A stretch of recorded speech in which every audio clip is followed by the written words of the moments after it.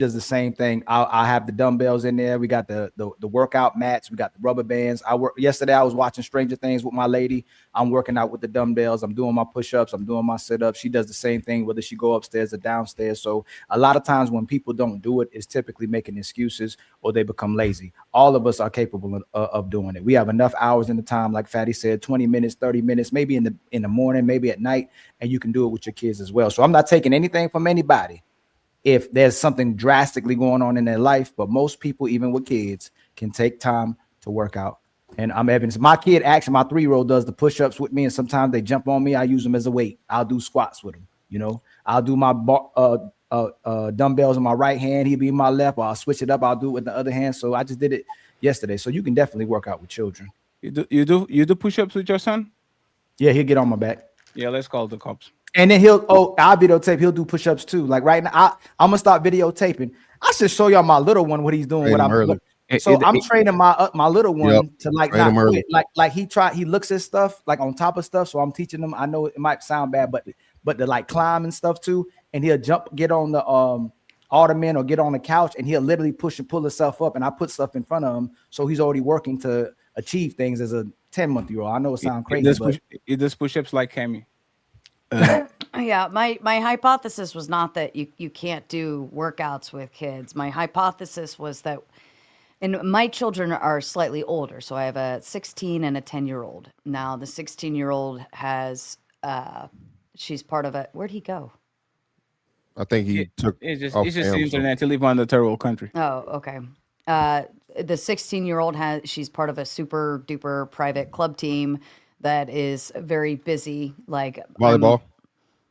No, I'm not telling the sport, but she's part of a huge team, right? It's critical, time critical, and I'm driving hours on end constantly to get her back and forth here, there, over there. But it's just all week, and then every season change, the schedule changes. Then we have different nights, then we have different things.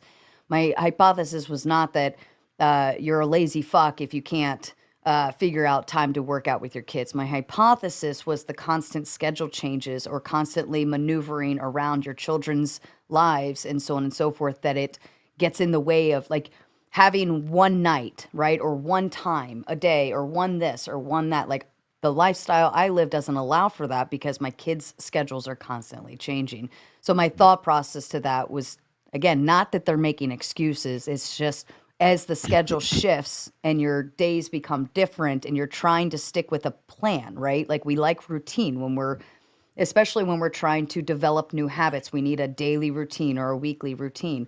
But if that daily is constantly changing or it's different, and that weekly is constantly shifting or it's different, my hypothesis was that these women become burnt out trying to maneuver the calendar around so many times. It's a matter of feeling defeated. And then it's like, oh, well, I can't do this week because of this, now this, that, this. And so I have to do next week. And I'm just talking about simply like going to a gym or going to do something that's specific, to a cause. Do they work? Do they go to school? They're both going to school, right? Mm-hmm. And are you working from home now? Yeah, this is my full time now. That's what I'm saying. I understand where you're coming from as well too, but even with the schedule, I can't see a lot of times you can get your workout done in the mornings before they wake up, or when they go to school as well too. While they're at school, you could be working out as well too. The older kids makes it very much easier. It's the younger kids. No, the older ones are harder. I know. They have to be. Then they want to go to their friends, and they want to go here. Then they want to go here. Then they want to go there. Like it might get easier. If they wake up at 7, you wake up at 5. If they got to get up at 9, if your children are academically gifted, and then they go to school, schedule's retarded now, and we're using me as an example, so I'll give you the full example. Okay. I am a night owl now. Like I sleep while they're at school because I don't want to miss time with them. And between 4 p.m. and 9 p.m. after they get home from school, we're driving all over God's green earth to get them. So I sleep when I put the youngest on the bus at like 9, and I sleep until they get home, right before 4. So that's my sleep. You see what I'm saying? So now, and then we're going. So all I'm saying is, it just makes it a tougher when stuff like that is changing, right? And we're using me as an example now, but it was just a hypothesis that if they're mothers, their schedules are for their children, and as the children are growing, going through different things, different activities, the seasons changing, school shit, all of that stuff, they might feel burnout from trying to rotate constantly around it, and their daily is thrown off. That's all I'm trying to say. So Sarah, Yeah, but see, hold on real quick. The beautiful thing is though, Sarah, right, is that you look good enough to where if you needed to take a step back and not be in the gym full time, you prioritized it at one point to where if you need to step back to be a better mother or be more attentive, you've put in the work to where you take that time to yourself. You don't look crazy. Like there's levels to this, right?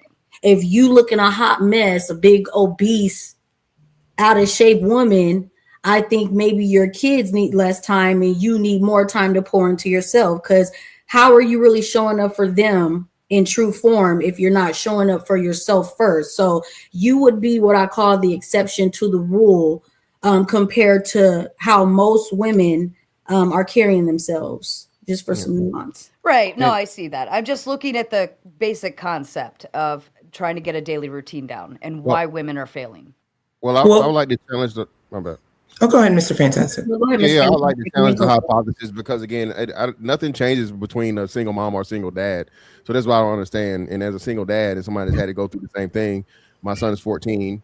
He plays multiple sports.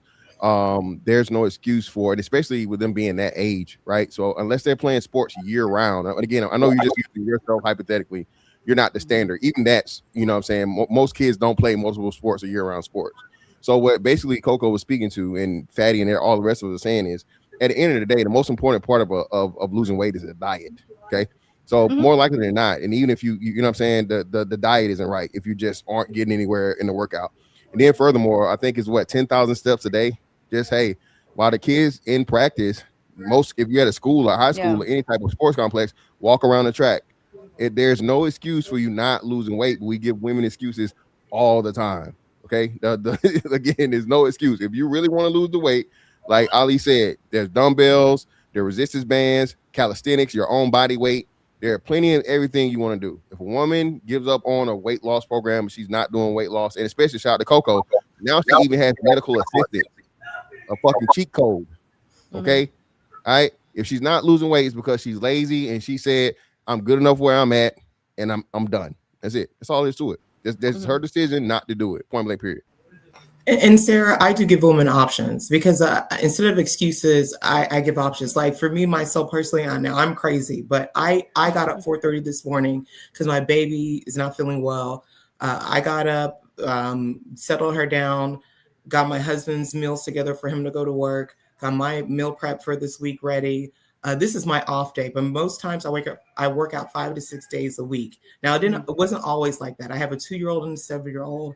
I've given birth 3 times. My first child passed. I had a miscarriage. So I understand when it comes to like being a mom and the ups and the flows of motherhood and all this other stuff.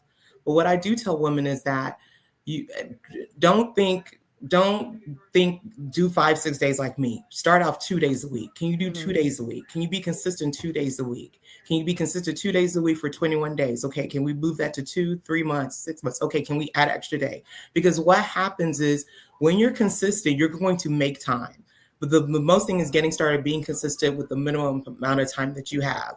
For me, I had to adjust my time. I had to get up 5 a.m. because only in the mornings do I have time. I go to work after work, and when I come back from work, it's the kids. So you have to see what makes sense for you in terms of getting that time in. And if it's only 30 minutes you have initially, that will eventually expand to 45 to 60. So I do a time edit with my clients. I do a nutrition edit with my clients because you have more time than you think. A lot of times, most of our time is stuck on this.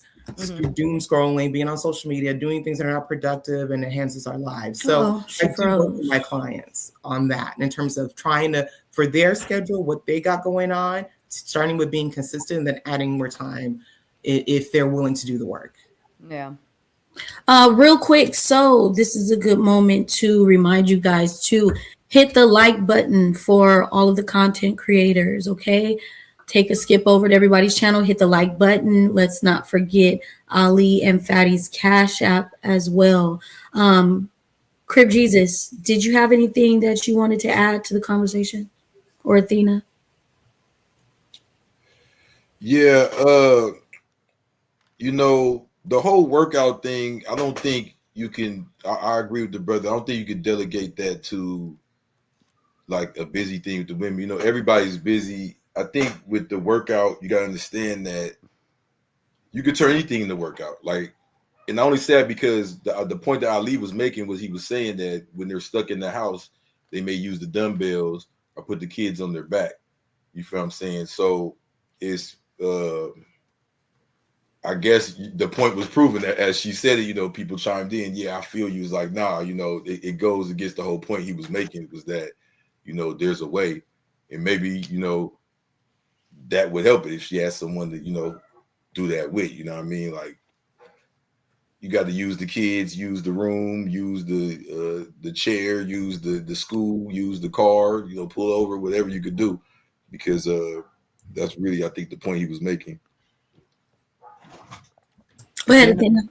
Yeah, so I pretty much agree with you. I think that there are some illnesses, but for the most part, I think the majority of people are unhealthy because they're eating unhealthy foods, like not clean foods. They're not staying active, not keeping track of their calories or their steps and all that. I mean, life gets busy. I specifically I refuse to go to the gym during January and February because it's so packed and it's not worth it. I will work out at home and get more from that than I will going to a gym. So yeah, there's no excuse to not get some sort of workout unless you're extremely ill. And if you're busy working, it means that you have money, so go get some Ozempic. Thank you very much. This is not medical advice. Mr. Lifestyle, because it's like I have times where I'm not working out, but I still may walk or go to nature and walk around, which is basically hiking, or you know what I'm saying, or eat a certain way. I think it has more to do with lifestyle. You just gotta always be conscious and aware of what you're doing with your body, because that's what leads to that. If not, I think even the verbiage got to change a little bit, because if we always look at it like working out or a thing you got to stop and put to the side, then it never will work, because I eat healthy at this certain day and at this time and I work out this, like, it's like, nah, it's always a thing. Sometimes you might got to park your car and walk somewhere instead of, what I mean? I do that because it's a lifestyle. It's a choice to just go that extra mile and remember that at the end of the day, when it comes to all this like technology and stuff, we being made lazy. So we got to kind of consciously do those things. You feel me? That's what he was saying. Like putting the kid on his back and doing push-ups, that's being aware, because it's like, usually you would just sit there with your kid, vibe out, watch whatever they watching. So this is just you saying, oh, well, let me get it in real quick. Like you got to go that extra mile. It's not the gym. It's the lifestyle, it's the lifestyle. You come to the eating. Like I said, sometimes I may not work out for 3 or 4 months, but I'm still walking. I'm still going certain places, parking and going there and jogging or going to the beach or whatever. It's the lifestyle. And I have to say 90% of Americans do not eat the recommended vegetable servings requirement daily. 90%. 80% of Americans do not eat the recommended fruits, which is about a cup. So the recommended daily requirements for vegetables is about 1.5 cups to 2 cups. For fruit is a cup, and over half of Americans don't meet that. So again, and just real quick, protein. Most importantly, protein. People don't get enough protein intake. That's another huge thing. If I have to eat one fruit, what fruit should I eat, Coco? Oh, I would say berries.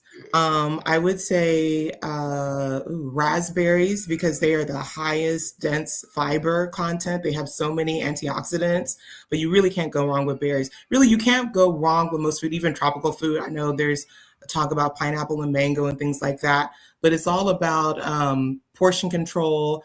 Like Mr. Fantastic said, getting adamant of protein. But I will say this for protein. If you're not working out, because you need mainly protein or a high amount of protein if you lift heavy, because skeletal muscle is very anabolic, meaning that it needs a lot of energy to sustain itself. But unfortunately, people don't work out, or particularly women do not strength train enough for the amount of increased protein that I see a lot of my women clients are eating more protein, but they're like, why am I losing weight? Why am I gaining weight? Well, because you're not lifting heavy. You have to lift heavy. You have to increase the load on your muscles for them to break down and grow. So yes, Mr. Fantastic, we should be eating adequate amount of protein, but in addition to that protein, you have to lift heavy or it will turn into fat. Yeah, resistance training again. That's another huge thing. Women, you are not going to get muscular. You are not going to look like a bodybuilder as a woman unless you putting a needle in your butt. Literally, pause. You're not going to look like a man from going to the gym. The only berry I'm willing to do on a daily basis is elderberry, so I refuse your advice. Okay. Oh well, you can do pears, you can do apples, you can do avocado. That doesn't sound tasty at all. There's horse food and pig food, but once again, I appreciate the care and concern. Thank you very much. I'll eat cinnamon pizza before I eat apples. Hamburgers do Melanie, not count as fruit, Fatty. And there's the thing. Just because you put a tomato on it doesn't mean it's healthy. But there's the thing. I get mushrooms. I get olives. Okay. I get the tomato that goes on the pizza. Everything is healthy and very good to go. Thank you very much, Sarah, for actually helping my case. If Melanie allows me, I wanted to ask a question that has to do with resolutions, but not with weight per se. Of course. So when those women put those pictures that has a bunch of books or steps, and they are walking up and they are saying, I'm going to leave this behind. Drama, toxic relationships, people that are fake friends. And they post that every year since social media, right? You know that they have like a champagne glass and they're all dressed up. Should I believe women when they say they're going to leave drama and toxic relationships behind in 2020 and at the number of the year?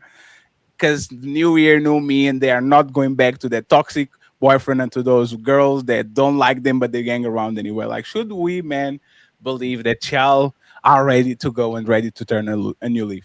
I actually want Rose to answer this first. Damn. Most of them, no, you probably shouldn't, Fadi. That's hilarious. No, you probably shouldn't. I mean, I feel like if they're placing so much emphasis on the drama, the toxic person that they're trying to leave, to me, you're already giving them space in your mind to live rent free. So you're gonna automatically be drawn to whatever that you're trying to leave. So it'll be hard. Some people can do it, but I think most probably not. Go ahead, Athena.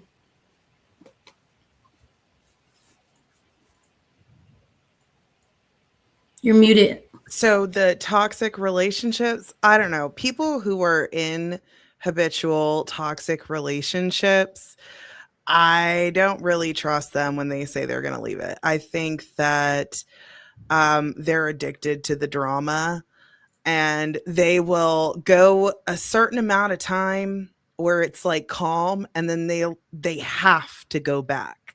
They can't stand the calm. So I don't believe people, especially when every relationship or like, oh, I dated so many narcissists. I'm like, oh, sure you did. I don't trust anything. As soon as someone says, I dated so many narcissists, I'm like, that's a huge red flag right there. I don't trust them to stay away from it. I think they're addicted to it. Does anybody have a rebuttal for anything they've heard before the rest of the ladies go? Can you say that question one more time for me? I wanted to make sure I heard it correctly. Go ahead, Fatty.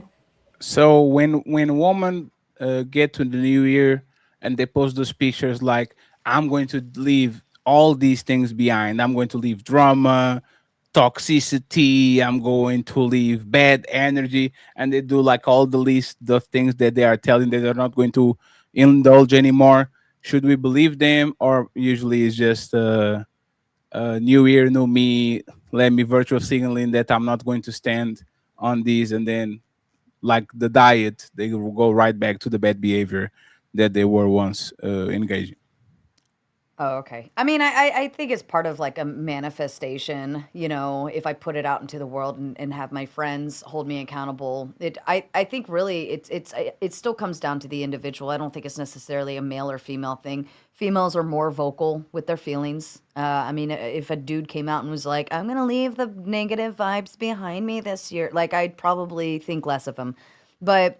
But I mean, women are way more vocal with that kind of stuff with between their friends, their audiences, their families, so on and so forth.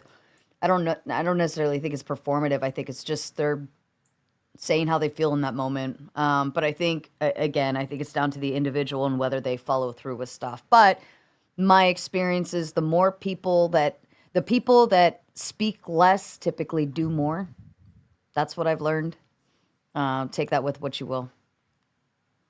I actually don't agree with that. The people that speak less do more. Can I? Meaning, Go I'm ahead. not gonna say what I'm gonna do. I'm just gonna do it. Go ahead, Tina. So I think also there's a lot of people who are jealous. And so if you're talking about all of these things that you want to do, you never know who's like hating on you. You should keep those things to yourself and announce it when you've done it. Because a lot of people that hate you are going to try and tear you down. You have a lot of fake people who will pretend like they're in your corner, but will sabotage you. If they're not winning, they don't want to see you win. So I think it just makes sense to kind of keep it to yourself for the most part. You can celebrate your wins after you've won, but not necessarily before you've won. Yeah, but that's on you. Because especially women like to document everything. What they're eating, where they're flying, the bag that they bought, the dance on TikTok. Like, that's public pressure. Public pressure is good. The people say bring shame back. You are one of the people that say bring shame back. Do it in public. That's what it is. Fed is going to say, I don't know how I'm way slimmer than I was when I got here, and it was not because I exercised. I have no idea. I probably just stress. But like, is a good reminder. Hey man, you didn't do what you like. You are not where you wanted to go. Public pressure and shame. If y'all think it works, you should definitely put it out there because you manifest everything. You manifest the man. You manifest the dreams, the degree, the car, the profession. Manifest your goals too. And if you fail, it's very okay for people to pull up and to kind of like point it against you. And it's not their fault. It's your fault. Like this, I don't see no problem with that. Dr. Omar still need to make that school. Yes, we're going to shame him until he gets that school done. He said it in public. He could say it in private. He could keep it to himself and build it silently. You should put the things that you have to do out there because public pressure and shame are big deterrents for you to just stay at home and go there. And I know that, Tina.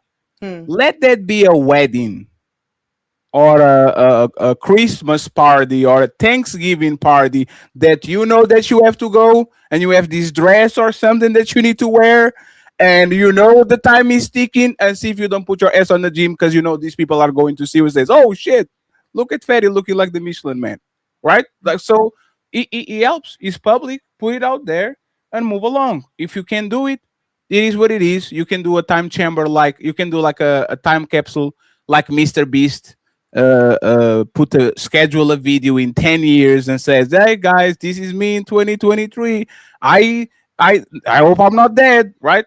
But for the most part, I believe that there's actually amazing pressure because outside validation, in my opinion, is way more important than the validation that you give yourself. When people actually shame you or when people compliment you and says, oh my God, Tina, you are slimmer, you lost some weight, there's energy for you to go to the gym back again on the next day because it actually shows something. When you don't put that out there, usually people are going to be like, oh, nobody knows, so let me sneak to the fridge and eat something because nobody's going to watch. I disagree with that. I think for me, when I knew I was serious about losing weight, because at one point I was like 205 pounds, right? Today I'm 150. So when I was really serious about losing weight, I thank you. I kept my goal. Did you cut the leg off? Are you on a wheelchair? Stand up real quick. No, I'm kidding. I'm Go ahead. not in a wheelchair. I look good. You seen my picture on New Year's Eve. Anyway, I think when I knew I got serious if I'm gonna go, I kept it to myself, right? Because years ago when I first got a personal trainer and I told people, it seemed like I got the most invites to parties, to restaurants, to brunch this, to brunch that, invites that I was not even getting. And I think what people don't know about, they can't ruin. Now, you do have people that you could tell because they're going to hold you accountable. Like when I got over 200 pounds, I really didn't even notice. My very, very close friend, she was just real stern with me, like, hey, what's going on? Like, you looking a little crazy. I ain't used to you looking like this. We need to do something about this. And she held me accountable. Anytime I was not eating what I wasn't supposed to eat, she would definitely tell me. And I think those real friends are very, very important to have in your circle that's gonna hold you accountable. And to me, it's the same with dating. When I'm in a relationship, I have the most people in my inbox. Like, don't let me post a picture of me like being with the person, his arm or anything. People come out the blue. Like, I'm talking about married and single. When I'm single, I still get a little attention, but not as much when I'm with somebody. And that's why I say, like, what people don't know about, they cannot ruin. It's very, very dangerous if you're serious about reaching a goal to expose it to the public and to the wrong public at that. You know why that's Skip? Because if you met a man that you were proud of, you wanted him to post you tomorrow. If you were dating a man that, imagine that you date Prince Charming, and he was like, what people don't know, they're not going to break because, okay, Rose, so that's why I'm not posting you. Y'all would go, "Law, you ever come? You don't want to show me because you don't want to lose the other ones." Hey, Rose, the pressure that y'all make when y'all proud of the man that you are, y'all start to post body parts of that man. You post his hand, you post his feet, you post his elbow. Like, you will leave so many crumbs so people kind of understand who he is, that at this point, it's just that, once again, public reputation is actually very important. If woman posted every man that they are dating, by the time I follow you for 3 years, I already know that you dated 7 men. And now I'm thinking crazy about you. I know that you've been on several dates with this man and you are not showing them, but you're showing the food that you're eating. So I understand it's just for reputation control. Like, you don't want your reputation to be ruined, so you don't want to tell. It's like bringing a man that you like to your family. If every man that you like was brought to your dad, would he be embarrassed of you? The answer is yes. Most woman. If every man that you like, by the time that you're 35, if you brought that to your dad, he will be look at you like, oh my God, I fell as a dad. She likes everybody, right? Well, we're not talking about people that we like. We're talking about people that we're in a relationship with, that we're with. Okay, let me ask you something, Rose. Posted on my page. And hey, Rose, like super exclusive. Okay. Damn, they're married. So hey, Rose, you don't see nobody on my page. So let's do this, Rose. Nothing. If you buy a Birkin, are you going to post it? Are you going to post like an outfit with a Birkin on? No. And so you're not going to post no picture with that bag that you bought, or the shoes that nice shoes. If you go to Paris, you're not posting it. If you buy a G-Wagon, you're not posting it. Nothing that you do that you are very proud of it, you're not going to post it, right? I'm not saying nothing, but there are most things I do keep private. I have a red bottom bag. I have the shoes that match. You've never seen it on my Instagram or Facebook page. So I think you got to maybe ask one of the other ladies, because like, you don't post like the nails when you're proud of them, and when you go to the hairdresser and you lie and you look cute and shit. Like, oh, look at everybody. You posted that hairdo right now. Right? I know that hair you got right now. Right? So you don't do that? You don't do that, Rose? You don't like show, oh my gosh, I'm proud of what I have right now. Let me take a picture real quick and post it on my stories real quick so people can actually see it. Like, you don't do that?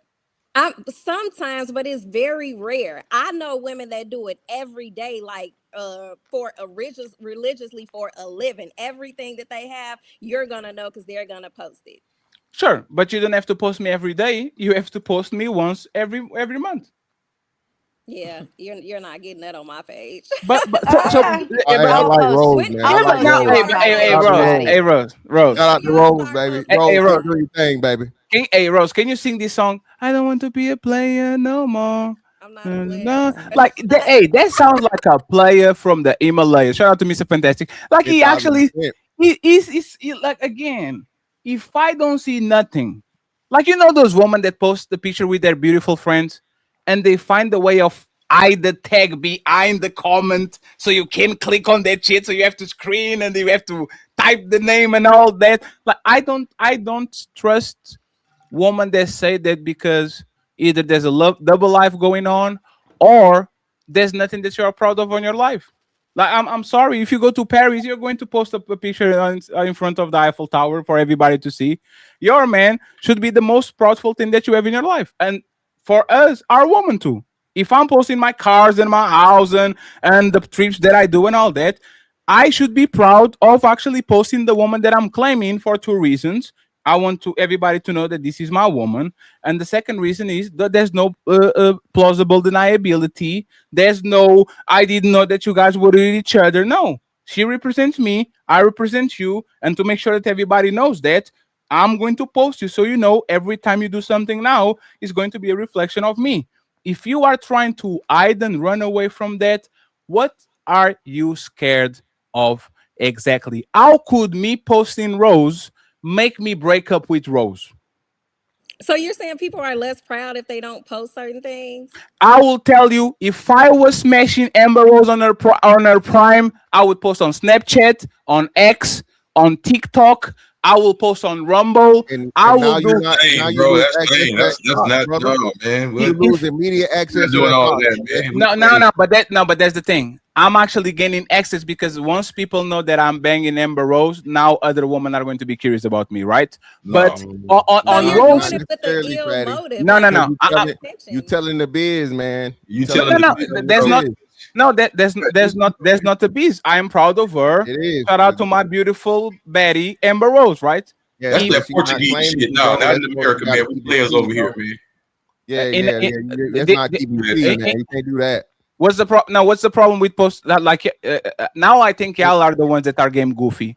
The best way for you to get woman is to post with a beautiful woman. If woman think you have a beautiful woman, that's a woman if you claiming her. If you're not claiming her and that's just your sneaky link or your side piece or your slide, is irrelevant.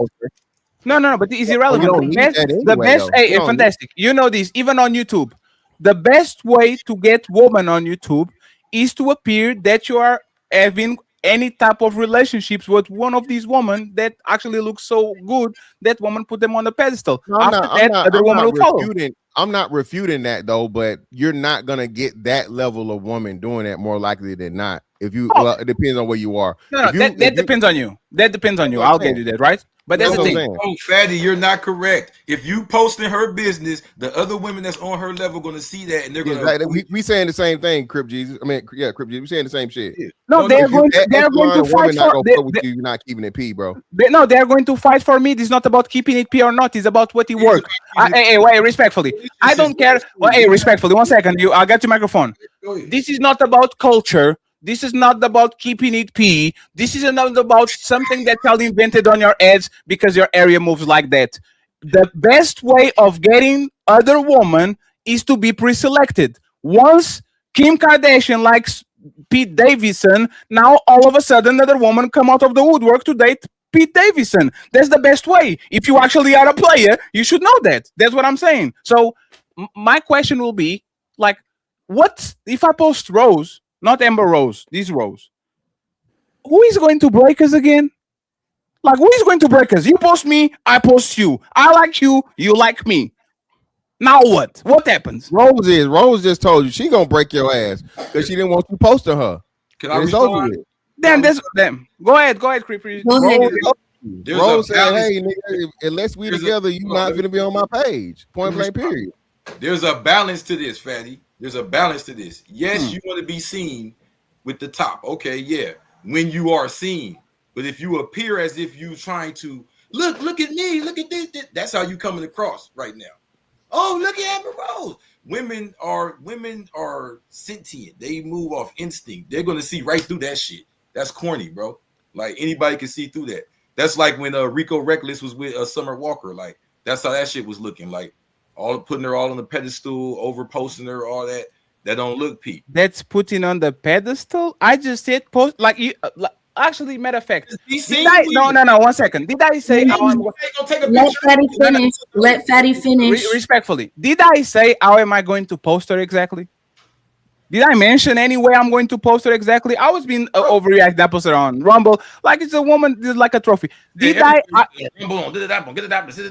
everywhere, my mama house, but daddy house. Yeah, you was on, you was excited. Sure, but that's the thing, right? Did you now you trying to fit in with us?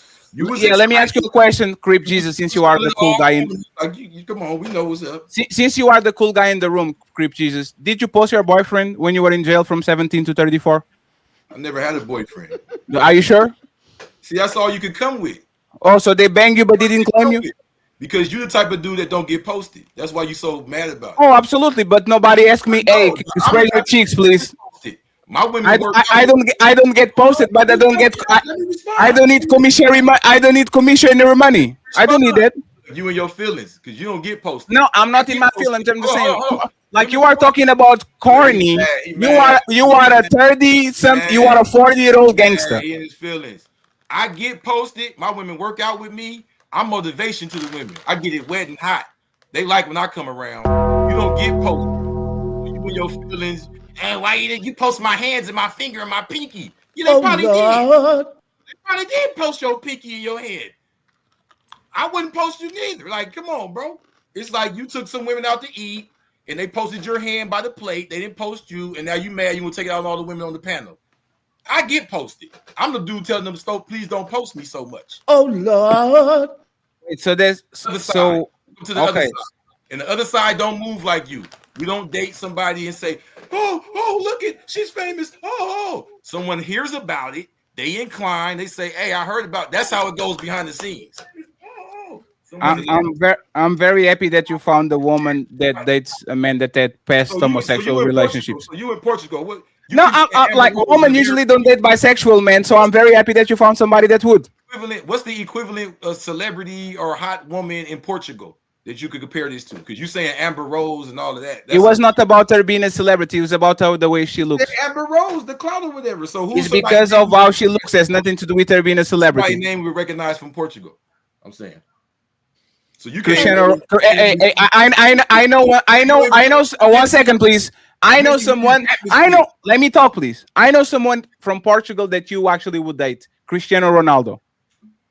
Okay. Yes. That's don't agree to that, brother. That's no. He asked me for somebody attractive that you. He would date Cristiano Ronaldo.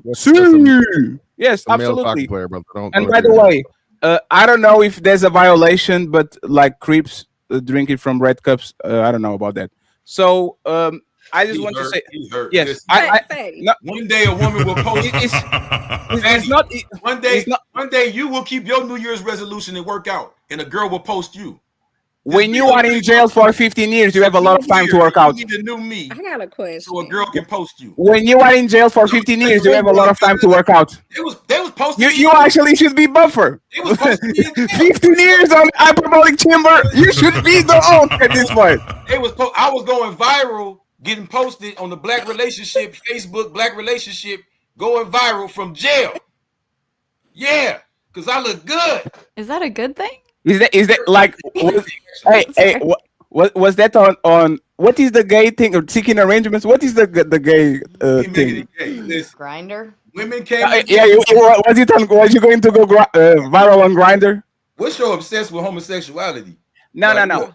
1 second, because you call me lame. Like 1 second, please. 1 second. 1 second. Let me just finish this, right? Because you call me lame and corny and all that thing, right? Whoa. I already told you this the first time that you met me. Let me finish, please. Let me finish. You've been an adult for like 5 years in your life. You either was incarcerated and you were an adult for like 5 years. Right now, you are mentally like 23 or something like that. What is corny and lame for 30 years old is not the same thing for people that are mentally 23 like you. So you wouldn't understand what a bad bitch is and how to keep her because usually you are dating Tyrone, not Bad Kitcha. Okay, I will leave it at that. You can go ahead and say okay, listen. You can say what is nice or not in Portugal and all that. Bullshit. But okay, listen. you will tell me about your boyfriends more in the next episode. Okay, girl, you got this. The point is, you're mad because you don't get posted.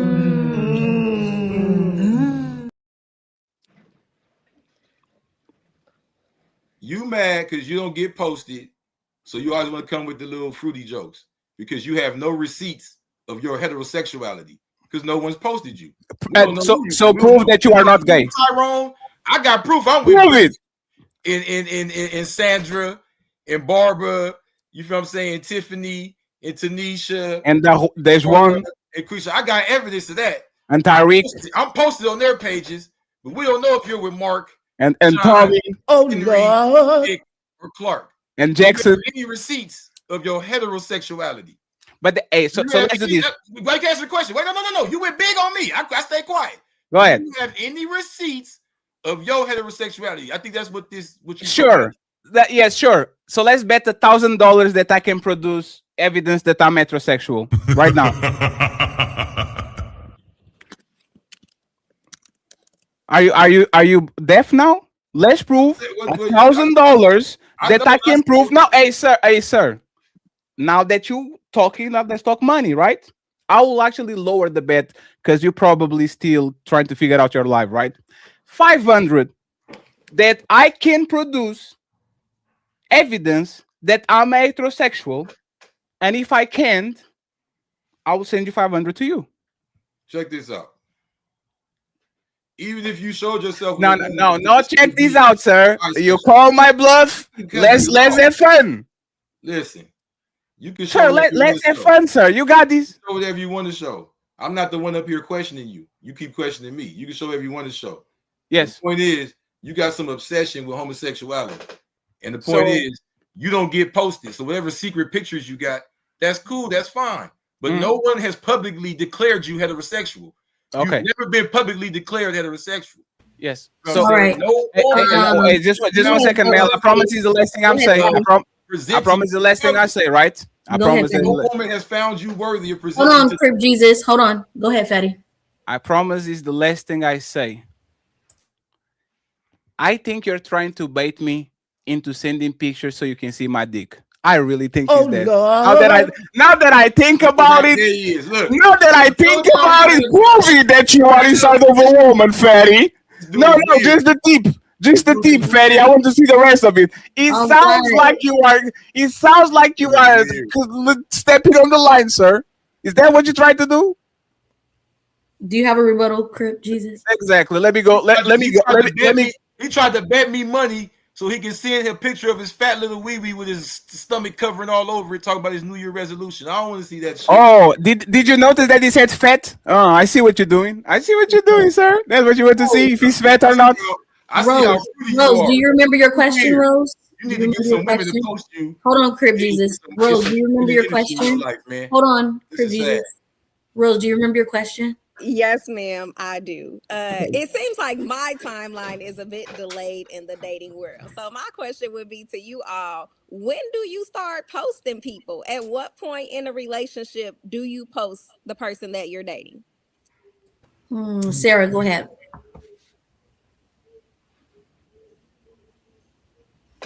You're muted. My apologies. Mhm. Rose, I'm like you. I don't post a whole lot.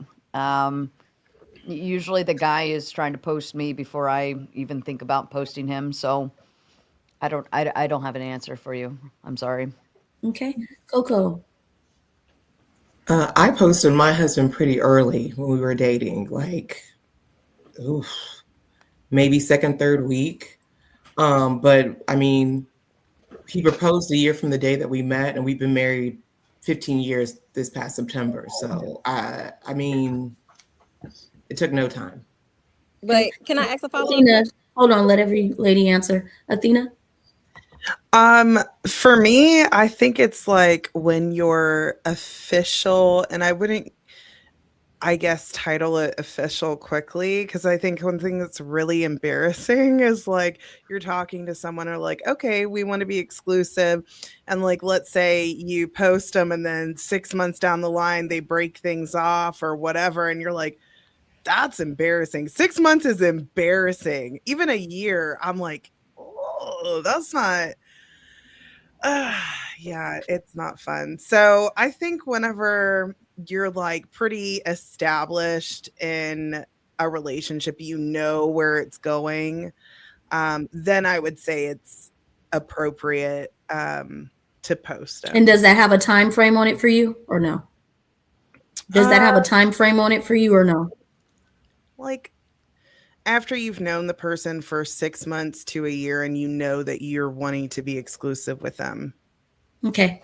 Ghosty, thank you for joining us. We appreciate you. What's your response to the question?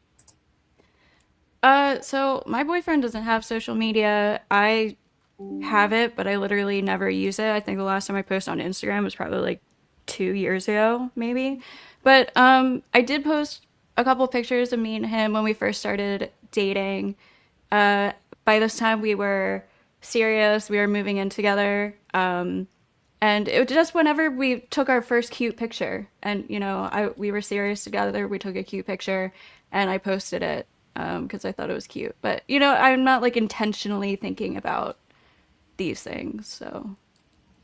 Okay. So does it have a time frame on it for you? Yeah, not really. Like, I guess if I look at other relationships, it would just be if we have a cute picture, I'll post it. If we're in a relationship, I can always delete it later. Worst comes to worst. Okay. Rose, go ahead and do your follow-up question before we go to super chats. Oh, I was just gonna ask Coco. Okay, you married this man, correct? Is that what you said? So when you posted him, was it labeled like, was it publicized to the world? Hey, this is the person that I'm dating, that I'm with, or it was just because women post that them brother, this my big brother, this my cousin, this just a friend picture all the time. I'm just asking. Oh, you're on mute, honey.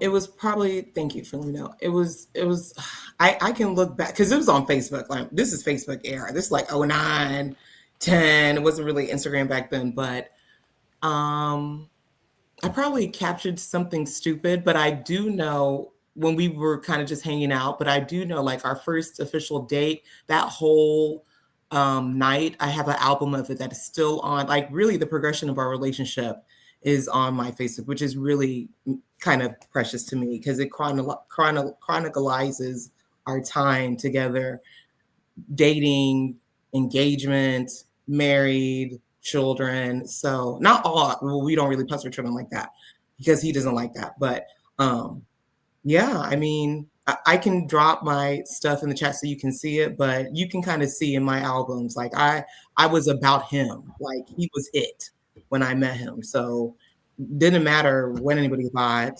I was sprung. I was absolutely, but it was mutual because he told me early on that I was it for him and he was it for me. So, and he proposed a year to the date that we met.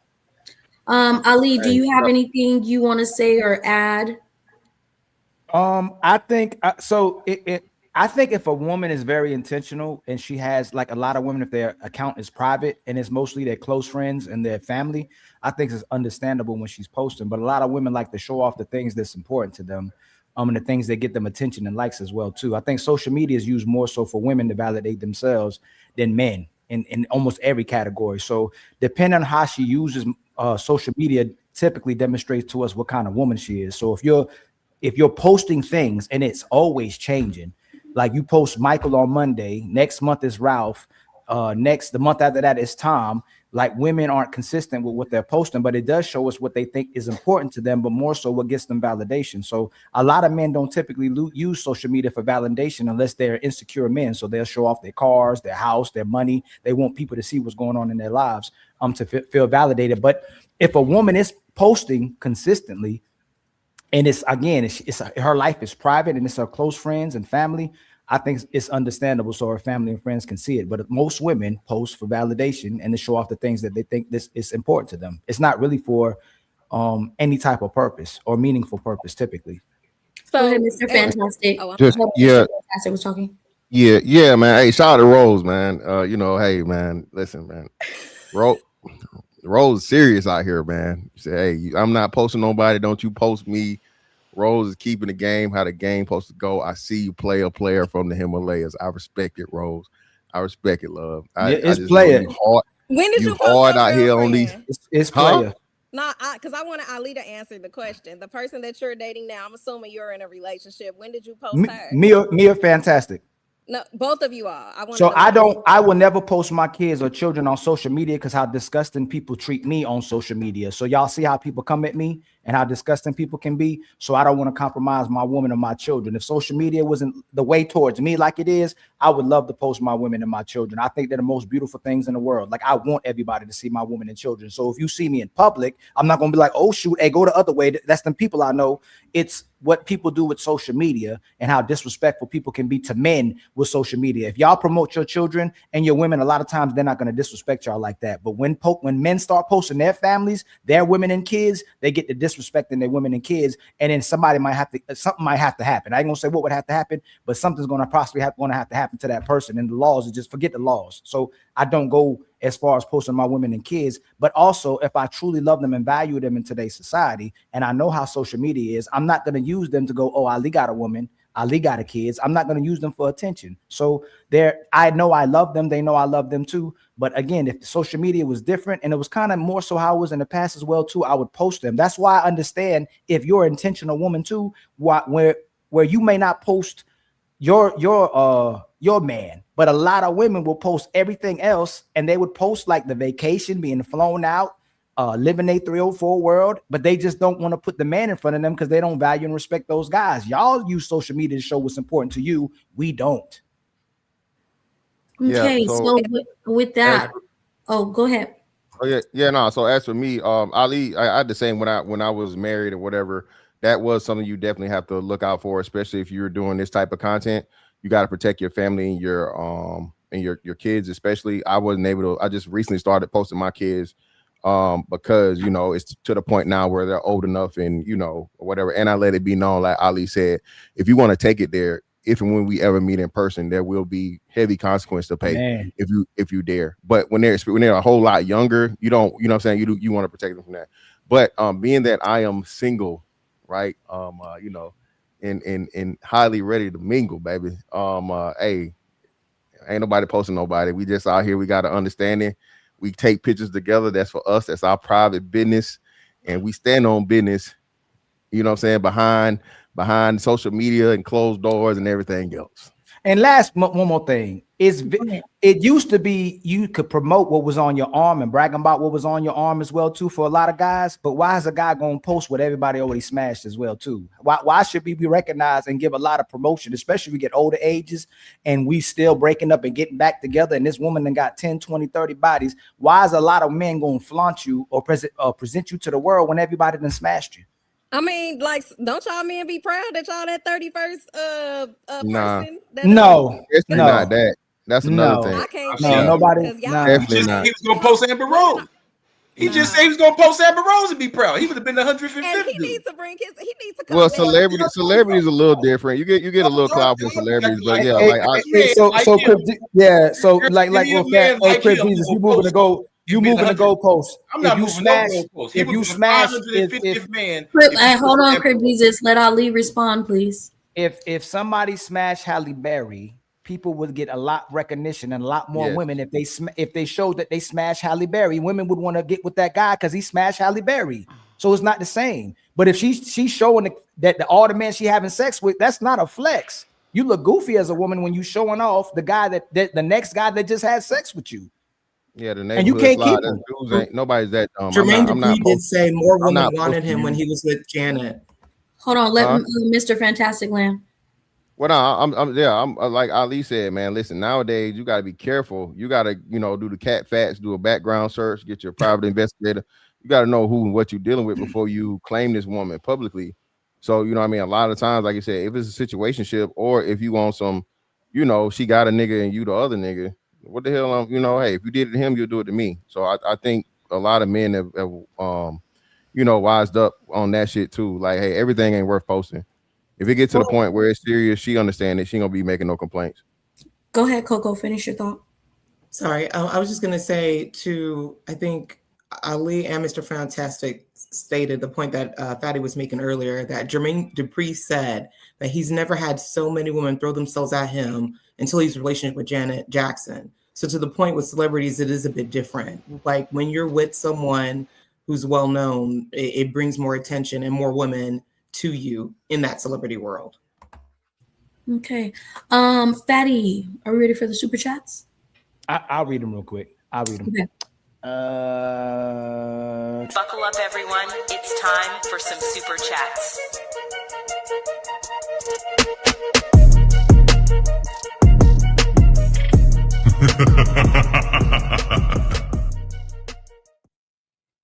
Much love. Oh, let me come up here. Much love to my sister Doris for being a member for 33 months. So much love to you. We truly appreciate it. Untouchable Empire, baby. And then my brother Frederick said, healthy new year to everybody. Yeah, we really do hope everybody has a healthy new year.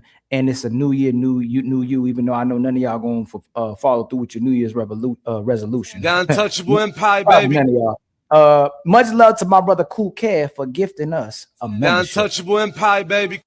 And then my sister Wanda hits us with a $2 super chat, $1.49 super chat, and then another $1.49 super chat. We truly appreciate it. Much love to you, my sister Wanda. And she's so lucky, she's a star. Hits us with a $5 super chat. Yeah, I know Britney Spears song. That was a good song back then. I think Melanin's hair, period. Black women. Yes, definitely. Yes. We would definitely can say that. Yes, black women. Zero Fallout with the $5 super chat. The oaths of women I scribe on water, meaning it's not permanent. That's why old saying, a man's word is written in stone, is permanent and it's tangible. That's 100% facts. You know, regardless of whether women says yes or no, regardless if a woman is with you or she's not with you, you can't keep her from changing her mind. Much respect to Riri with the $10 super chat, just showing love and support. Much love to you, my sister Riri. Let's go. We got $10. Sir, do you have any change? Nah, motherfucker, I'm broke. And then my brother Player One gives us with another membership. Much love to you, my brother. Untouchable Empire, baby. Is that Player One? Yeah, that's Player One. And then my brother T.O. hits us with 10 memberships. Much love to you, my brother. I truly support it, man. You that. Mega. And then my brother James hits us with a $2 super chat. At the end of the day, it's about discipline also. Much respect to you, family. And then Smell the Roses hits us with $20. Much love to you, my sister. Smell the Roses. And then the jackpot with the $5 super chat. Loving the panel. Everyone keep doing your thing. And shout out to that special person. They know who they are. Yeah, they know who you are. Y'all bringing the New Year's with that special person, right? They ain't gonna be here next year, right? I got dumped. Oh no. Hey, you got dumped? On New Year's Day. It ain't nothing that you did wrong. It was what they did wrong, right? Yeah. We gonna get right back to that. Yeah, too. he found out he was nigga number 3. That's what it was, Ali. Yeah. Found out. He found out he was too far down on the bench. And he found out why Rose wasn't posted. Robert Platinum with a $2 super chat. Much love to you, my brother, man. We truly appreciate that. I definitely got to find out how you got dumped on New Year's.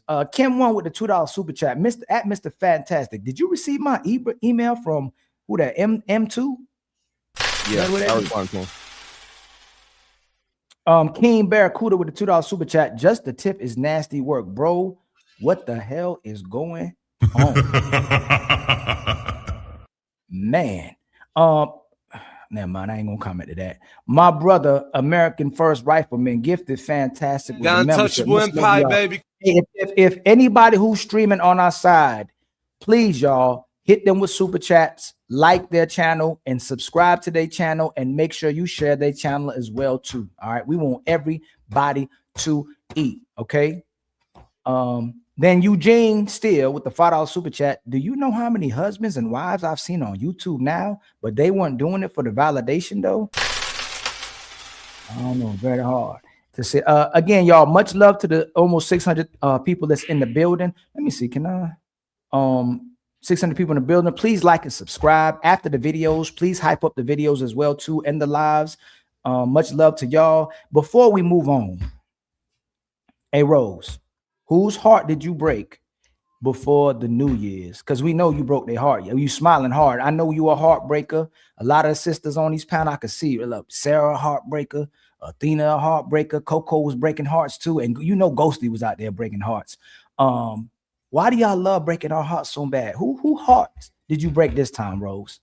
I didn't break anybody's heart. I mean, when we first started dating, you know exactly what it is. So you adhere to those terms and conditions. I don't mislead anybody. Hold on. I already know. Hold on. You didn't give him no New Year's cat. That's what it was, wasn't it? That's what it was. He been with you for a whole year and didn't get no new. That's crazy. No, this is the thing. Oh Lord. Talking about. No, it's only been 2 months. Why would I? Damn, it's more than 2 months to get some. Lord, geez, hold on, Ali. Hold on, Ali. Oh, this man gave you a criminal gift. Well, he told me I could choose between getting a Christmas gift or go to any restaurant that I wanted to go to for Christmas. So I chose the restaurant. So you got a criminal gift, and this man still ain't got no cat. Get her out of here, man. Get Rose. Is that why he broke up though? Is that why he broke up? And she probably wanted some Moet. She wanted she ain't want no cheap champagne for New Year's. She wanted the you know what I'm saying? No, is he Rose? Oh, fantastic. Let's get to the bottom of this. All right, let's get to the bottom of this. Why did he break up with you on New Year's? Well, he invited me to his family brunch. We went there and it sort of was a back and forth that happened. So when I got home, he called me and he said that he was leaving me alone because you're moving too fast. Do you know you ain't just do that? You ain't just do that. Back and forth in front of his family? Why did you go back and forth with this leader you're supposed to cooperate with? Why were y'all going back and forth? Okay, so we went back and forth because he was trying to convince me that he could drive me home and he had been drinking. I felt like he was not in a good enough state to drive home. We stay about 10 minutes from each other. So I said, let me just drop you off at your house. I can bring you your car in the morning. Or his little cousin was riding with us. I said, she can drive. She can drop me off and then she can take you home. So he broke up with me because he said I listened to another man over him and I disrespected him and he does not want to deal with a woman like me. So it was over. But hear me Who's out. the man you listen to, though? You dodged a bullet. You Hold dodged a bullet. Hold on. Let her finish. So the man that I listened to was his older cousin. This is what he said. So we were outside at the vehicle. It was determined that I was going to drive home. We got to the car. He like, no, you ain't finna drive home. I'm driving. So we did that shit 4 times, going back in the house, coming back outside to the car, arguing, because every time I got to the car, he tricked me. He took the keys and wanted to drive. So it got to a point where his older cousin came outside. And they're like kind of tussling in the middle of the street. He like, nah, just drive my car home. Drive my car to your house. I need to deal with him because they're damn near about to fight at this point. So his cousin is yelling at me, just get in my car and drive to your house. It's the only way you can get home. And he's like, don't get in the car with my cousin. You bet not get in the car with my cousin. You just met him. You don't know him. And at the time, stay there, Rose. Mr. Fantastic. Uber? Mr. Fantastic, thoughts? What was he drinking? Clear or brown? We were all drinking wine, clear. We was everything, huh? So he really was a little under the influence. He was, and if he would have got. No, so I'll give you that. Like I said, that's a safety issue. If he's mad at you over a safety issue and something that's only going to be his benefit, yeah, I can't blame you for that. All bullshitting aside, but yeah, if it's any to the point of where people outside of you guys are saying, "Hey, man, you're not fit to drive," and most people don't know this, but I think most people don't know most DUIs happen within 5 or 10 miles of, you know what I'm saying, you get being at home. So I can't blame you for that if that was the case. But you still should have gave him some cat though. I mean, you know what I'm saying? He didn't let you in past the threshold because everything gets cut off as far as relationship goes by what's the last holiday in the summertime? Labor Day, right? Yeah, September. Yeah, Labor Day. Yeah. All relationships are cut off by Labor Day. No Christmas gifts. If you only get a Thanksgiving plate, none of that family stuff. So he broke the rules for you, but he is an alcoholic at the same time. So it's a watch. He broke what rule? Hold on. Ali, thoughts? I think a real woman would let a man drive drunk. Like, I don't understand what's the problem with him driving drunk. I think he can take you home respectfully. No, I'm joking, y'all. Y'all know I'm talking. I was like, I'm sitting here, I'm like, no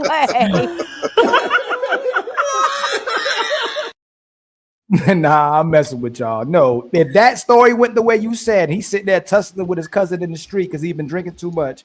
The don't get in my cousin car. Were you about to get in the cousin car or something? So the cousin, he was about to take his daughter home, but initially his daughter rode there with us. He was like, nah, cuz I can't let you take my daughter home. So he was about to drive past us because he's thinking that the guy that I'm with is going to let me drive. And when he see us out in the middle of the street going back and forth, he stopped. He like, nah, just go ahead and drive my car. My daughter is already in there. She'll bring me my car back and I'm going to drive his car home. Oh, so the cousin was saying, hey, I'll let her drive my car, drop the daughter off, come back, and then she can still take you. Yeah, she took me home. The daughter Okay, took. I physically. Did he call you back? Did he call you back and apologize yet? He did. He called me like 15 times. You ain't gonna say that though. Oh my God, yo, that's Right. crazy. We ain't get to that part yet. All right. Crip Jesus, do you have any questions for her? Yeah, I think the problem probably was more just how it was handled. You know what I'm saying? Like the fighting, like maybe you could have just got on. You feel what I'm saying? Like he drunk, he ain't listening. I'm gonna take an Uber or something, you know? Because once it leads to the fighting, then you can't really reverse it, you know.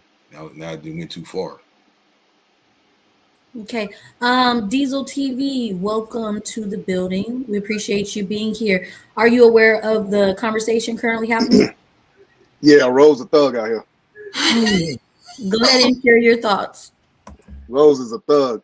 So Rose, if y'all was drinking so much, how much was you drinking to be able to drive? Yeah, I'm trying to figure that one out too. I'm an occasional drinker. That day I took one shot and I was sipping wine. I'm at his family house. I don't know them. That was my first time. So if I'm in an unfamiliar place, I'm like not drinking heavy like that. And then once I seen that he was drinking shots and having a good time, I'm like, I'll just sit back and I won't drink as much. Oh, okay, I got you. Okay. That's all I was wondering, because if everybody drinking and tossing them back, and you say I've seen two drunk people go at it and say they could drive, you know what I'm saying? And it's like both of y'all drunk. Y'all don't need to be driving. So dudes like that is red flags. If a dude like, nah, I can drunk, man. If you man, I could I'll lose a friendship over that. You know that the average person drives drunk. I'm sorry. Oh, dang. Go ahead. The average person drives drunk 11 times before they actually get caught, right? And just like Mr. Fantastic said, most of the time it's within 5 miles of your residence because you get comfortable, you done made it, you good, and then you jump in the curb, right? So yeah, and you don't even realize the police been following you for the last 10 miles, right? So yeah, that's usually how it happens. But at the end of the day, I go against what Crip said because I'd rather fight my boy from getting in the car, getting arrested or killing somebody or himself, and deal with that later than have that on my soul that I allowed him to drive home drunk. But that's not her. That's not her homie. That's not what I said. I'm talking about her. He was there with his family. She said he fought with his cousins, so she could have just left.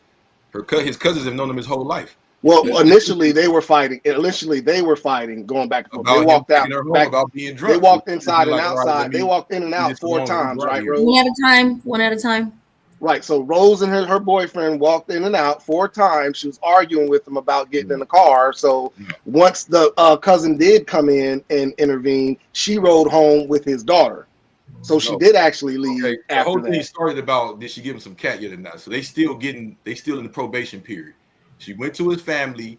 She wanted to go home. He was drunk. It got a little rough. I've been in a situation like this with women plenty of times. They get a little tipsy, get to acting weird. You have a choice to fight with them or remove yourself from the situation. If she's there with family, or if he's there with family, I'm gonna remove myself from the situation because I want something to still progress from this further. I still want to be with them, so I'm gonna remove myself from the situation. Let their family deal with it. I'm not gonna get. How you gonna progress if you get up in jail? Bro, hold on. I'm not gonna hop all in the cousin and the daughter and get all in the mix. I know me personally, I'm gonna get mad more about that. Like you could just bounce, then get all in the mix with my. If I'm seeing my uncles and aunties yelling at me about it, and you there with them and all that, I'm gonna take it the same way. Yeah, you're a red flag. You're a red flag. Why are you getting drink like that? So it's not even a big deal with me. But I'm saying I've been in that situation with women. Let Diesel respond. But if you're getting mad because everybody's telling you fucked up, you're the red flag, bro. Like what are we It's doing? not What are we that's talking not about? what we're talking. You talk That's about not- alcoholism. I'm You talking just about said that you would get mad if she was sitting there and she saw that your family was going at you about something that you were doing. That's what you just No, said. I'm talking about a woman dating a man or a man dating a woman. You just get to know this person. If a situation gets a little tricky, I'm gonna remove myself from it before it goes too far. The shit you talking about is how domestic violence and all that happens. Trying to just force something on somebody. If their family is there, let them deal with it. What? Wait, a quick question. A quick question. A quick question. Not yet, Coco. Okay. Final thoughts, guys. At the end of the day, you're talking about removing yourself when the initial conversation she was having with her boyfriend was that she was driving. The argument didn't start happening until she got into the car with the cousin's daughter to go home. She did exactly what you said she should have done in the first place. She initially thought she was going to be able to drive. When they got out to the car, he tricked her. That's what she said. That's why they kept going back and forth. So I don't know what you're getting. I'm saying, Hold on real quick. I'm just asking Rose just real quick. Hey, Rose, excuse me. You were trying to keep him from getting in his car, right? Well, I was trying to keep him from getting in a driver's seat. Right, in the driver's seat. Right. So that he can't. When you say stuff like that, let's say we're in a position where I'm fighting with my girl, we in the house, I can walk away from that situation. This is a situation where she's trying to get in the driver's seat and he's trying to leave in the car driving drunk. She can't just leave that situation. He's trying to get in the car drunk. And if she leaves that situation, he gets in the car and gets in the accident. Now is her guilty conscience and the cousin's guilty conscience. And now they got to live with the fact they let this man drive drunk. That's not a situation you could just walk away from. If my woman is drunk and she's trying to get in the car, I will spend the night trying to keep her out that car if it's till the morning time and make sure she's not drunk. I'm not going to go, you know what? You got it. Here's the keys. Go drive. No, I'm going to sit there for the rest of the night till she's sober and she's not getting in that driver's seat. So I'm not about to go, you know what? We fighting, man. I'm just walking away. You need to drive, go drive. Come on, quick, Jesus. I get where you come from. I said 10 times I'll leave the families there. I said 10 times I'll leave the violation that I see that's probably going on in his mind. I said probably is that the interaction with the family. I wouldn't want you to get in the car with my cousin or uncle, any of that. I would want you to get in your Uber or whatever and just remove. Okay, so let me ask you. Yeah, but it wasn't even a man though. It was his daughter. It was so that's the thing you missing too. Crib Jesus. It wasn't even the fact of the matter. It was the literal man. If it would have been a literal man, he would have had a leg to stand on. But the teenage daughter, it was just his car. The teenage daughter. So the man wasn't even involved. He was just there to keep him from driving, and he was fighting to let him drive his own cousin home too. He didn't. Everybody was trying to keep keep the dude that Rose was with from driving because he was too intoxicated. So Buddy wrong on all fronts. Right. Hey, hold on. Hold on. Hey, Crib Jesus.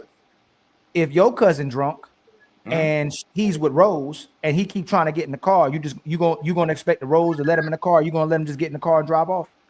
No, I'm gonna say this. I'm gonna keep it real. I'm gonna hope that she tells me so I can use my manly energy and my family energy with him to maybe calm him down. I'm gonna assume that he's not gonna listen to her. He just met her. She's a woman. I don't see why what I'm saying is so crazy. A lot of men are not gonna listen to a woman they just met. That's far-fetched or something.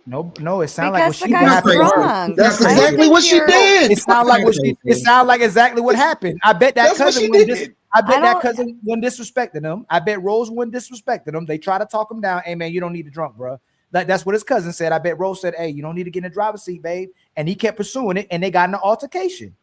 So what's different than what? Go ahead. I think go ahead, Sarah, and then Diesel, and then Coco. Yeah, I don't think Rose was wrong at all. I think I'm a very big advocate for not drinking and driving. We have enough Uber, taxi, friends, family systems in place that there's never an excuse to drink and drive. Please don't do it. And the fact that Rose stood in the way of her now ex-boyfriend from drinking and driving, I commend that. And she lost the relationship because of it. They're back together. They're back together, Sarah. She said, hold on. Ex-boyfriend, roster member. Hold on. I said Sarah, Diesel, Coco, and then Mr. Fantastic. But I don't think she did anything wrong. And if I was in that same position, I would have done everything exactly the same. The cousin was driving by and came and he said, okay, let me deal with this. And she got in the car with the daughter or his daughter and left. so that the cousin, man to man, can deal. Like, there literally was nothing wrong with what she did.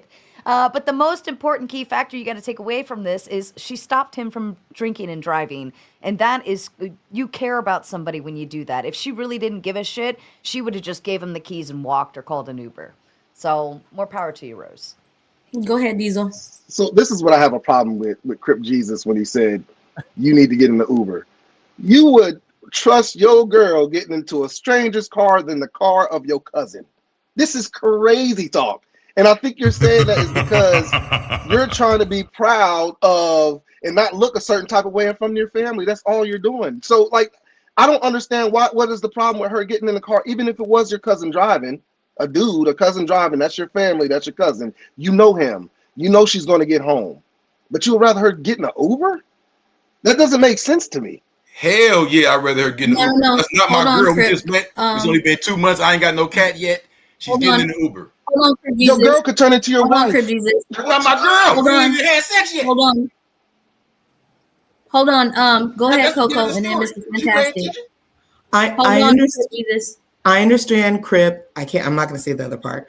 But I understand, Mr. Crip, that I understand because if the relationship is new, like I've been in dynamics with my husband's family, even 15 years in, that I keep out. And especially if there's something going on with him, I just remove myself from the situation and let the family handle it, because it can be a bit tricky if you go with the cousin starts saying things, and he understands his family better than you do, Rose. And if he is a good man, you know him. If he's a good man mess up.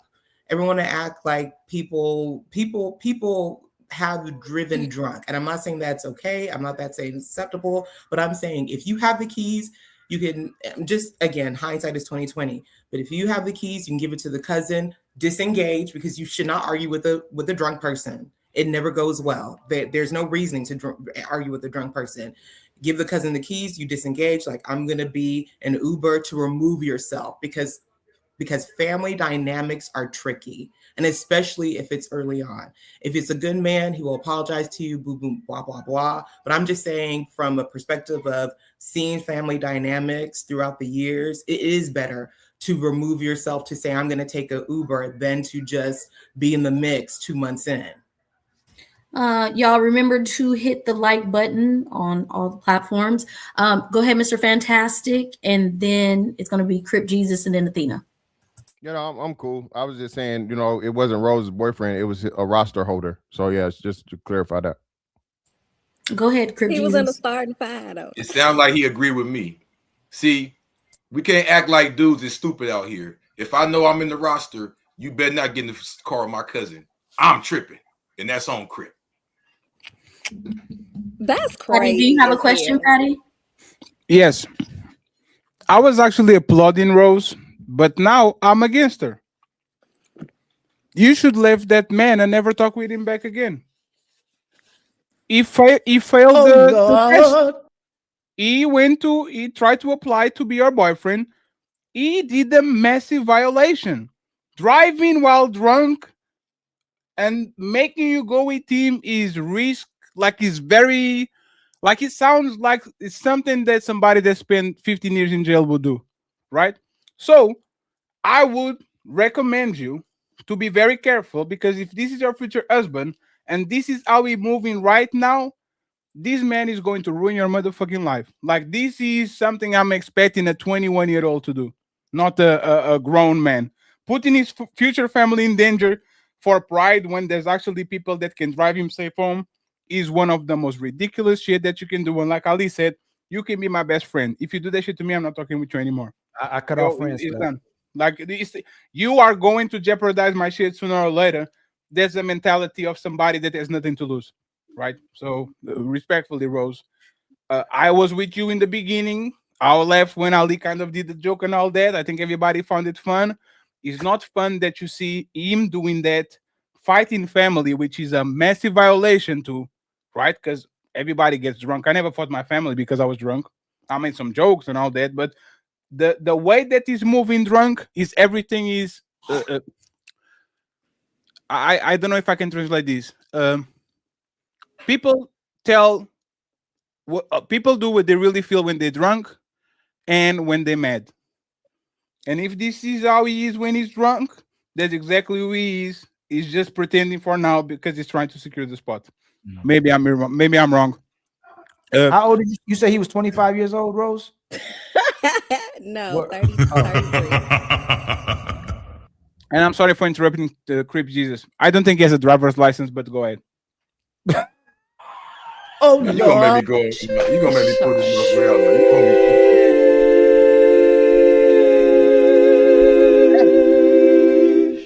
You got a driver's license, Crip Jesus? Ben had a driver's license. Why y'all getting at me like this, man? That's crazy. Y'all need to leave that man alone. You say you look like you ain't got no driver's license, so I just I'm a United States of America. Okay. Go ahead, Athena. In California, they don't take nothing but a written test and one driver. You know what I'm saying? So I have a question, Rose. I thought you said you didn't talk to him after that, like you cut things off. Is that correct? No. I sent him a text explaining that I think it's best that we give each other some space. Okay. Because I called him that night when I got home. I called him. I was like, "Hey, you in the car with your cousin? Did you make it home safely?" And he started going off on me. He was like, "This is why I don't date girls that do podcasts." He told me that was some weird. Oh my goodness, he tore the podcast down, Ali. Hey, pull up. Okay, I ain't gonna lie. I was gonna say that. He doesn't date. You put the story out there just now. This is bad. You shouldn't have did him like this. Now we know he ain't get no coochie. We know he fought his family. This not good. Not good. Yeah, but we don't know who this dude is. He has a Didn't keep his hood. Let Athena finish. Let Athena finish, and then Ghosty hasn't spoken. Yeah, definitely too old for that. I would say leave him. That's not good. The way he treated his family, the way he was irresponsible, risking or trying to risk everyone's life, family member's life, your life. That's not a protector. You wouldn't want anything to do with that. So I agree with what some of the other panelists said. One more thing, y'all. Hold on. How long have you known the cousin, Rose? That was my first day meeting the cousin. So in a way, I would probably how did you get home that night? The cousin had his daughter in the front seat when he pulled next to us. He took the cousin. Okay, but if he didn't have his cousin, if he didn't have his daughter with him, you wouldn't have went home with him, right? I don't think so because I don't know him being another man. But I can't say that I wouldn't.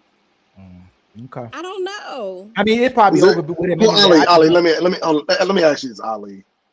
Is as much I might be biased because I done seen some shit with Uber. Right. Are y'all saying it's safer for her to go on an Uber ride than your cousin? Well, Uber, you have to do a lot of checks with Uber, man, to drive Uber Diesel. So I would think it's more like that. The Uber is monitored. Yes, I would say because Uber is monitored, and you have to do a background check. You have to do a lot of things in order to hold up, but you know your cousin. No, she you don't know your cousin. No, no. You as the boyfriend, you know your cousin. Let's say. Oh, I know my. Yeah. I know my. You're saying that No. I'm saying it that way. No. If you flip it, I'm not going in the car with Rose's cousin. So if you flip it, and Rose is doing that, I'm gonna make sure she get home safe. But I'm not going home with Rose's cousin. Okay, I get what you're saying. From Rose's point of view, she might feel like it's safer to get an Uber.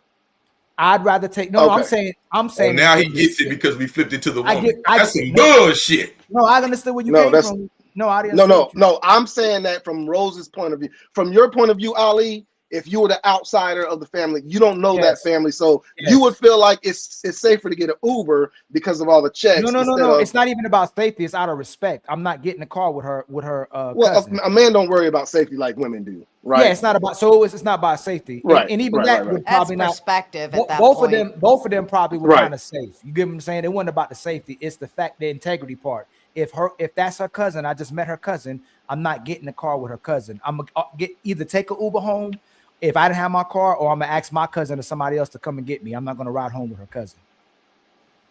Shit, I'm riding home with the cousin. I know. Yeah, I would too. What's the difference between a random man and an Uber and your cousin that you know? I think it's just perspective, honestly. How it would look.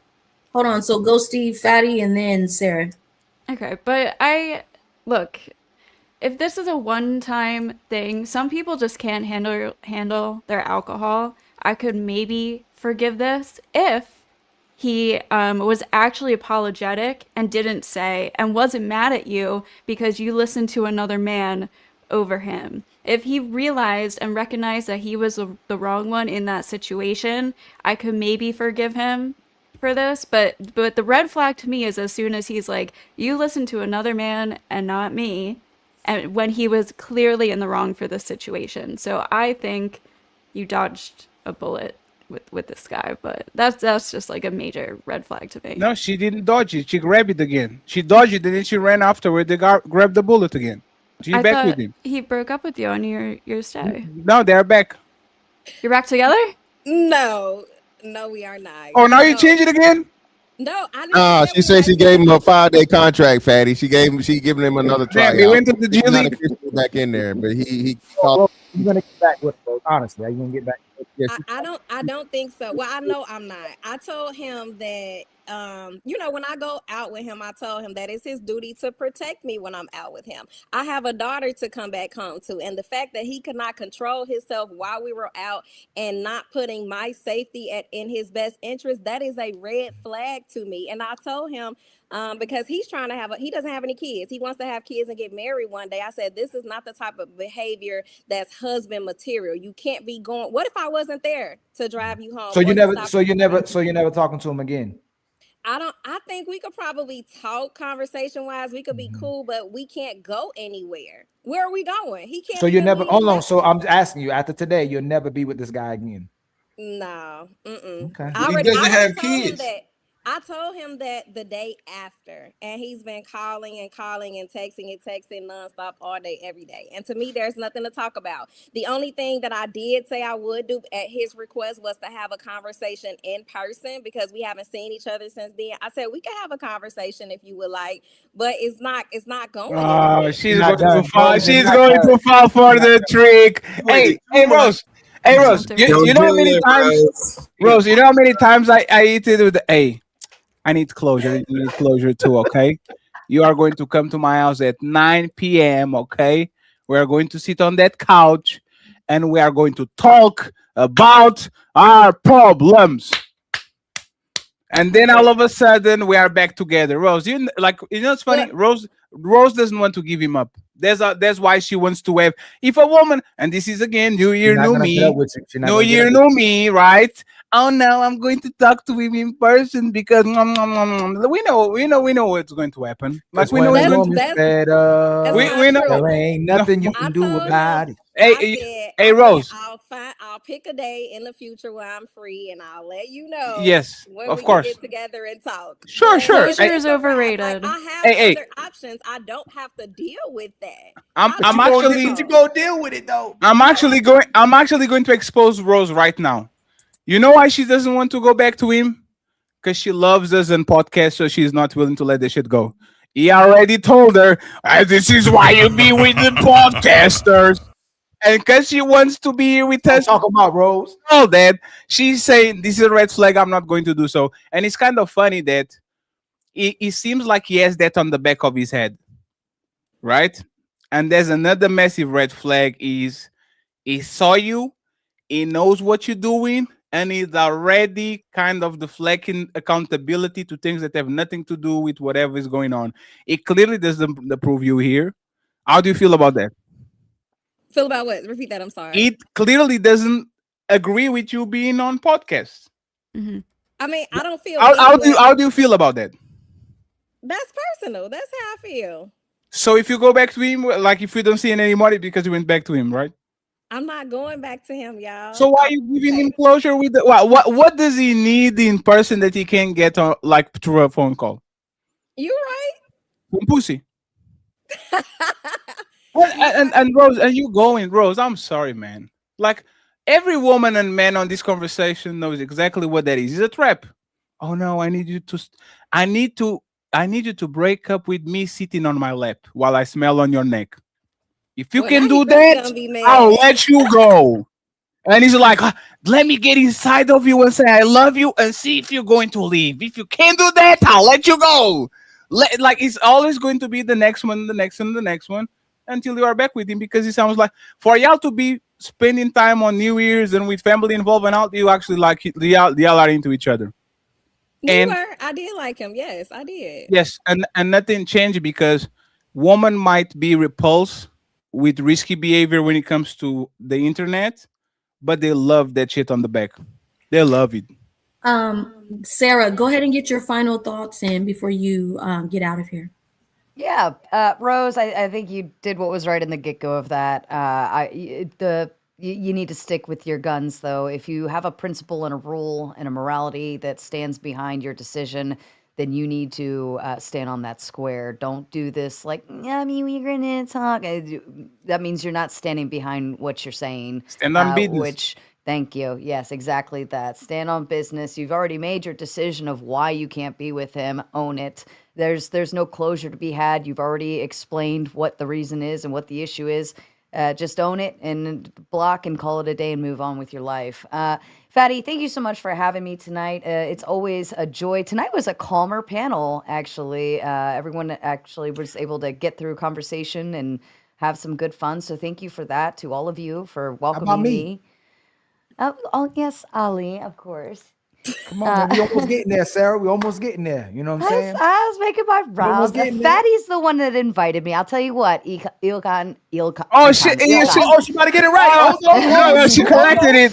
She caught herself. She corrected it. I'll tell you what. If you start sending me the personal invites to these shows, then I will be thanking you first off the top. So yeah, right. but I'm gonna hold you to that. Thank you very much. And Sarah, if you need the pen pal, I can get you one. But thank you, everyone. Have a wonderful night, and I wish you all well. Good night, Sarah. Bye-bye. Yes. Thank you very much, Sarah, for being here. And let me bring up Diesel TV back to the panel. He is a cop, so I feel protected right now. Mel, where are we going with these now? Where are we taking? Wherever you want to go. I wanted to actually go to the main event. Okay. Main topic, main event. Let me see if I can get the picture, which I actually think I want. And by the way, Crip Jesus, it's not personal, okay? I'm going to treat you better from now on. I'm sorry. I apologize. I was being mean. Be yourself, man. You know, listen, man. Hey, honestly, me and Fatty dreaming blue. Crip Jesus. Oh, listen. The homie was just saying this. He said, man, when I start off, y'all was strong. I come back, you smiling ear to ear. You know, we gotta be ourselves. You feel what was smiling ear to ear? Hey, it's all fun to me. Talk your shit. You feel me? Okay. I'm from where they invented that phrase. So you new to this. Hey, you Portuguese. You know, we gonna show you how to be a nigga. When I go to LA to watch the Lakers, you didn't have to apologize with your soft ass. No. I'm apologizing because I'm gonna be nice. Oh Lord. No. It's not that. It's when I go to LA, I don't want to have to check with nobody. So I apologize. With me, I got you. Don't worry about it. As long as you're heterosexual, you got to show that. I don't know. They've got to make sure. Oh Lord. First, you know what? I'm going to leave it alone. Yes, please. Because that's the thing, right? I'm actually a lefty. Like, I can't be called a person gay as an insult, even though they are. So, hey, I support you, my brother, on your endeavors. And if you have a boyfriend, hey, man, I appreciate. Love is love. Love who loves you back, my brother. Loves who loves you back. That's all I'm going to say, my man. I support you, my brother. Hey, Fatty, I got a slide too, man. I appreciate you for bringing me up, dog. Yo, Fatty, you gotta calm down, dog. I'll see you later, man. I appreciate you, my brother. Have a nice weekend. So what happened was there's a viral story going around. Lily Phillips, the OnlyFans model that is publicly known for sleeping with 1,113 men in 12 hours. Recently shared that she was baptized. Okay, so she found finally Lord. Oh Lord. So the question is, Hey, should you believe in redemption stories? Is the baptism about personal forgiveness or public image repair? I'm actually going to put the Tina over here because I know she's religious for sure. And oh my, creep Jesus is here too. It's definitely religious. So, do y'all believe in the baptism of this woman being actually something that was done in good faith, and she has the right to repentance and all that, or do you think this is more of a public image repair, so she is not judged by the all activities she was participating before? Well, I am going to say that redemption is definitely possible. I think that with redemption, you will see the fruits come from that. And if she's still on social media getting attention, we see this with a lot of OF girls. They either their business slows down a little bit and then they go and get baptized and they rebrand themselves, and people are like, oh, they came to Jesus. Well, they're still benefiting. They still don't dress conservatively. They're still doing the same things that they did before. So there are no fruits there. It isn't genuine. I think it's a way of rebranding themselves because people are I think people are still spending money on OF, but I think a lot of these guys, they get tired of the same girls. They want a new girl and a new girl and a new girl. So they start off earning a lot of money. And when they realize, it's tapering off, they're looking for new audiences and any way that they can do it. So I would say you just have to see. Most of the time when people are actually redeemed, when they're actually repentful, they step away from the spotlight and they take time for themselves, for prayer, meditation on God, and really working on themselves to be better. Can I ask a follow-up question? Mm-hmm. If you saw her on the arm of a Christian man that gave her a chance, how would you look at that man as a Christian woman?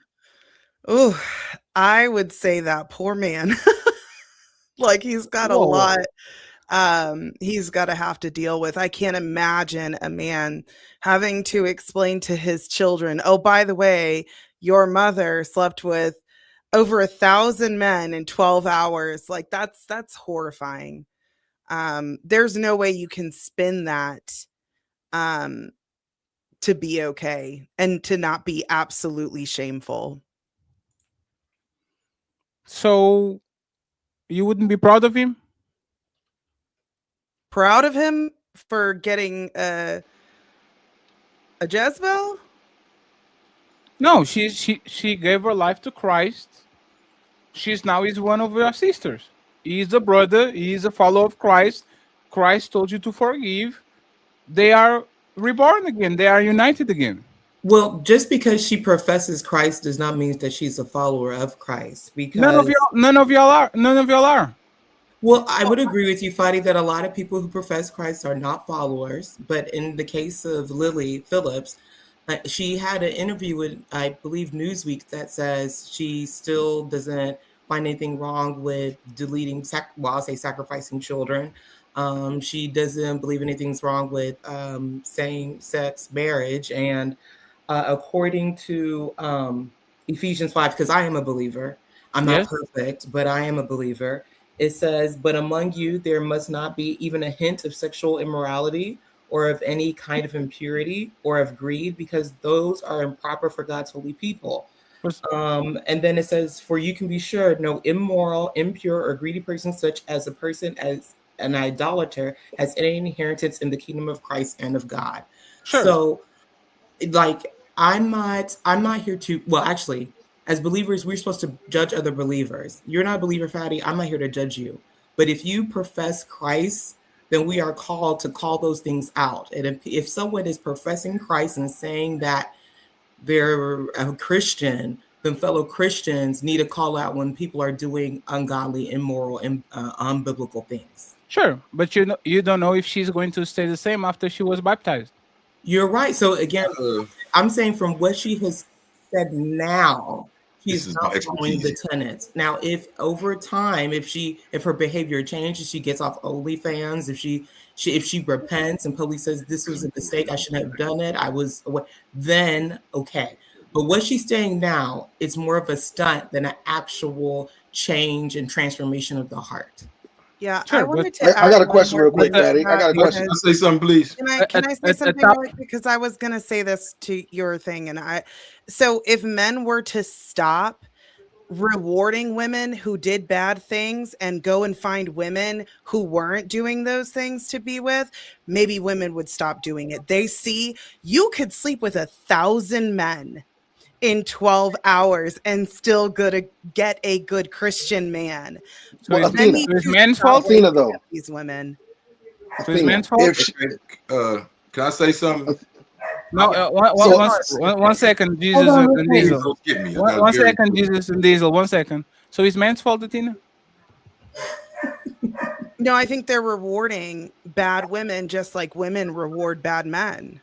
No, but there's no reward. They are following the commands that God told them to do. If she truly repents, you should go ahead and give her a second opportunity. What's the problem with that? You don't have to give her a second opportunity. There are Yeah, plenty you don't. No, you don't have to. But it's like the person that haven't seen cares. Like y'all talk about repentance all the time. You're talking about redemption all the time. Y'all have 3 baby daddies. You have a bunch of problems that usually went through it. You cheated on somebody. You stole. You fornicated. All of a sudden, you need forgiveness. Why is she different? because she slept with 1,000 men. And you slept with Amen. 39. What is the No, difference? not even. So Amen, here's Patty. the thing. Both men and women need to stop rewarding the bad people. Yes, there's redemption. But you this look goes at the against your things- religion. Hold on, Fatty. Let her If you respond. look- If you look at the saints, there are people who committed really horrible sins and then they repented, and a lot of them dedicated themselves to the church, to Christ, and they didn't marry after that. So these people want to have their cake and eat it too. They just don't want to be held accountable for the mistakes that you made. And if you look all throughout the Bible, there's forgiveness, but there's still consequences for your actions. Sure, but on the words of the great philosopher, the Greek philosopher from the 16th century, Tupac Shakur, only God can judge me. Only God can judge me. Like that's your word. Like, you know, it's funny. Christians are hilarious. They will literally have a manual of instructions in front of them that tells them exactly what to do, and then not follow that shit because they're petty like that. I don't believe in that woman, but you should. She's your sister now. She was baptized. She's trying to do better. She's going to walk in the light and like you should. At least, like when she turns herself to God, you should be open with welcome her with open arms and saying welcome to the kingdom of Jesus. Like, why are y'all so judgmental when the rules of the book clearly say that you should welcome a person that turned their life to God, no matter what they did before? Welcoming Patty, I them think into you're the gonna- church has nothing to do with marrying them. And there's things that she's done that physically I don't think can be undone. So if she's married to a Christian man, if a Christian man goes and marries her, I'm going to question his sexual Sure. morality because most Christian men would say, no, that's not for me. No, I'd most question men. it that he watches on his personal time. Sure, but did you have sex before you were married, Athena? I did, yes. So did you deserve redemption and forgiveness, and to find the husband? Well, there was definitely change, and yes, I did get married, and And then you got divorced, and then you probably fornicated a little bit, and you deserve another husband if you find somebody that will, right? Because So you committed three types of before you go, right? sin. You committed the same mistake twice. You had sex, had the husband, separated, had more sex, and I hope you find the husband. Why can't Athena be redeemed 7 times by doing things that are not on the Bible or against what God says, but she deserves a next husband, the next one, the next one, if she qualifies for it. And this woman that is finally open her eyes to God and all that, why do you deserve redemption, but she doesn't? So the Bible actually identifies 3 types of sin. There is So Latino, final thoughts, and then we're gonna go Diesel, Crip, and then Ghosty. Yeah, I'll make it quick. So there's 3 types of sin. There's unintentional sin, there's intentional sin, and there's rebellion against God. When someone does something that extreme, that is rebellion against God. That type of sin holds a higher weight. A lot of people say, oh, God views all sin the same. I would question where in the Bible it says that, because it doesn't. It specifies there's 3 types of sin. So when people have Which one is the worst? Rebellion against God, it is defiance against God. Sure. I don't remember the Hebrew words for each individual one, but there are 3 specific types of sin: unintentional, intentional, and then complete defiance against God, going against him. And I would say that the act that she committed is complete defiance against God. What if she didn't know God? Or if she I'm sorry, Mel. What if she didn't know God before and now she found him? Like That's a great. lot of people. Like people, for example, like Creep Jesus. That's that what he I'm was, saying. Let me get it up was, in here, man. it was only creep. It was only creep when he went to jail, and then he went to jail and he discovered Jesus. Now he's Creep Jesus. Now he's one with God. Like, what's the problem with that? Like, what? And like, It's even deeper than that. I will pass the microphone. I will pass the microphone. I just find it so motherfucking hypocritical. Everybody can sin and 4 baby daddies, steal, pillage, kill, go to Venezuela, steal their shit. Everybody can do anything. You can have your assassin husband literally die with the shot on the neck and then come out like he's a WWE event and smile and give. Like, everybody deserves redemption. Everybody deserves something according to the book. But as soon as that shit is actually publicized, which she's only doing the thing that most of y'all are actually doing on your private life, y'all just don't show it for everybody. But if you go to college, you know how y'all been around. All of a sudden, the religious principles that you have are abandoned because, once again, you can be a degenerate, just do it in private so it doesn't make us look bad. But you guys got it. I'm going to drop down for Diesel TV, and I'll let Crip go first. I'll let Crip go first because he itching. All right, go ahead, Crip Jesus. Now, unfortunately, I have to break y'all heart and bring y'all some facts straight from the church. I'm from a place called South Central, Crenshaw to Figueroa, Fogo. And on Figueroa, it's nothing but churches and it's nothing but hoes. And I can personally attest to you. Oh, Lord. You have visitors to the church. A lot of people think they know the church. A lot of people is visitors. You got some members who pay their way. They show up here and there. But most of the die-hard members you see all day, every day, got a past. A lot of ex-pimp preachers, a lot of ex-ho members. So on Fig, catching 1,000 bodies really ain't nothing on Fig. You get what I'm saying? They're going to go right to church. So even if she's right or wrong, the reality is what's going on in the church in America is a lot of ex-prostitutes in the church. You may shake your head and think it's not. You don't know what them women did before they got there. I know, unfortunately, but I know. And a lot of the women that head up in the churches come from all type of background. A lot of the women who are raised in the church, they visit, or they're members, they get back, whatever, they show up with their kids, they keep the tradition going for the family. A lot of those die hard, Jesus, oh, a lot of them have passed. A lot of them with the super religious fever. You feel what I'm saying? So we're trying to single her out, but because hers was on OnlyFans. But there's a lot of women who've caught well over 1,000 bodies, sitting in the churches, ushering you down the halls, at the pew, married to the preacher and all that. And shout out to Mary Magdalene. Go ahead, Diesel. So let me start off by saying first, I mean, I could believe it. I would have to go. Hey, baby. Hey, Red. How you doing? I'd have to go back and look at the video and see how many times she called out for God. If she called out probably about 3 or 4 times, I'd say she's probably there. But on a serious note, I kind of agree with Fatty, man. Like, I was raised in the church, and the most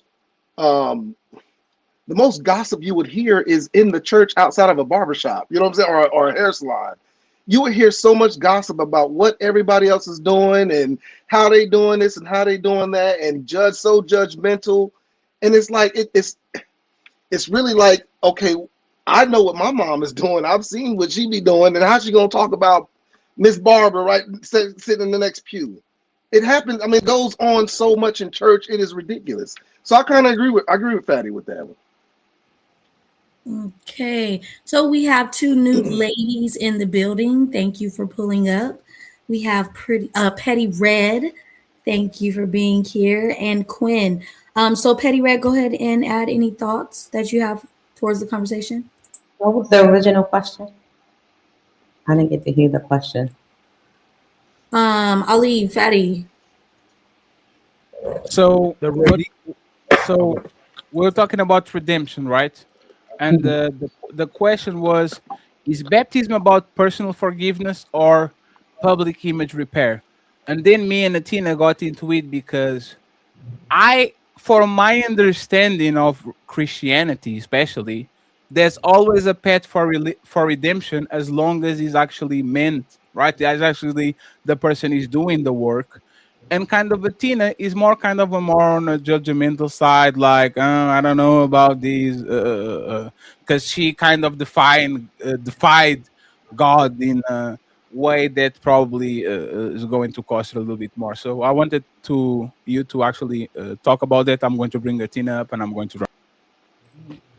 So baptism is for public, so the public can see that you have accepted Christ or converted. It's not a point of redemption. That's not what redemption. Just because you got baptized doesn't mean you repented or you're redeemed. It's just for public display to the church, to your family, or whatever. So that's what baptism is for. What is true redemption is repentance. And here's where people have a big problem when it comes to repentance. Repentance is not just saying, oh God, forgive me. Repentance means forgive me and turn away from and don't go back to it.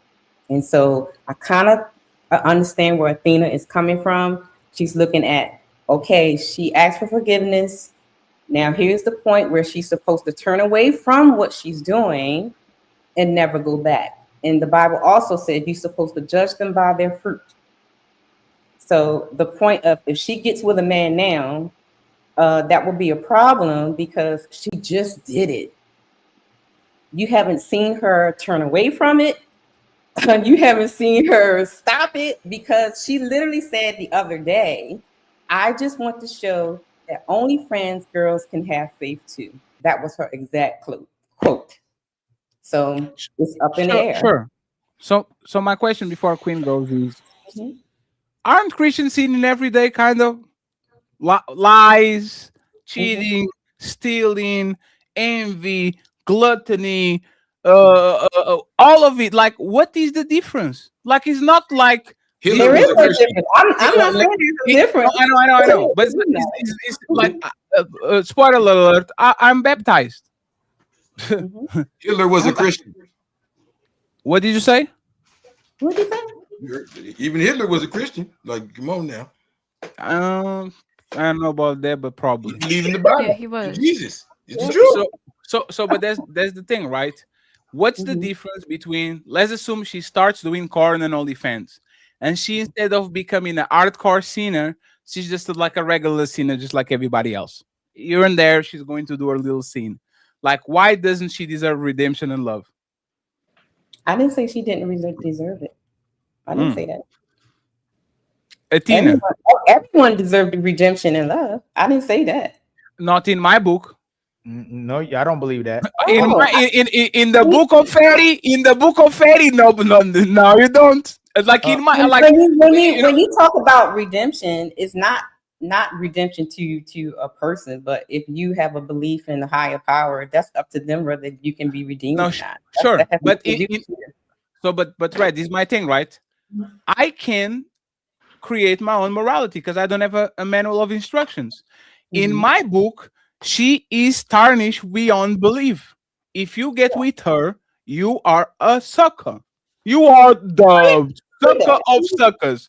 But inside of the church, the man that actually redeems that woman should get a medal of honor and be the next pope because he should be a hero.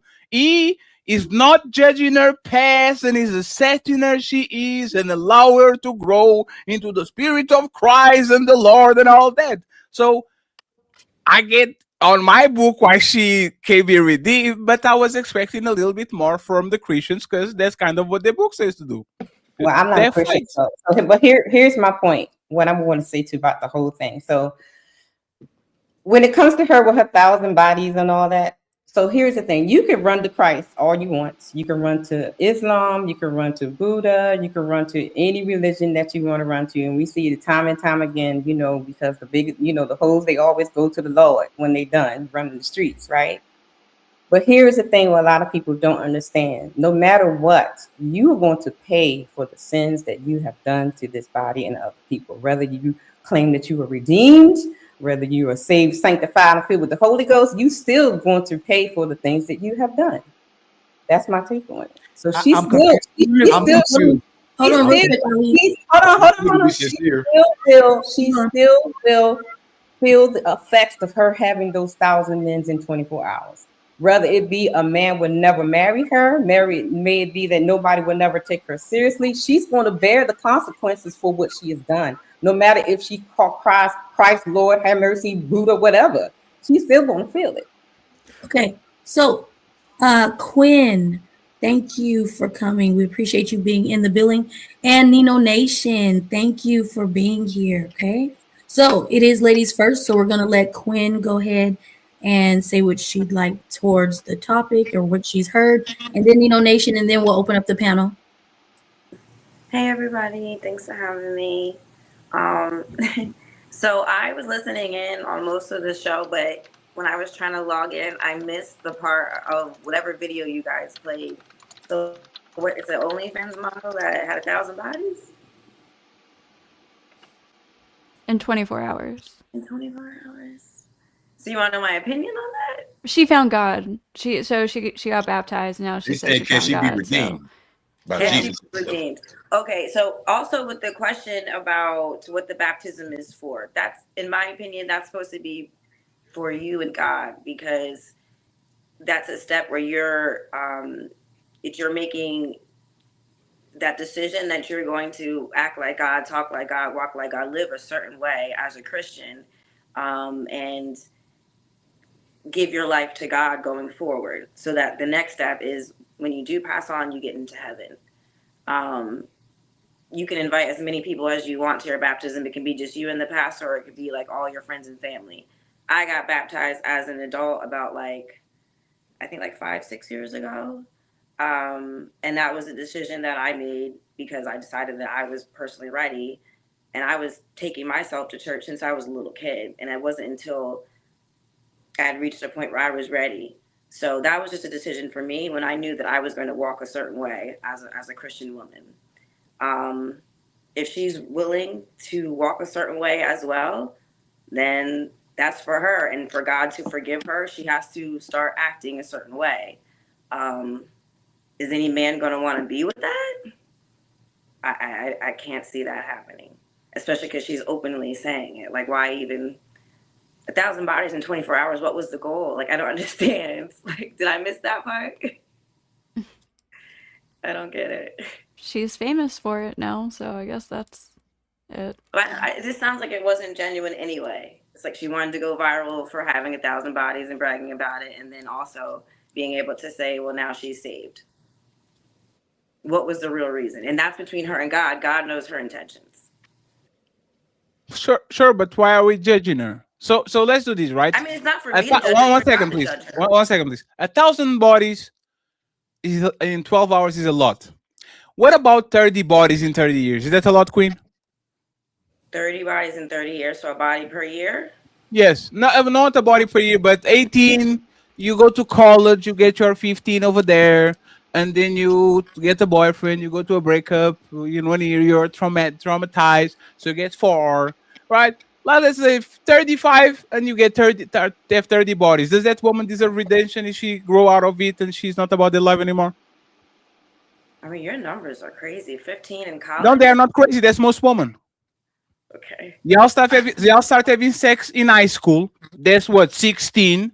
By the time you get in college, probably have 8 or 9, then you get that boyfriend, he breaks your heart, you go to a old face. Most women have more than 20 bodies by the time they get married. Easily. I guess it just depends. I mean, I can speak for myself, but So speak for yourself. So speak for yourself. The average age of marriage in the United States for a woman is like 29. If you have 20 or 30 bodies at 29, is that too much? And does that woman deserve redemption?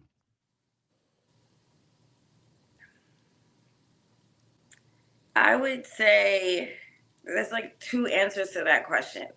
I think the body count at that age is really high.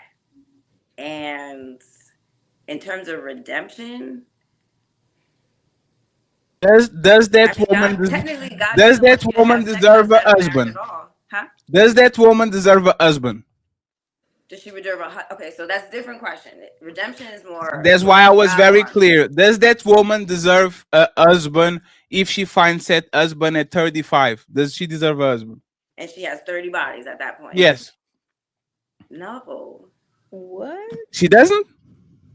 I mean, that's not how a wife would move, in my opinion. 30 bodies by 35? I can only, like I said, I can only speak on myself. I was a virgin all throughout high school. So for me to have that much between 18 and 35, like... I don't believe in deserve, because you get what you get, right? Mm-hmm. But if... and you probably know, because you have female friends, 90% of y'all wouldn't date. Like 90% of y'all wouldn't be qualified for a man. Because finding a woman with single digits by the time she gets married is a rarity right now in 2025, 2026. It's a rarity. And most of y'all are not going to raise your hand. But when Elon Musk puts the neural link in your brain, now we're going to find out exactly how many did you suck, right? And I guarantee you, most of y'all would be terrified that we actually know what you've been doing. Because once again, I seen women publicly claiming 10 bodies while they literally been in my house at 3 a.m. in the morning, and I'm not one of them, right? So I think women are only judgmental to extremes.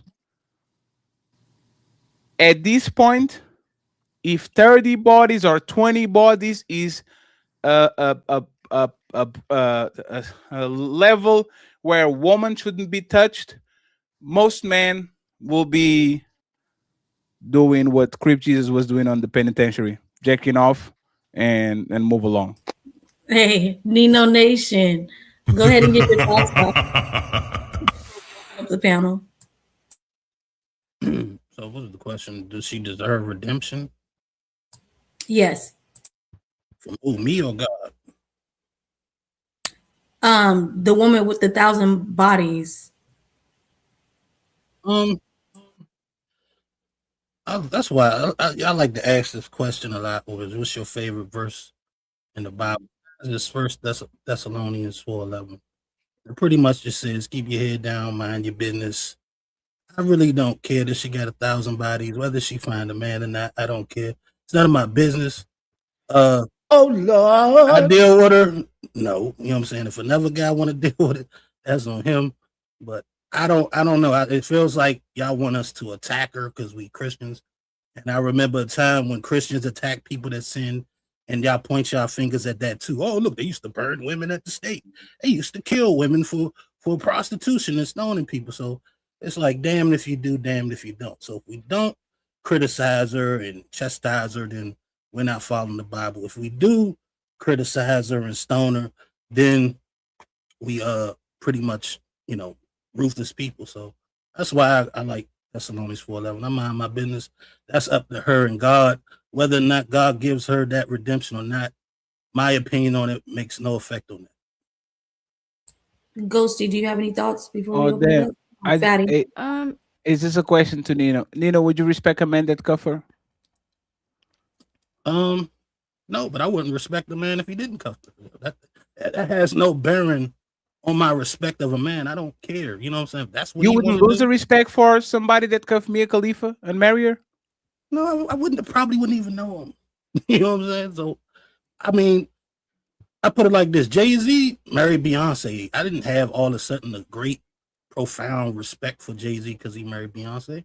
I respect him for the music he does. I don't care who a nigga's fucking. So Fatty's asking that it becomes so whether you believe in God or not, a lot of people are being hypocritical. If God is saying that he's looking at it a certain way and you're supposed to follow certain doctrine, then obviously God loses respect for you. So if Christians are actually following the book, then shouldn't you lose respect for people who are not following the word of God or conducting themselves like a righteous person? That's the part that loses me. And nobody really wants to. Now, I'm not going to say nobody. Some of y'all are committing to it. But then there's contradictions, because if God forgives the sin and you're redeemable, then pretty rare. They're not punished afterwards. The only thing that's not forgivable is if you go against the that's why I'm saying a lot of y'all don't read the Bible. What I come across, I could be wrong, is if you go against the Holy Ghost, every sin is forgivable except for going against the Holy Ghost. So if y'all say you believe in God and everything is redeemable in that Bible, outside of going against the Holy Ghost, when those sins are forgiven, whether it's Islam or Christianity, then there's no punishment in the afterlife. And y'all saying that person's still going to get punished, but it's not supposed to be from God. You can say I wasn't talking about the afterlife. Who said that loud? Me. I wasn't talking about the afterlife. Oh, so if you're saying by human beings and the way the human being will treat the person, yes. I understand. But God. But if you're moving if we're moving in a godly manner and righteous manner, then you shouldn't punish the person on earth as well too. If God said that, I'm not. No. Okay, let me help you understand. I'm not doing any punishment to her or anybody.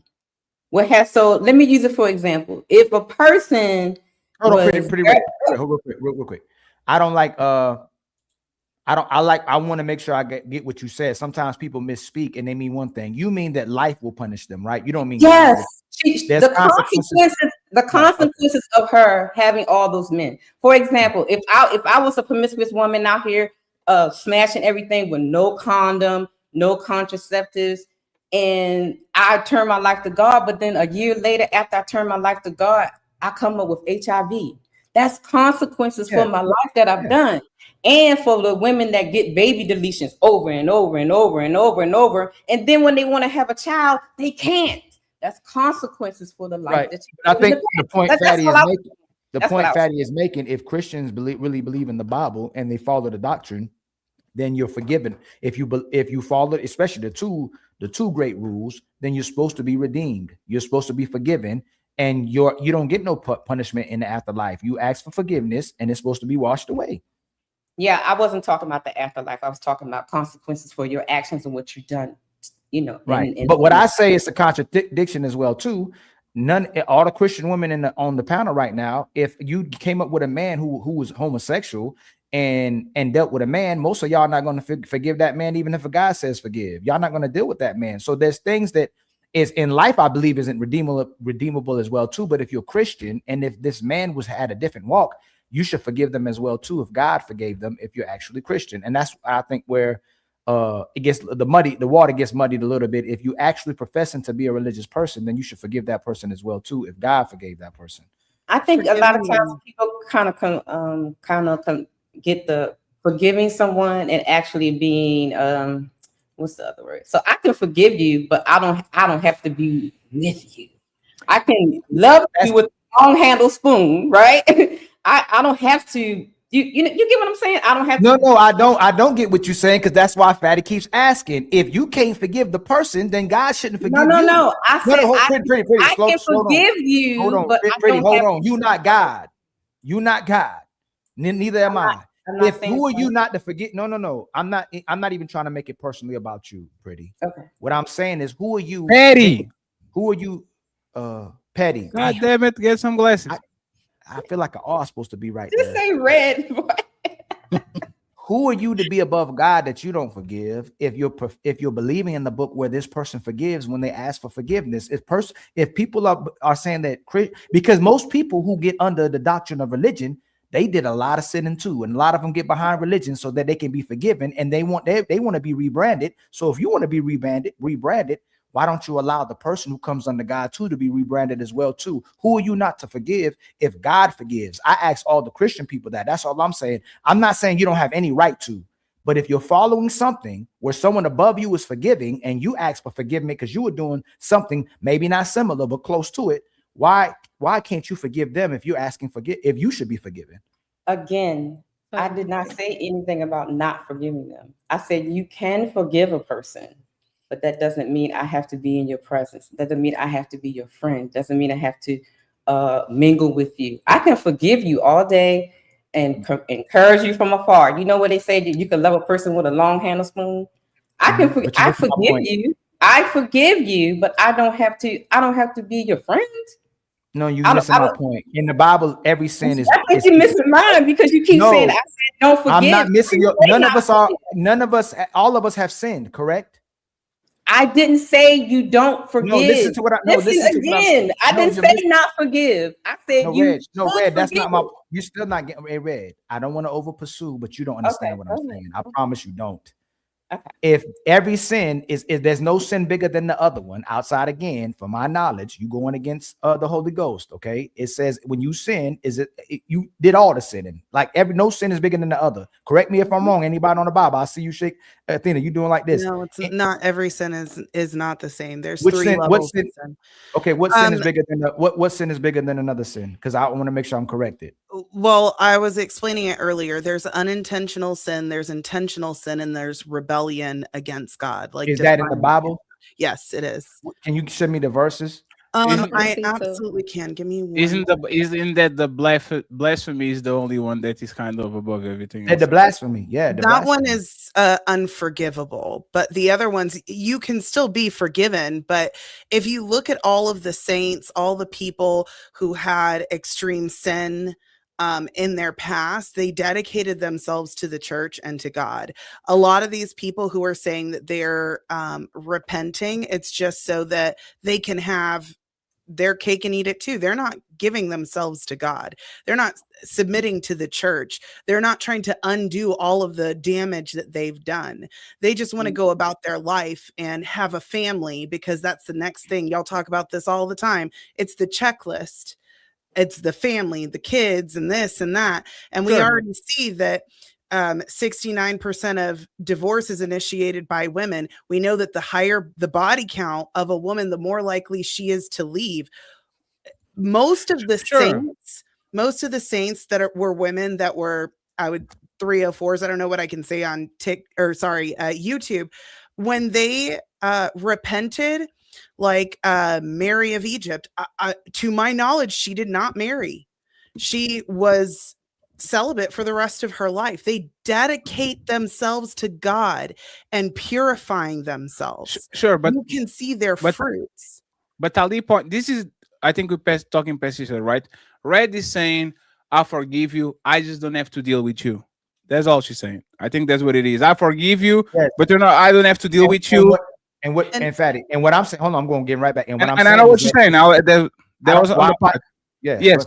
And what Ali is saying is that if you actually following the words of God and what is in the Bible, they shouldn't be on your vocabulary, because you actually should let the people that actually are trying to get redemption. Before that, if I shouldn't deal with you, why you should deal with me? Why should I deal with you? Because we're all sinners. So but that's the point. That was what I was saying is, you are not going to deal with that person that committed that sin, but on the daily basis, you are going to deal with 10,000 people that are sinning every day, all the time. So it doesn't make sense that you're gatekeeping that position to this person that committed the sin A, and on a day-to-day basis, you are talking with fornicators, you're talking with adulterers, you're talking with liars, all that, right? And in my point of view, and I'm not trying to pick on you, right? But the biggest predictor of divorce actually is somebody that already was married and divorced. Mm-hmm. That's the biggest predictor. If a person was divorced once, the second divorce is like 70%. The third divorce is like 90%. It's like something crazy, right? The second is 60 something. Third is 70, but it keeps going. I'm not trying. Yeah. So should people hold that against you, Tina? Because you were married before, and I believe for the Tina I've seen, but Tina deserves a second chance, right? Should people, the same way you mentioned, body count is a high predictor of divorce, so you should avoid that. Does it in by that metric, since divorce is one of the biggest predictors of divorce, does it deserve a second chance? So I think that there's two things. One, men and women should always be cautious when dealing with anyone who has been married and divorced. The second one is find someone who's equally yoked. There's plenty of other people who are also divorced. I would prefer to marry someone who is probably divorced, probably has kids, someone who's equally yoked. So let's say I was a man, put me in the essentially the same situation. I would not consider being with a woman like that woman, because what she did was completely degenerate. She's not equally yoked. Could I forgive her? If I wanted to. Is it wise of me? Probably not. So I'm not going to tell men absolutely no, don't give women a chance, but I am going to say to be cautious. You know them by their fruits, and you know when there's actual change. You can see it, and not what you see online, what you see in person behind closed doors. And again, I'm not expecting anyone to be perfect, but when you're seeking a partner, the Bible is very clear. It gives a prescription to find someone who is equally yoked. A man with little to no experience, who's been a Christian man in the church for all of these years, marrying a woman like that, that's not equally yoked. If he wants to do it, he will deal with the consequences. That's between him and God, but I would never encourage a man to do that. Ghosty. All right, yeah. So if we're talking about who deserves to get married or something, like nobody deserves anything. But the thing is, like, we're talking about, oh, women slept around in college. Do they deserve a husband? There's plenty of men who have been sexually active in their early 20s as well. Like, they're just because your moral standards don't meet somebody else's doesn't mean that there's nobody out there for them. Like, there's plenty of women who have slept around in college who are going to find happy marriages, right? As for this Lily girl, I think it's a publicity stunt. I think she's kind of copying that Nala girl. And honestly, I was kind of inclined to believe Nala. I think she actually did try to. I mean, I don't keep up with these people, but from the short amount of videos and stuff that I watch, I actually believed her. Now, maybe I'm a fool. Maybe she fooled me. But I would guess that Lily is kind of just copying this to get her name back in the news, to get people talking about her, which we are doing right now. So yeah, I don't know, but like her, if she's actually religious, like that's not, I don't give a fuck. I'm like, good for you. I don't know. That's how I feel about it. Do you think she's a low quality woman for the things that she did sexually? Low quality? Yeah. For most men would probably consider that low quality, yeah. But I would also like to say there's a lot more to being a wife than how many people you've slept with. I just think she is definitely an extreme. So this is where not atheists, normal. this is where I don't know if you're atheist. This is where you contradict yourself if you don't believe in the belief. You'll literally go right back to say what men do or what men aren't doing. I'm sure you don't agree with men who lie. I'm sure you don't agree with men who cheat. I'm sure you don't agree with men who don't take care of their children. But when we ask you this question about a woman, hey, I don't care what she does. Like women were literally getting men's business and ask men to be righteous men and orderly men and do for the community. And as soon as we turn it back around to this woman who did all these things, we go, it's AKA stay out of woman's business. Like women are trying to get society. So then why doesn't it matter to you what she does? Because I don't care if a man sleeps with 1,000 people, but I will condemn women who cheat. I will condemn men who cheat. I will condemn women who lie, men who lie. But people who sleep around, that's just not something that I personally super care about. But if a woman murders somebody, I'm going to condemn it. If a man murders somebody, I'm going to condemn it.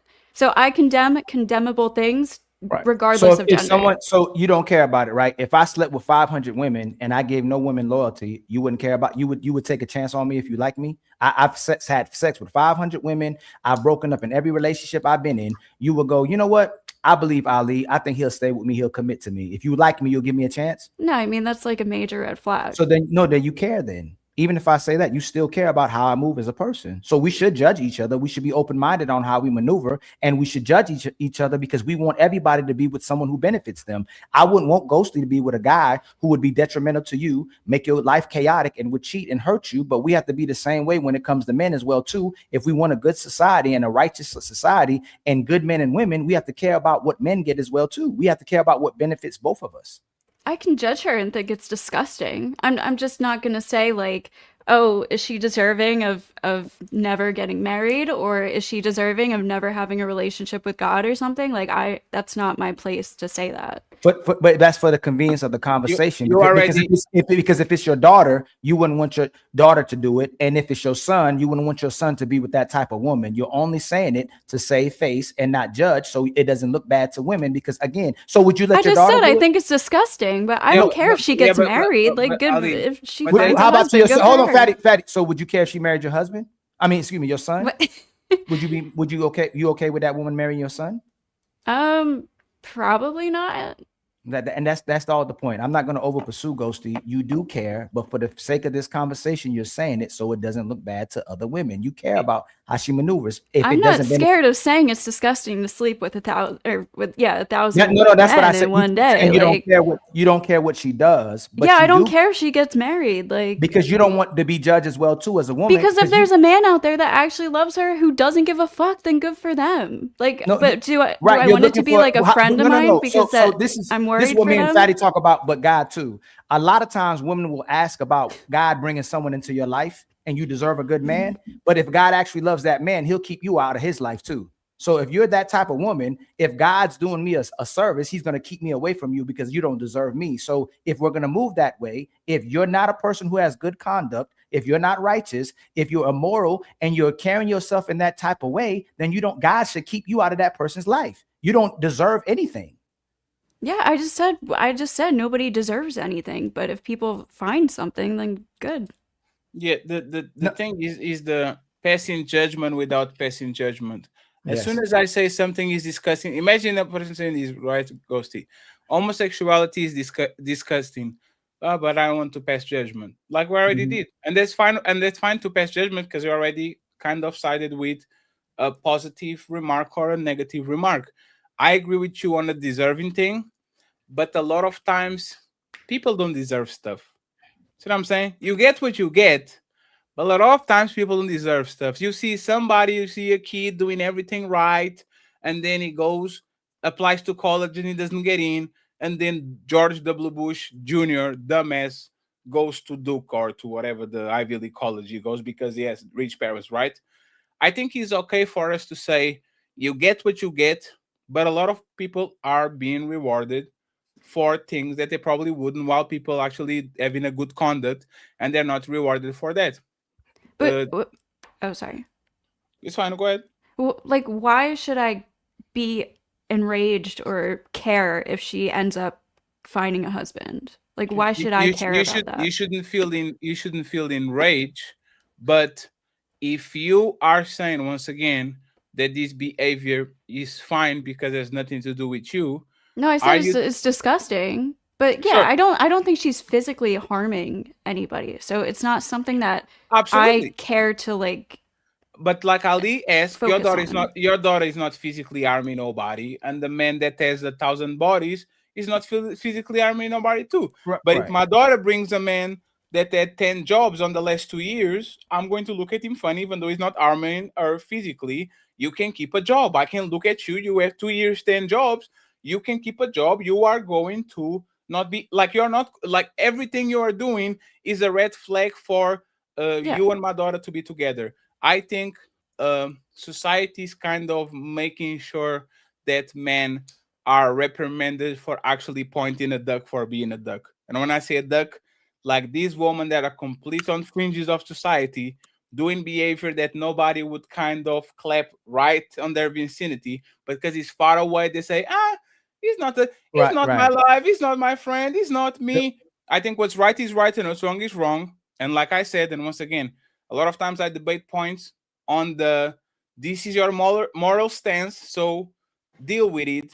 I believe that they can only pull this stunt because Christians are wishy-washy with their gatekeeping.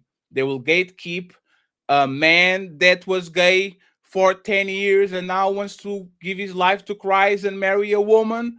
But if these women have 1,000 in a, there's always a church ready to get her and all the defense models because they want to promote their church. So they're going to show how they turn Brittany Renner into a Muslim woman. You see what I'm saying? Like, right? Why do women, especially women, because I don't see men getting this type of redemptions. Why do women get so many chances to redeem themselves in places that actually preach righteousness when they should be literally far away from the church like a vampire is from Silver and the Cross? Like, why can vampires come so close to the church, open doors, go in, swim on the holy water, break dancing, eating with her? Like, why is that? Like, why does that happen?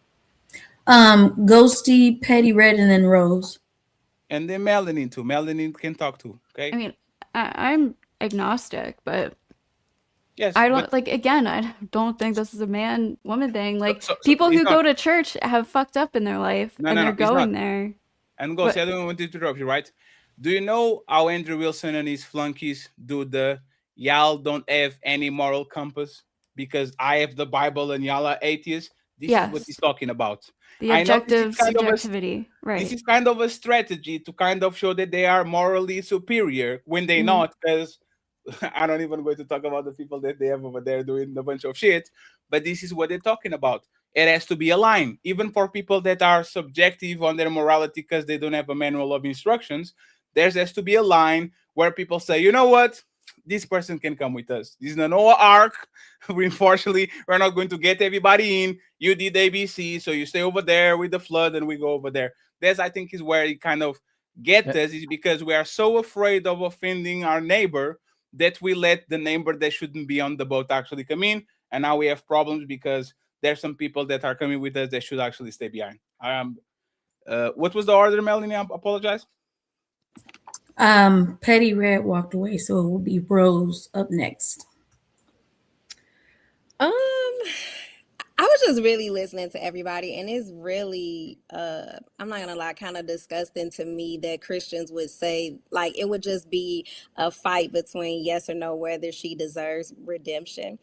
The Bible says to be with me is to be a new creature. That means you're spiritually transforming all your identities, all your old sins, they are gone. The Bible also says to repent and be baptized. So she's going about these things the right way.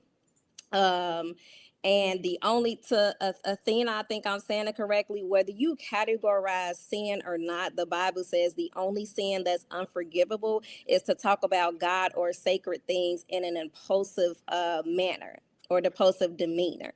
So it's absolutely forgivable. She absolutely deserves redemption. There's nowhere in the Bible that says she doesn't. So as far as her deserving a husband, absolutely. She deserves a husband, especially if she's living her life according to how she's going about correcting, trying to right her wrongs. Now, naturally, a man, it might not be a type of man that's going to look her way. It is definitely going to be a man that would take her seriously and marry her if she's living the life according to the Bible from now. So yeah, she does. She absolutely Just real quick question to you. Does a gay man who's changed his life deserve a wife? He absolutely does. There's Would nowhere you, in the Bible. hold on. Would you marry that man? I probably wouldn't, but like I said, she's gonna have a certain type of man that's gonna look her way, and he's gonna have a certain type of woman that's gonna look her way. But the question was is it biblically complemented whether she deserves to be deserves redemption or a husband? The Bible does not speak against that. That's where I was coming from. Would any lady be with a man and marry him if he was gay before and he wasn't gay anymore and he wanted you to be his wife, and you know he had sex with 5 men and now he's redeemed himself? No. Would any woman on the panel marry that guy? No, I wouldn't. But I will say. And one more, hold on. I didn't want to finish. Who on the panel is Christian? I am. Oh, the ladies. Which ladies are Christian? Aren't you supposed to forgive him and marry him? Because God forgave him? No, If you that's not Forgiven what I Mary. if you like this guy and he forgave you for your 304 past, and you like this man, and he says, look, we've been dating. I should have told you in the beginning, but I know you would look past it, just like the women who don't want to share their body count, but say it don't matter. But when we ask you how many you got, you know you ain't gonna say it right away. And he says, I really like you, and I know we've been together for a year, but I knew you wouldn't talk to me, but I slept with 6 guys, and I still want to marry you. Are you fine with that? Would you move forward, or would you be done with the relationship? It's over. Yeah, I wouldn't be able to. And that's but and If I that's loved him, I would date him. And would I marry go say, him. I knew you were gonna say that. I've dated a bisexual At least you have guy at before, least you have a so heart. At that least you shit have a doesn't heart. bother me. If All I I'm love gonna this say man and I believe he's that- straight and in love with me, then I would go. all That I'm shit doesn't gonna bother say me. is that women use the Bible and God the way it benefits them, because in reality, I said this 3 years ago, I keep saying it. If men were actually on man code and religious code, most of y'all don't deserve a husband. You would never get a husband. But men give women grace, and they still disrespect and discredit men for giving you grace. But if we actually operated under the law, none of y'all should have a husband. None of y'all should be entertained, and you should be moved to the wayside. And if you had a kid, you get disowned by the whole society and community. But again, y'all use the Bible for how it benefits you. Athena, if you showed up to a man and you wasn't a virgin, you don't deserve a husband. Like if you're going off the Old Testament, the books had to change continuously because it didn't make sense in the beginning. If you broke a law, typically you going to hell. In the new law, you're not just God. Jesus dies for your sins. All I'm saying is that those laws back then, you can get stoned to death. In the new law now, Jesus dies for your sin. That's all I'm saying. So again, if we were judged by the old laws and the original laws, women would not get a husband. I don't. Most women today, I yeah, mean, they absolutely. at the end of the day, that's what Athena was saying, because it is biblically complimented that you have to be with somebody equally yoked. And I think when people are fighting those type of temptations, and they want to be born again and live a certain life, That's you not have my to hey Rose. that You moved to hey temptation. Rose. That's not my Rose. Those two things, a man being gay was not redeemable. A woman given her body to many men and outside of the first guy, that was not redeemable back then. You were outcasted. That was not redeemable if you already had sex with someone who wasn't your husband. The problem is everything that women do right now today is redeemable, where men can still do things that's not redeemable. That's the problem with our society. But if you were judged accordingly and women got to see there was actual consequences and you were punished for those behaviors, women would stop doing it. But they're always redeemable. But guess what? One last thing. It ain't the fact, and a lot of women, even though they had all these bodies, they still can't commit to one guy, stay with a guy, because it ain't us. Women struggle with actually living with themselves. It's like they desensitize and dead inside. Like they struggle with pair bonding. So forget us. Men will still wipe you up. Men will still take you off the pole. Men will still wipe you up if you a porn star. You see all these women, the Cardi B's, everybody's still getting husbands, even though they were thoughts in the previous life. They still can't pick right or get with the right guy or keep a husband because they struggling with living with themselves. I just want to know if Ghosty ex-boyfriend was a top or a bottom. I don't think he actually had sex with Oh, guys, no. but he did some. Oh, come on. You're so funny. Ghosty, you funny. So, He did some. Yo, killing me with this. So Ghosty, let's go where the sun doesn't shine, right? If you knew that man was actually a bottom traded. 1, 2, 3, 4, 70 true. 72. Yeah, he got his neck pulled from the back, right? 72 pounds. No way. Are you telling me?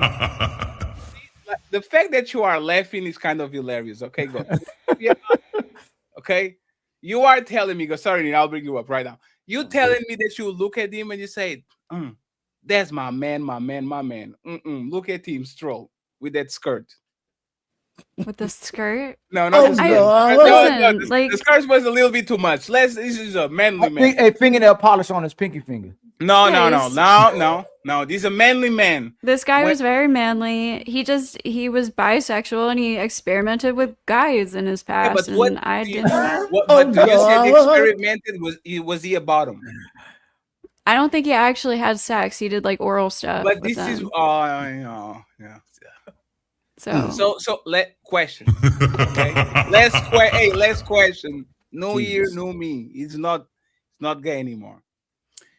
What if he asks you, hey, there's a discount on the strap-on area lights over there. I wanted to use Oh it on me. Lord.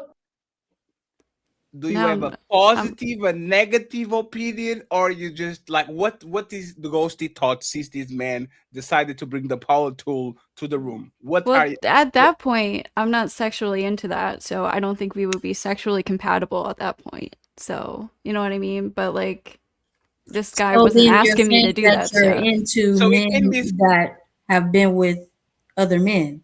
yeah, so Huh? let me see. So he You're can into go men that have been with other men. I'm what? Sorry. yes, she been. You're into men that have been with other men. That's I mean, it's like a not like thing. something I'm into, but I fell in love with a guy who happened to be bisexual. No, so ghosty. Let me see if I get this right? Y'all both sucking a dick is fine, but you pegging him is the line that you won't cross. Well, he can't do it while he's dating me, obviously. But yeah, if he's sucked a dick in his past, I honestly don't Oh care. Lord. Hey, you know what? Wow. Hey, I know, hey, crazy. I just hey, ghosty. if I'm we're a having ally. regular sex, like No, me no, and him doing our thing, and he's not dating anybody else, that's a completely different thing. but that's the thing, ghosty. I'm an ally, right? But even I have boundaries. You know what I'm saying? You lick a dildo, super gay. Like to me, that's the rules. You pick the rules. It is what it is. Like so, for you, is the sexual experience that actually disqualifies him is not him liking men. Yeah, it's our sexual compatibility Yeah. and So our you relationship. like men, right? Yes, What if he invited another man? probably not. Probably. What is probably? 70% not, but maybe 30% yes, depending on who he is as the circumstance. I like these days are over, but like maybe when I was Whoa, younger, whoa, whoa, depends whoa, how whoa. hot the guy was. Maybe. Hey, Ghosty, know. Ghosty, you can say pineapple, okay? Actually, I would advise I've never you. done anything like that. I would but, like, advise you to say pineapple, Ghosty. So back in the days, on the I don't the even back- know how that would work. I just like On I'm the- not even like a super sexual person. Like I'm not someone who like did all that crazy college girl shit and stuff like that. it but sounds like you went to the boot camp, the music boot camp, and you had the flute, several flutes. If I'm going to be honest, I don't know. It sounds kind of intimidating. I don't think I would do it. I think she's saving face now. Friends, let me actually bring Nino over here, right? It's going to be difficult to follow these. Hey, Nino. Might be fun. I don't know. No, but that's the thing, Ghost. You see what I'm saying? Like you flip-flop, you are now flip-flopping on your boundaries. Because I don't fucking know. It depends on the situation. I might try it. I don't know. That's my point, Ghosty.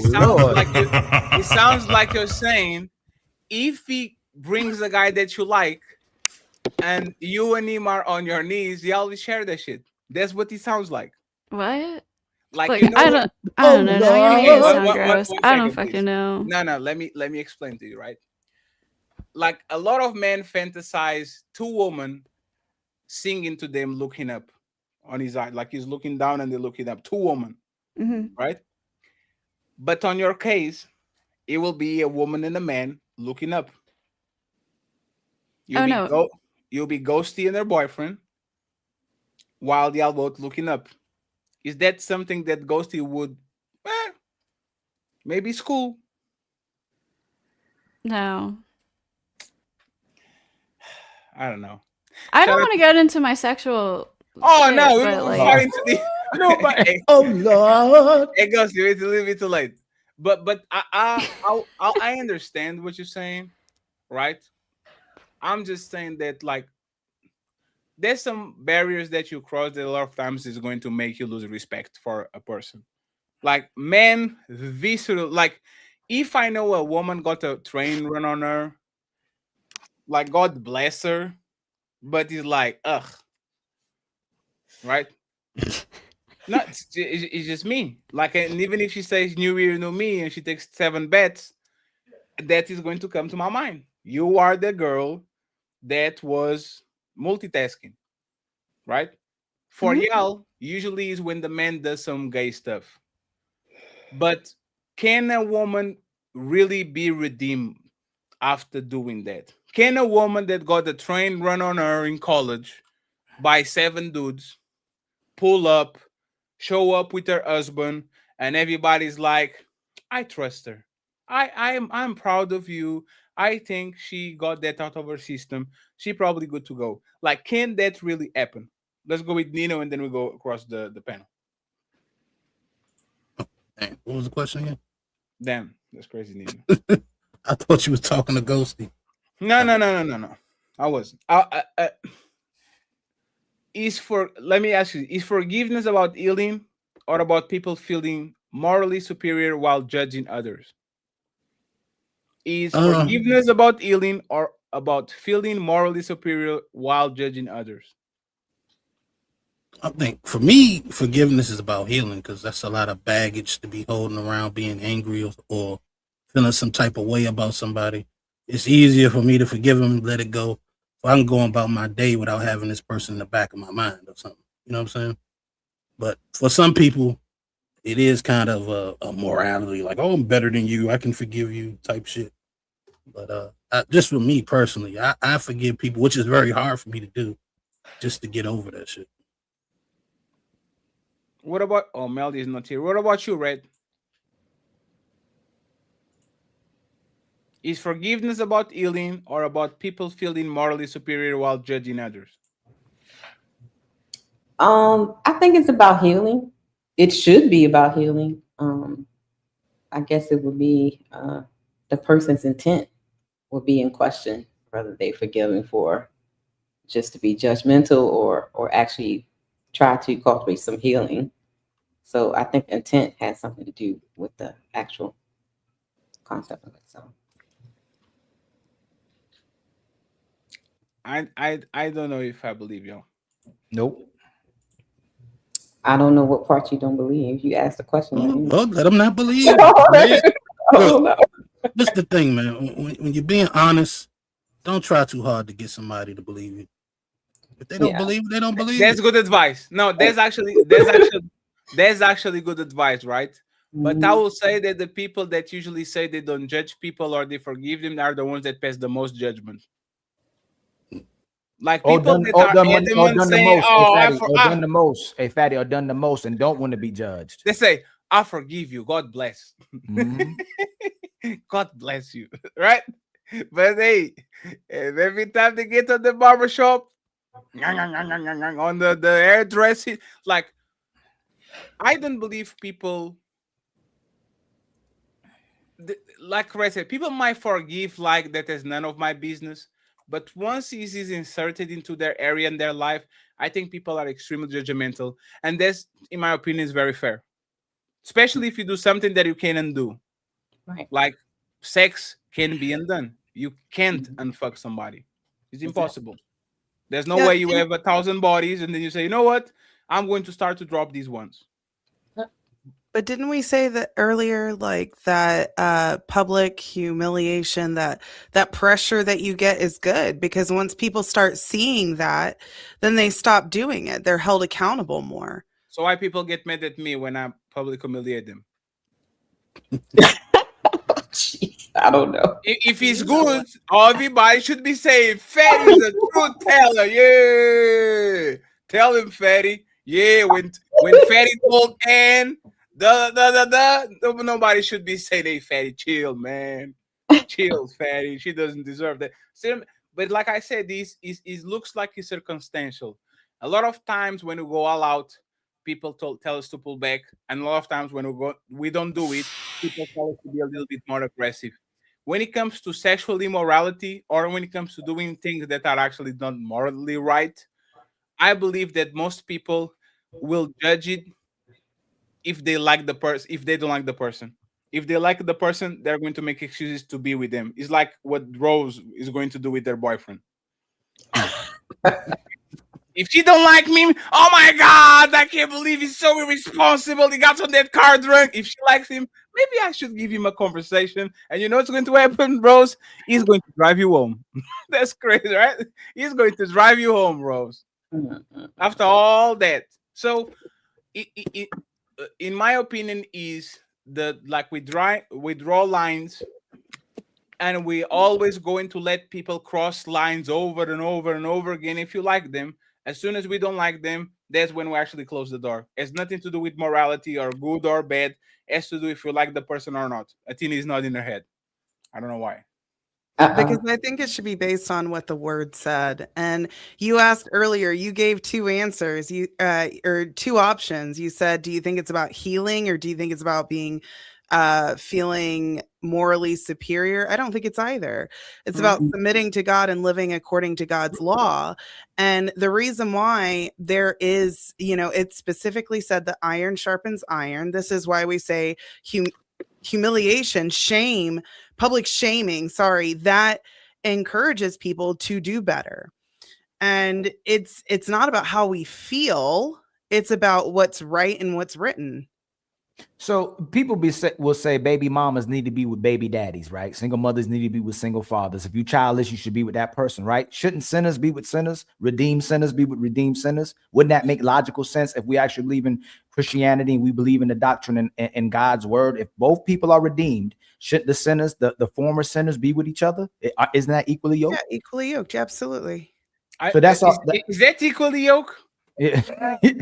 That not technically, Fatty, but what I'm saying in regards to the sinners. So equally yoked, I think even that equally yoked is like having the same direction. In Corinthians, see, this is another thing. In Corinthians, it'll tell people that you should stay with the person who's the non-believer in hopes that you sway them. But in the same Corinthians, it'll tell people to be equally yoked. So when it comes to equally yoked, I believe it's regarding how you live your life outside of religion as well too. If you're a righteous person, if you're an orderly person, if you're a loving person, if y'all commonly see eye to eye, that's what I think equally yoked is. Because in the previous verse in Corinthians, it says you could be with the non-believer if they choose to dwell with you. If they leave you, let them go. So exactly.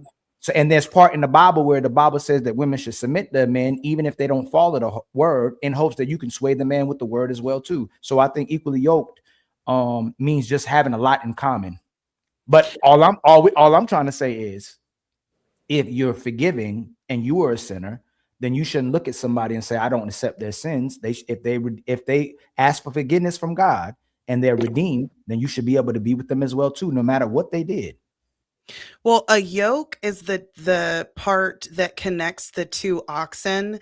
And so if you have one ox that's much smaller than the other, the yoke is unbalanced. So they can't plow very well. That's why it said to be equally yoked. So both of y'all are doing the same amount. Now, you know them by their fruits. And we know that past is a very good indicator of future.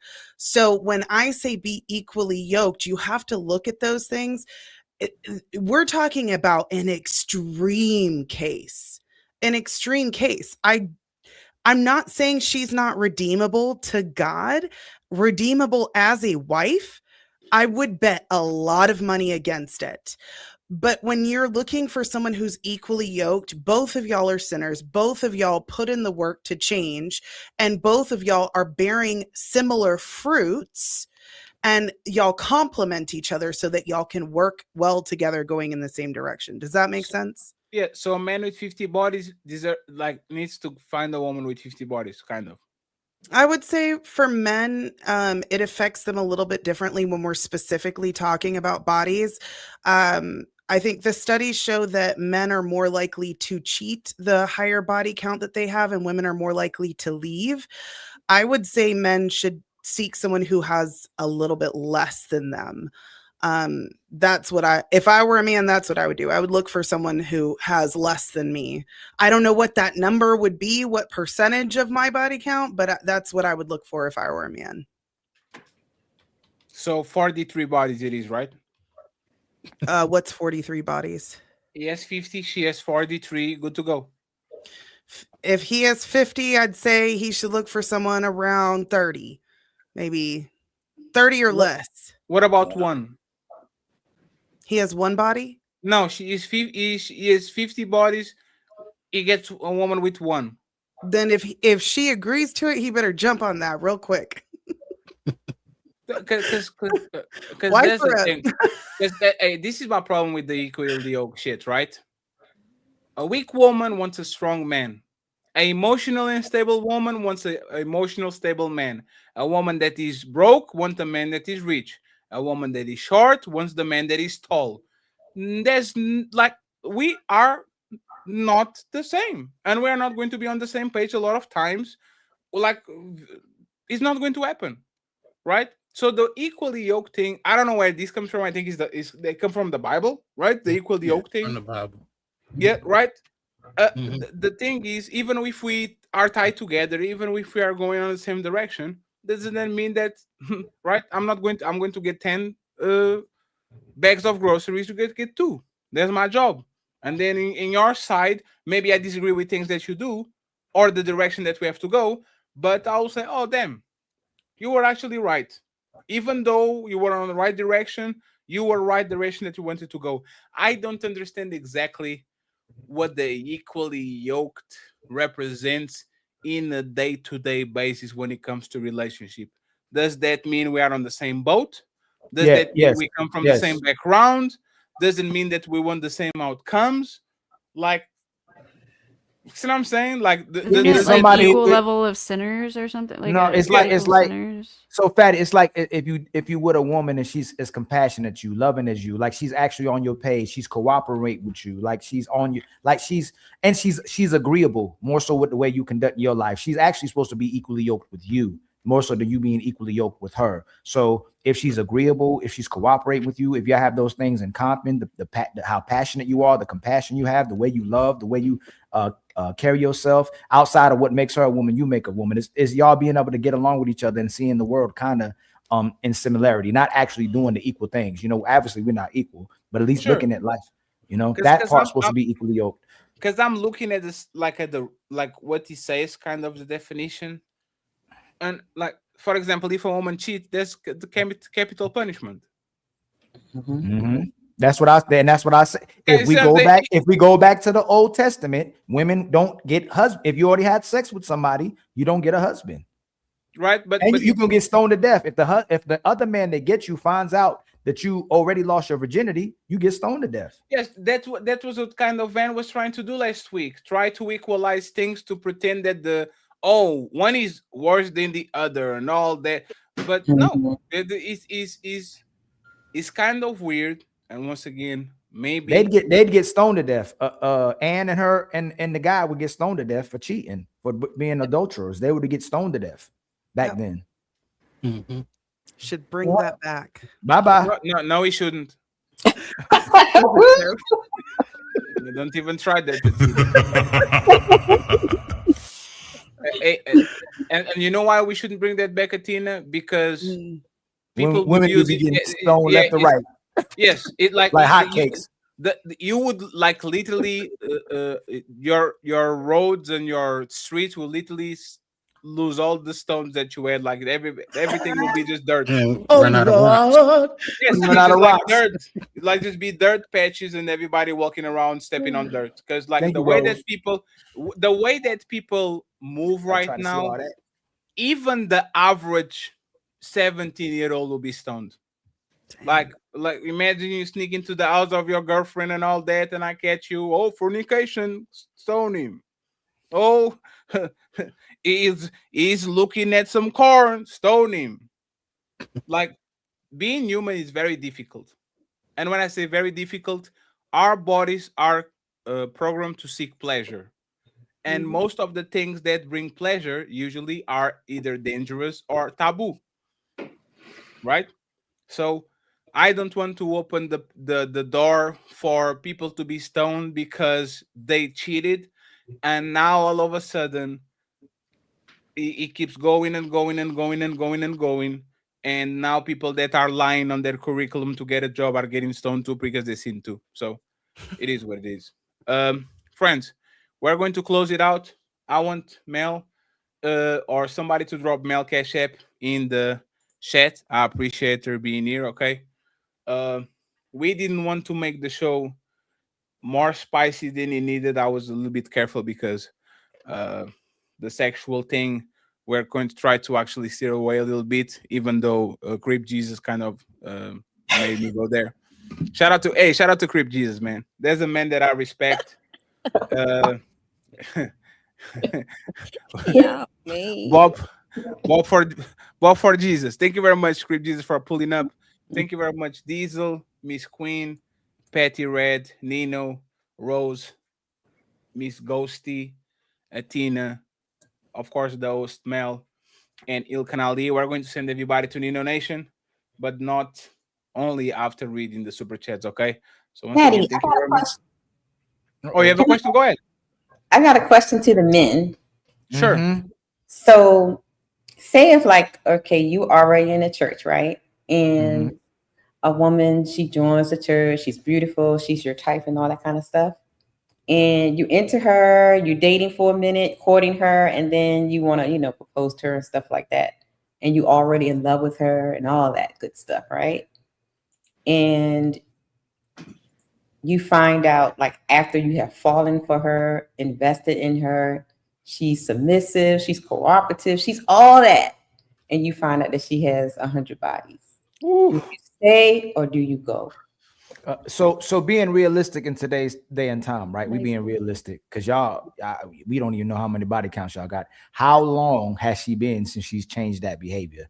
That's a big indicator because a lot of women get into church and still busting it wide open and claim to be these newfound born again Christians, but they ain't really changed. They try to repackage themselves. So how long has she been practicing this new faith that she's come across? So let's say she's been in the faith for 2 years. Mm-hmm. So it's still not long enough. She's been faithful in the church and all that, and doing everything right. Ali, shut up. He's saying, if she did that on the past life and reincarnated, I'm still holding it against her. Okay. but Like, y'all ain't going nowhere. if she was a cat on another life and she reincarnated, I still 100 cats run you through. No. No, hold on. I'm coming back. No. Hey, no. You see, Ali said, 100. How many years was that? I'm gonna tell you the truth. This is how we know y'all in a garbage can and with baloney juice. Is most men are gonna keep going. Maybe Fatty won't, maybe Ali won't, right? But most men will still give you that opportunity, and a woman will still burn all of that to the ground. No, she'll still find it. You know why, Ali? Most You know men why? will still go. Ali, Most men will still go. You know why I know I wouldn't go. The only 2 times that I didn't work well, one was clearly my fault. Another one, I had these big, oh my God, like this was a woman I wanted to lick her armpit since I probably was in college. Great date, I be with her, all that, takes her clothes off. Yeah. Body stays in the same place. We're having a conversation and da da da da. Hey, Fat, how many people you been to? What about you? 73, but I don't judge. And my shit went like dun dun dun dun, like immediately. And of course it's an hotel. So in my head, I'm like, it's not working right now, but at 1 a.m. it's going to work. It's not working right now, but at 4 a.m. it's going to work. It's not working right now, but when I wake up, it's going to work. And I was like, okay, so this was what actually turned me off. It was, this is for everyone. You see what I'm saying? Like, this is for everyone. This is not a conquest. I love the part of you try to get like the hunting part. This is not hunting. This is fast food. This is the Uber Eats driver. Say, here you go, your pizza, man. Bon appetit. And like I can't. It's just that for whatever reason, you better not tell me what it is, because if you tell me, my brain consciously can be okay with it, but my subconscious brain is going to say, ugh, it doesn't smell, but it looks like it. True. But that's men who can get women. Most Yes, men and- can't. From the men who can't get women, and Fatty says it all the time. Most men are one blowjob from the plantation every single day. They can talk all that they want to talk to. They get with a woman that they actually like and emotionally connect to. They're gonna go and they're gonna try it out, and it's probably gonna fail because if she been with 100 bodies, she ain't gonna make it with 101 bodies. She's trying everything in her power to find Jesus, go to therapy, do whatever she can, but she's dead inside, and that box is dead too. So for the most part, she's not gonna be able to work that 101 guy. But that guy, a lot of guys are still gonna try, and they gonna die. And this is why Rose hides her body count, and this is why Ghosty should start to do that from now on. Especially the liberal woman, y'all are so naive, man. Y'all would like be around men that kind of say, "Oh no, I don't judge you if you wed. I don't care if their bodies. I will always love." And then these men turn around and get with the fellas. And it's like, bro, I almost puke myself. I was. Ghosty, how you gonna be with somebody who slept with the bros? Oh, look Come at you, on, Ghosty. Hey, Ghosty, look at you. My current How you gonna boyfriend be is with somebody that straight. slept with the homies? I dated one guy who was No, bisexual I'm saying, how did and you? I'm experimented. just saying, That's how it. did you fall in? I know. How did you experience with somebody who fell in love with the homies? Come on, Ghosty. Hey, look at. It's look just at not a big deal to me. I just don't care. Hey, look at Ghosty over here. See, Ghosty, we treat you well, Ghosty. Well, I See? like that. That's fire. Look at you. Huh? That's fire. Right? Oh, that's the fire little right ghost. there. Hell That's yeah. fire right there. That's fire. Hey, shout out to play. And Latina got one too. Diesel didn't got his, but we're working on it. Diesel, my bad. It was an improv too. But I'm just. Oh, that's fire. Yo, that's fire. But I like the ghost. Hey, can I see mine? Can I see mine? Absolutely. Can I see mine? Like all of y'all have wars. What's the hell talking about? All of everybody has theirs. Yeah, fantastic. I think Diesel is. fire. There's only we need to. All of y'all have yours. The thing that is problematic is once again, first of all, y'all better leave your podcast alone, okay? Rose, sounds like your boyfriend that is coming back on next week. He doesn't like you being around Ali and the podcaster, so I'll chill with that. He don't. Okay. He don't like y'all at Oh, all. shucks. Look at Red Lipstick. Yeah. I'm telling you, yeah, because y'all praying like honest before you go, because we have to go to Nino, right? Rose, if you are going to come back with him, right? How are you going to deal with this podcast thing that he doesn't like? I'm gonna do what I've been doing. I still been doing the podcast. How he feels about that is personal to me. Rose, there's At not this a red. point, There's not like a gigantic red. Like he doesn't like you being around us. Like, are you going? You're going to stay with him, and you think he's going to like? He's going to be watching these shows like. "Argh." It's gonna keep coming back up. Oh, yeah. and by the way, last week we had a husband crashing out on Ali's show, pulling up to defend his. That was hilarious. That was Okay. crazy. That was hilarious. Hey, Rose, you better not be the next one. Hey, Rose, we thought it was your situation. We thought it was her son. We thought she was dating her son. That's how long. That was hilarious. That's what we thinking. You better not bring the next one. Hey, Rose, if he pulls up, Rose, he gonna get cooked. Hey, man, I'm So, calling. Rose, is that one of the questions? Is that something that you tell a guy when you're dating him that you do podcasts? No, it just came up because we were actually together, and he was like, "Oh, what did you do all day?" And I told him, and being on the podcast was one of them. And You told so him when we that? talk Dang. about different topics, I tell him what we talk about on here. It's like a conversation topic between us. And he So- said, "Men that's on podcasts, they do nothing but lie to women." Hey, tell them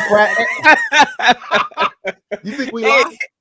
No, that's what he said. I don't Hey, think tell them men who try to drive drunk is crash outs next time you talk to them. Oh, Okay? shit. So let me ask you one more question, Rose. Is that something that you're going to start telling men that you do, that you meet? No. She don't like them. I told you she don't. Hey, Diesel. But why Since- do I- hold on, real quick, Rose. Since last year, before Rose was born, we told her that she really don't like this guy. She really don't like this guy. She's just entertaining this guy. She's like, man, yo, he gonna do till the right one come by. She thinks she better than this dude. This dude ain't good enough for her. That's why she told him. You know, I do podcasts. She want to see how dumb he was and see how long she still stay around her. She give up the podcast. She'll get I'm away gonna tell from you the right now. podcast. If I got a problem with my woman doing podcasts and she refuses to stop, we're not gonna be together. Yeah, But I'm not his woman though. We've only been dating No. for 2 months. You're not his woman. You haven't claimed him. You don't understand, Rose. If he's with you for 2 months and ain't clapped cheeks yet, you his woman. No. Hey, Diesel. Yes. No, Diesel. You Well, can't he tell haven't, me. so Hey, I Diesel. guess that's He has why- a clap cheek. No. Diesel, you can't. This woman cook for these men. This woman, That don't like, mean nothing. y'all being around family. Yeah, kids, Rose, you That can't don't tell mean- me that. Hey, Fatty, That's when what a I'm woman saying. He when a had you woman around his does family that, and all that stuff, you were his woman. Rose If he's is taking top you around family, like you come on now, you can't. Oh, you he can't- actually likes her, but she take around family because That's what I'm saying. Like, they keep asking her where he's your man her. is at, so she want to be like, look, I can get a man, but she really don't like. But that's what I was saying. You can tell me that he didn't crack, and y'all are doing all these boyfriend and husband activities Yeah, together, man. Come on, bro. He thought you was his woman. That's what it was. Come on, man. And I'm anybody that I'm showing you thinking to is your on that love family. bombing. She was love bombing. I'm showing you to your family, and I didn't crack. That story doesn't. That something wrong is not right. If he likes me so much and want to be with me, then why didn't he take that next step to actually commit to me? No. Wait, what? Wait, one second. No, one second. So Wasn't you that? Wasn't you that broke up with him? Yes, because of the situation. Why? Wait, 1 second. So what is the next step exactly? No, I'm saying before that, if he liked me so much, this is Because he's already cracking. Wait, what? Because he's already cracking. He doesn't have to. We have not Hold been on, bro. intimate. But do you not think?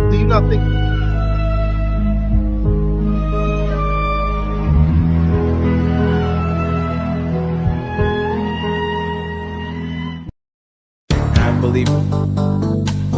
Go ahead, Diesel. But I don't. Come on, bro. So him bringing you around his family is not committing. So here, when we first start, in my opinion, no. You ain't answer that question though. To me, no, because when we first started talking, we do have this thing where I feel like it's effective communication. I told him if we're moving to a next level, we sit down, we talk about it, and we talk about the expectations of going into a relationship, and we mutually agree on it. Diesel, I'm getting right back. Hold on. How could he dump you on New Year's if y'all weren't together? Dumped. I was being dramatic. Not dumped. We stopped talking to each other. We stopped dating. We were only on a dating level. That was it. We were never intimate with anybody that's just dating ain't gonna meet your family. Did you take him to your family? No, not yet. No. No, yes, you did. No, she didn't. Yes, you did. No.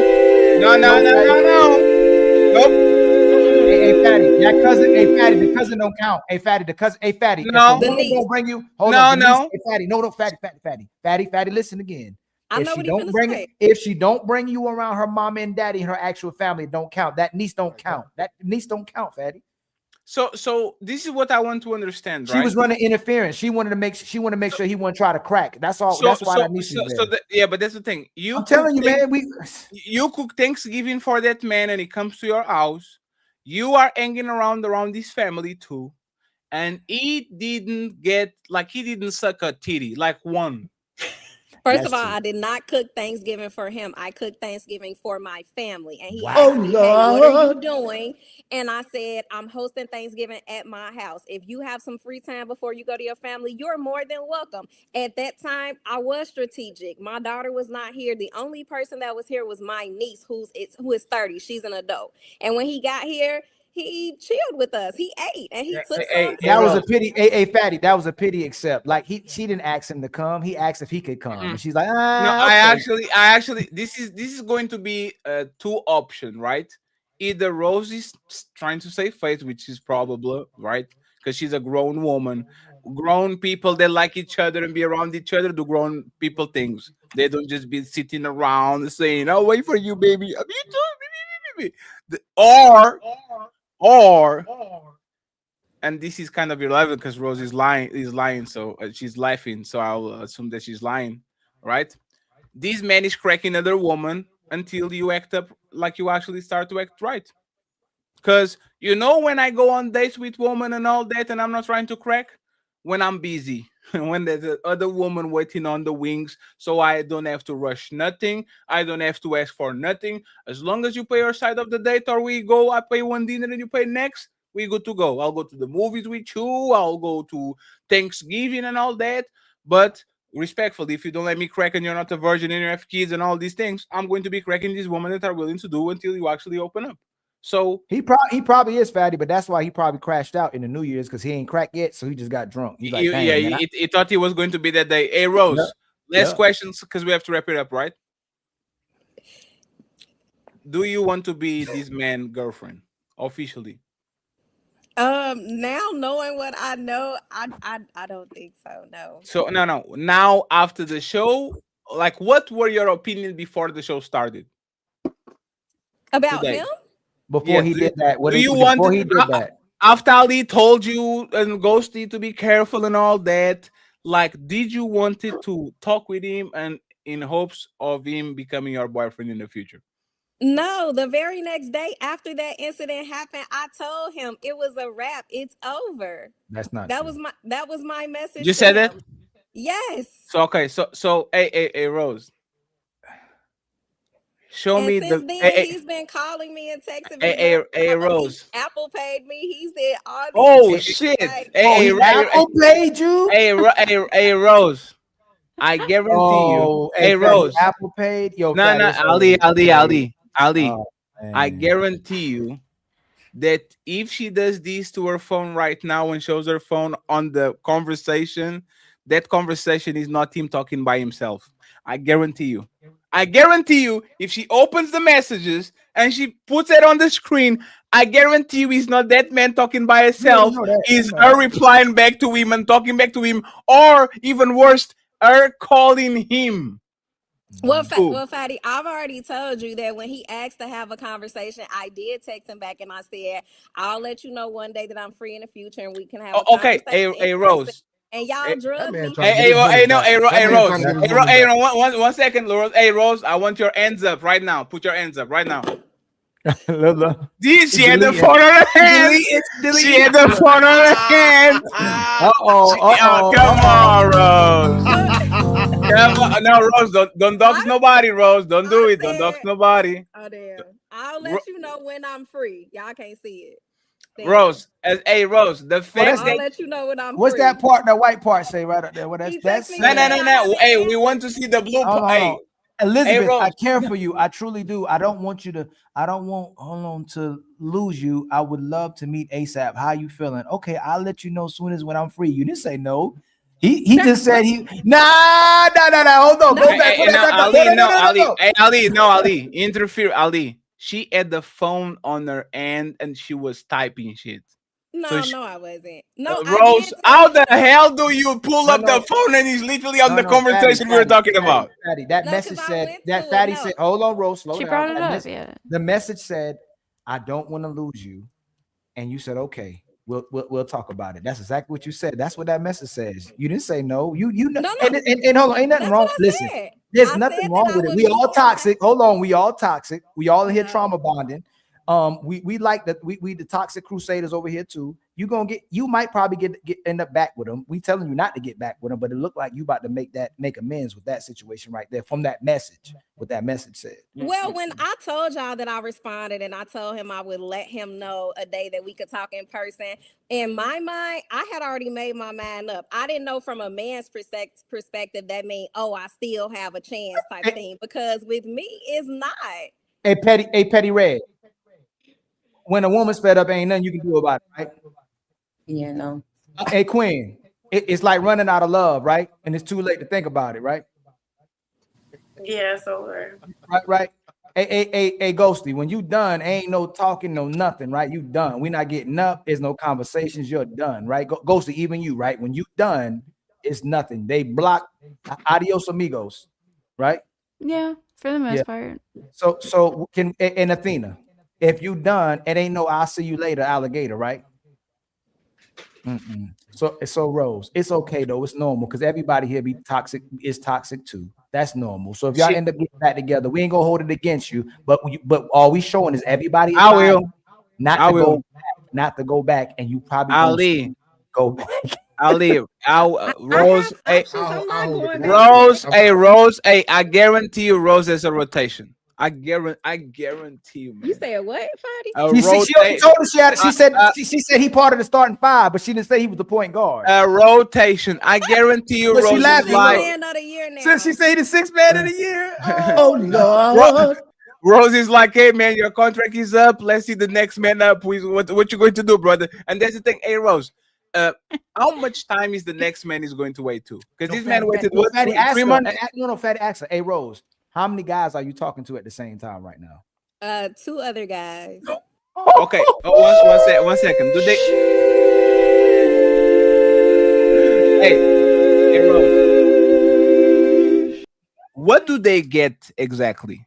I'm very curious. Like when men have rotations, I know what they get. They get schlong, they get some dates, they get attention.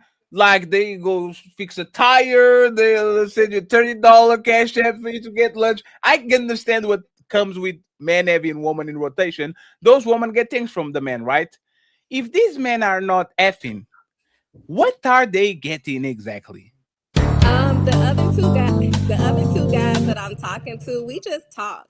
Like we have not been on dates, which he knows. The only one I was actually going out on dates with and giving extra time to was him. But y'all gotta understand, we were only talking for 2 months. Hey, What Rose. am I supposed to give this man in 2 months? Yeah, how long was he talking with the other guys? Good question, Diesel. How long are you talking with these guys? They were already around before. I was Hey, Lord. Oh Lord. Hey. Player from the Himalayas. And this is what I'm talking about, right? And again, think about it. Oh, happy day. Think about it. Your future boyfriend is worried about Ali and Diesel on podcasts when he literally has two shadows ready to take his motherfucking spot that were there before he even met you. This is what I'm talking about. So Fatty is a problem, but those 2 guys are not. Like when he got drunk, he said, "I'll be saying, and this is why those 2 niggas." Like he goes to the podcast. Hey Rose, Rose, you're not ready to for a relationship, bro. Have you ever been sitting with him and your phone went off and it said another guy's name? No. Okay. No, You changed the name to Domino? Ali, his name is Pizza Hut. Absolutely not. Pizza Hut Pizza Hut value $50. You forgot the extra cheese. You forgot extra cheese, right, Rose? You forgot extra cheese. No, I don't change anything. My phone does not have to be face down or anything. He does not. Hey, Rose. My Oh, phone. Lord. We're not connected to each other. Yep. I don't say nothing if his phone go off. He don't say nothing when mine go off. Hey Rose. That's what they all Hey, say, Rose. Rose. As a WWE announcer, now I know why you don't have nobody posted on our IG. Like you kind of this is a full circle of the conversation. I won't post the person because they are going to split us apart. Nah, you have these people that want you, and you know as soon as you post them, you are going to lose. Like they're going to stop to drop like flies. She don't, she don't want to lose her favorite. And you know what, Rose? I can't shame you, Rose, because you are doing what probably 80 to 90% of women are doing. But I don't understand how I'm wrong. I'm not committed to. You're not. Let me explain. Let me explain how you're wrong, right? If you wanted Diesel, and Diesel said, "Oh, I'm into monogamous relationships," and you found out Diesel had 7 women that he had on rotation, how you feel about liking Diesel? I mean, liking him may be one thing, but actually being with him, that may be another. As long No. This is what I'm saying, right? Diesel is with you. Y'all talking about monogamy, and all of a sudden, you found out that Diesel has Pizza Hut, Domino's, Papa John's, motherfucker has like the whole food court. How would you feel about having a serious relationship with him now, knowing that you are not the only restaurant in his area? Like there's several restaurants that he talks to, goes to, and all that. How would you feel? I wouldn't feel no type of way if we're just dating. Now, if it comes to a place where we're ready to be in a committed relationship hold and on, he's not Ro. willing, He know about them podcast niggas, right? Does he know about those two other guys you talking to? he absolutely. It actually came up at a conversation before we left. It came up. How many women is he entertaining other than you, Rose? I don't know. I never asked. Ah. But You know, when like- we first started talking, first started talking, he did text me and tell me, he was like, his exact words, to get this out the way, I do entertain and date other women, but it hasn't led to anything serious. And I said, okay. And you believed it, right? Hell yeah, I believed it. The Hey, only man. reason he didn't have a problem with not smashing his 2 months because he smashed. Because he's smashing. It just ain't you. And you okay, and you know you're okay with it until he's with you. You have to accept it. You have to be understanding of it. But it's like it seemed like you weren't ready either. If you still talking to other people and you saying you want him to commit to you, why would he commit to you? You like, hey, he ain't commit to me, but you talking to 2 other people too. Right, but y'all said he liked me so much, this, that, and the other. If No, he no, I'm didn't, he would've gonna committed. ask you again. If I'm talking to 3 other women, would you want my commitment? If we get to that point and it's mutually agreed upon, yes. But y'all gotta remember, we only been talking for 2 months. What do I know about him that says, hey, I'm ready to commit to him? So then why would you? Then why would you want it? Why are you telling us that he should have committed to you then? Because you're saying that he values me so much, he really likes me, he this, that, and the other. I said, okay, if he made up in his mind already that he likes me so much, why hasn't he committed to me? Because you talking to other people. You know, But let me what- tell you this. Hey Diesel, hey Rose, we just putting game up. Hey Diesel, how many times have you been talking to a woman and she probably actually liked you, but she thought she was using as leverage to tell you how many guys she may be talking to or how many people buying her presents, and she go, Diesel, why don't you be with me? I got all these other guys that want to talk to me and be with me. I'm not sleeping with them. They take me all day. Hey, Fatty. And you don't, and Diesel gonna respond in a way where he can keep smashing you and probably still spend time with you, but he's not gonna wife you. Hey, Fatty, how many times a woman try to use that as a flex and it backfires where she telling you all the guys? It actually happened like 3 or 4 months ago. Like the try to make you jealous type of thing. And I'm the guy that you left my phone. Look at him, always try to be with me and all this. Oh, you give your number to everybody? No, but it was okay. You got it. Good luck. Drop them bros. It wasn't like, Good luck. would you rather me lie to him? Because the day that I got his number, we talked. I was talking to other guys. What am I supposed to say? And am I supposed to give him committed benefits, and we're not committed? No, no. There's not it is you get promoted by actually showing that you're displaying behavior of somebody that should be exclusive.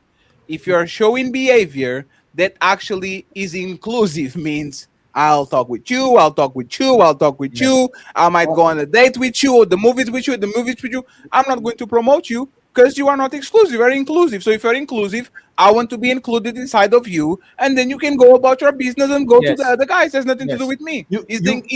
Women like to do the inclusiveness and having the like, you know what these they want to be hey Fatty, they want to be balanced. They want to make sure they have as much power as you or greater, instead of making sure I have more power than you. If you're on the fine line between a guy want to have sex with you and a guy wanting to be with you, you have to do the determining actions to make that guy want to be with you, because he'll let you know if you're somebody he want to be with. You know something equal or higher to that guy. You know something that is super disgusting, and usually that's where I go. In Portugal, we have something called MBWay. It's your version of Cash App, right? When I'm talking with the woman semi-seriously, and they do the look at my Instagram message. Oh, look at so many. I don't care about that because you are a woman, and I like attractive women. So that I want to see the version of Cash App here in Portugal. And as soon as I see money that I don't recognize from nothing, good luck. There's nothing more disgusting than you are entertaining a woman knowing she's accepting relationship things for men that she's not trying to do nothing with them, right? You are a user. You are showing me that as long as these men are giving you what you want, you are going to use him and throw him around because it is what it is. So I will tell you that that child boyfriends or future boyfriends start to be smart, and instead of going to the messages on Instagram, they go check that Cash App to see what that Venmo and all that to see is actually who is around. A lot of y'all would have a tremendous amount of problems because y'all are accepting boyfriend and marriage energy from men that literally never saw at the bottom of your feet. And that shit, in my opinion, actually disqualify from being promoted. But that's my opinion. I might Fatty, be may I extremely wrong. speak? Or Ollie, may I speak? I'm confused. Oh, it's you. I apologize, Coco. You're muted, Ali. Rose, before you're confused, if Rose, since we've talked you've been on the panel telling us about your life, we don't know one person you actually fully committed to, not one person that you risk it all for. So there's no reason for a man to risk it all for you when we didn't even notice no man you really risk it all for. Like you're not gonna let them have that much power over you. In order for a man to be vulnerable for you and to commit all the way to you, he has to see that you're vulnerable and completely commit to them. He's never gonna cross those roads, especially a guy who respects himself and can get other women until you exclusively go, listen, everybody's out my life. I want you. And he actually likes you. You're not going to get that guy to commit fully to you that respects himself and actually likes you. And it's the type of guy that you want until you full out commit to that person. Yeah, Rose, Okay, can so I y'all speak to said, it? Rose, can I speak to it? Because when I met my husband, he wasn't the only person that I was talking to when I met him. But early on, it became apparent and he made it clear, you can't talk to me and talk to other men. And I dropped all of them. Like I knew I was laser focused on him because he was the one. He fit the qualifications. He was a man of good character. I mean, but me, I'm pretty good about discerning people, but he wasn't playing that, and I had to make it clear, like, no, I mean, even it was like, baby, please, like, I had to make it clear that I'm dropping everybody, and it's you. And that is, but the thing is, I think women aren't sure because sometimes women ain't sure about who they chose. So that's why they keep a lot of doors open because it's like, I like him, but I'm not late. Hey, Coco, what do you mean by dropping everybody? Meaning not entertaining other men. Yeah, but why do you have to drop them if you don't have it on the first place? Wait, I'm sorry. Why do I have to drop them? It's like, for example, me saying, I'm going to drop all the women. That means that I have them and I have to drop them because there's something there. Are you telling that was something there that you had to drop? Was I telling my then you said I have to drop everybody. Like I cannot with him. Does that mean that there were other people over there that you had to drop? Like, or this is a figure of she said she was talking to other people already. In fact, she said she was talking to other people when she met her husband. He said you can't talk to anybody else if you're gonna talk to me. Yeah, but my thing about talking is that and with you, Coco, I don't know enough. Okay. So I'm going to actually take you out of this. There's no way me and Rose just talking. There's no way me and there's no way me Ghosty just talking. Matter of fact, Miss Queen, there's no way Miss Queen is talking. There's no way Red and Diesel just talking. I'm saying, like, the talking thing to me is the smoking gun. What the hell are y'all doing when y'all single, man? Like, what are y'all doing, especially in Coco? And in the world of fitness, the kinds of things go crazy, right? Like, what are y'all doing when y'all single? Like, it's funny. Women rather share with you all their intimate moments that they have while in relationships than actually talking when they were single from 2017 to 2022. And that's the scary part. On One Piece, that's called the Void Century. There's one century in the history of One Piece that nobody knows what happened. The story goes from millennia, and there's one century that's called Void Century that has all the secrets and nobody knows. So everybody tried to figure out what was there. To me, that's the equivalent version of the Void Century for women. What are y'all doing exactly in the moment that you get free from the last dude and the moment that you get the new one? And that's the part I don't want to hear, because if I do, I think you're going to have to find somebody else because most women are wilding. You're But right. y'all You're got right. it, friend. I mean, you're right. You're right, Fatty. Most women are wilding, and I mean, I'm glad I met my husband when I did because I was. I mean, I always wanted to be a wife and married and a mother. And looking back, you know, what society pushes is like women be free, do all that. No, How old were you when y'all got married? 27. Do you think a woman who gets to above 30 ends up for the streets if she can't find Yes. a husband? If she's, what is she doing? And that's what Fatty asking. What is this woman doing above 30? Just been Yes. doing all these years where she can't find a husband. Is she probably for the streets? Does she have a bond Yes. carrying issue? Yes, I would say if a woman has not been in a committed relationship for over 2 years and she's entering to 30, for 99%, it's just it's a no-go just because of your behavior patterns have really kind of cemented. I'm just saying for more than a majority of women from what I've seen, especially with just coaching, talking to my friends and all of that, it's very much hard for women past 30 who have not been in a committed long-term relationship to be in a relationship or married. You muted. If anybody has any pushback and rebuttal against that, if that's not true, why are the women above 30 typically still single, y'all? If that's not true, it's so many women above 30, they cannot settle down. They are going through the same thing as me, Ali. They get single, they get a bunch of freedom, they get a taste from a lot of people that they can't, and they get so addicted to do the things on their time, go to the place they want to be and all that, that they become compatible with people on a regular day-to-day basis. Like, you know, Ali, like like I get flashbacks of the last trip I had with my brother. I can't stand that motherfucker. And it's not his fault. I love him to death. But you get used to individuality and doing things at your own time.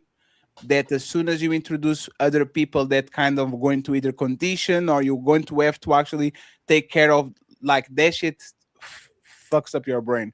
With women, I guarantee you, if most of these women could sleep on different bedrooms, I think they would. But Fatty, you're at peace probably by yourself. These will be at And peace. they are bored. No. They'd be miserable. Ali, no, but when that's the they're by thing. themselves. Ali, but there's what I'm saying. I'm in peace because boredom is positive for me. I love the days when I get to the end of the day and nothing happened, and I go on Discord and I talk my shit for 2 hours and then I go to sleep. That's an awesome day. Women get bored of that. So when they pick a man, it's not because, oh my God, I can't. They, of course, want to be under you in the first month, 2, 3, 4, but then it starts to become annoying. And then they start to create separation. And then they don't want, like you said, I'm saying, they don't look at the peace thing the way that we kind of look at peace. We look at peace as, finally, I have some time for myself so I can do other things. Woman is, oh my God, I'm bored. Let me see who wants to take me to the Avatar movie. And this is when they get into trouble because that Avatar movie comes with, hey, maybe let me see if I get my dip. Oh, it's regular, it's convenient, and especially one thing that fuck up the dating market completely is those motherfucker Instagram stories, man. Yeah, like the Instagram Fatty, that's stories, their- I like think that's- literally the Instagram stories, like the Instagram per se, I don't think is bad because people are afraid of actually doing things in front of everybody, liking pictures and commenting and all that. The Instagram stories, like, literally is the thing that fuck up the old dating market because now I have 7 excuses per day of talking with you without looking like a creep, and you have 7 excuses to reply with me in kind without no repercussion, no shame or no nothing. So if I have 7 excuses and you have 1,000 followers, there's 7,000 opportunities per day for you to actually get validation that you need. And now we are into trouble because, once again, once you get addicted to that level of type of attention, how are you going to just close the door and be just with one person? That doesn't fly. And that's why Rose doesn't have no man on her IG. Ooh-wee! I think take bored them, Ali. the board is the lie. Is they're lying. That's the rhetoric. It's the part of having to be responsible for someone else and having to love somebody else, because ain't nobody more free a lot of times it seems than a woman who's married with children as well too. She be staying busy on the phone with the wanting to see a man. She's bored being alone. So when she finally gets with this guy, then she wants to be liberated and have freedom from having to actually love this guy and have a responsibility to this guy. Because anybody knows this especially that's a man on this panel, ain't nobody more freer, ain't nobody more frisky and ready to have sex than a single mother on the weekend. But it's just sex. But on the weekdays at night when she's sneaking the dude when his kids go to sleep and she trying to sneak the dude through the door at night during the weekdays and during the weekend when the kids at home. But all of a sudden when you're in a relationship, I'm exhausted. Ali, you are right, but I need to be liberated again. It's because they don't want the duty of actually having to love, keep the guy. No, but that's not the thing, Ali.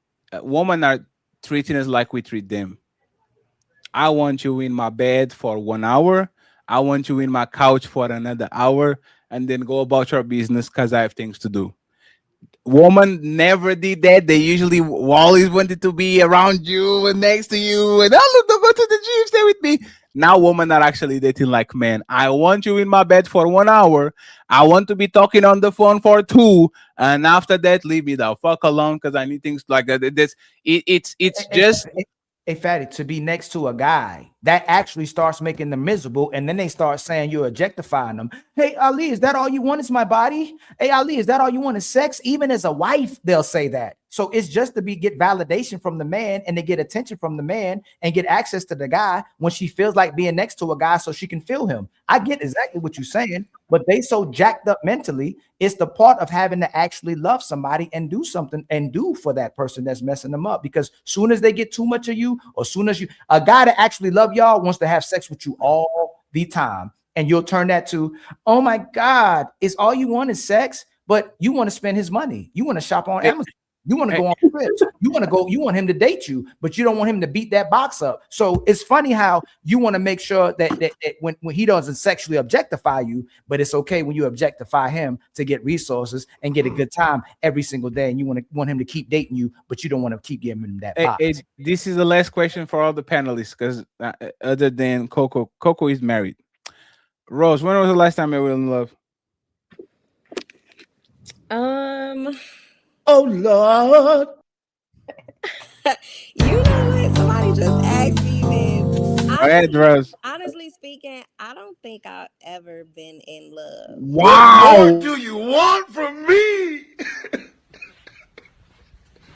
Because I thought I was. What? I thought I was in my very first relationship, but I was young and I kind of looked back on it. I don't think it was love. You never loved somebody? No, I didn't say I didn't love anyone. I think loving and being in love are two different things from how I see it. I don't think I was ever in love. What is that definition? Hey, J-Lo, Fatty, J-Lo. I don't know. Tell me, have you ever been in love? That's you, Rose. That's that J-Lo. No. What does that mean exactly? I don't know. I can't explain it. You never had that feeling that, oh yeah, you are a woman. I forgot. No. I'm like, hey, the man on this conversation know it. Your woman is smiling, and you are fucked up, and you're like, oh my God, I'm so happy. Like your woman is good. And you kind of fucked up, and you're like, man, I'm so happy. You've never felt that, Rose? You fucked up, but the person is good, and you're like, I'm happy. Like this is the happiest I've been because I see her smile every day. So she's smiling. I'm doing something right. I love her. You never felt that shit, Rose? I have. I felt that before. When was this? I think she's blushing so hard.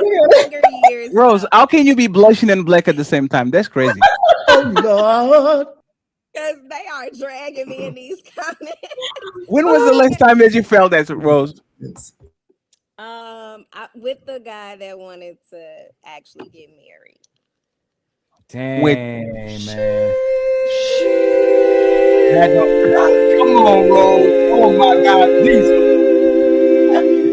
And we're going to leave Rose alone because we're not even going to over pursue that. Ali, because they're male. Rose, we're not even going to over. Rose, you didn't just say that, Rose. Hey, because their future boyfriend watches podcast. We don't want him to hear this.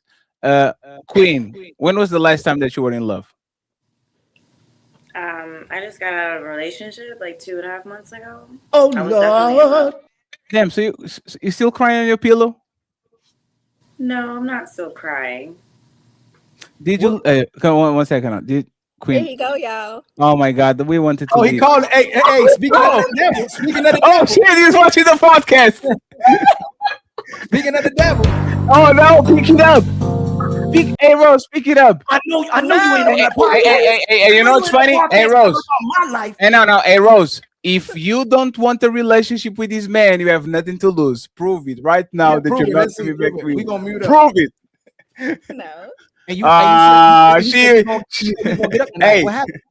Hey, Rose. Hey, Rose said this. You gotta get him back. You better go down there and get him back. He's going to go down and get him back. Just going to go down and get him back. And we're going to leave it alone, Rose. We don't want to create no problems. Queen. So, who broke up with you? You broke up with him, right? Yeah, I left him. And Queen. And on the Bible. Did you have the replacement in mind when you did that? No. You're not talking with nobody right now. I haven't given my number out, talked to anybody, nothing at all. So you haven't been crying like. Yeah, of course. Yeah. If it's not too personal, you can say a pineapple. Why did y'all break up? I'll say, but I can't. Damn, he went to jail like Crip Jesus. That's crazy. You said what? Oh, he got locked up. He went to get Crip Jesus. It was not a safe situation for me. Okay, we just leave that alone. We're gonna leave that one alone. Yeah, we're going to leave that alone.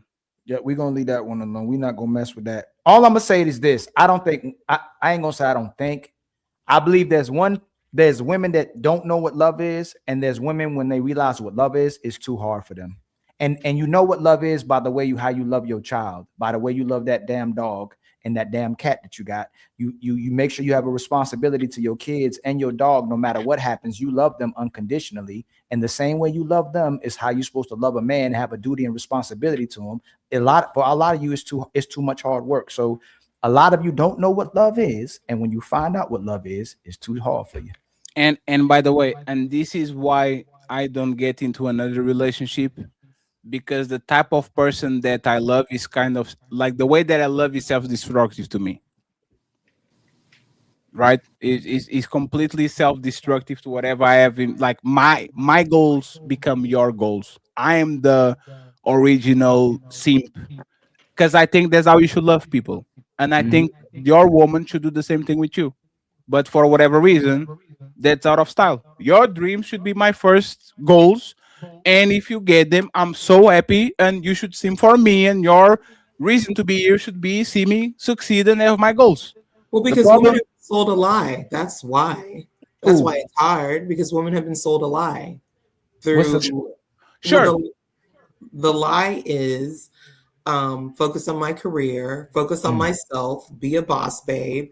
Being a mother is not that important. Being a wife is not that important. It's not the primary or priority thing. It's all the other stuff.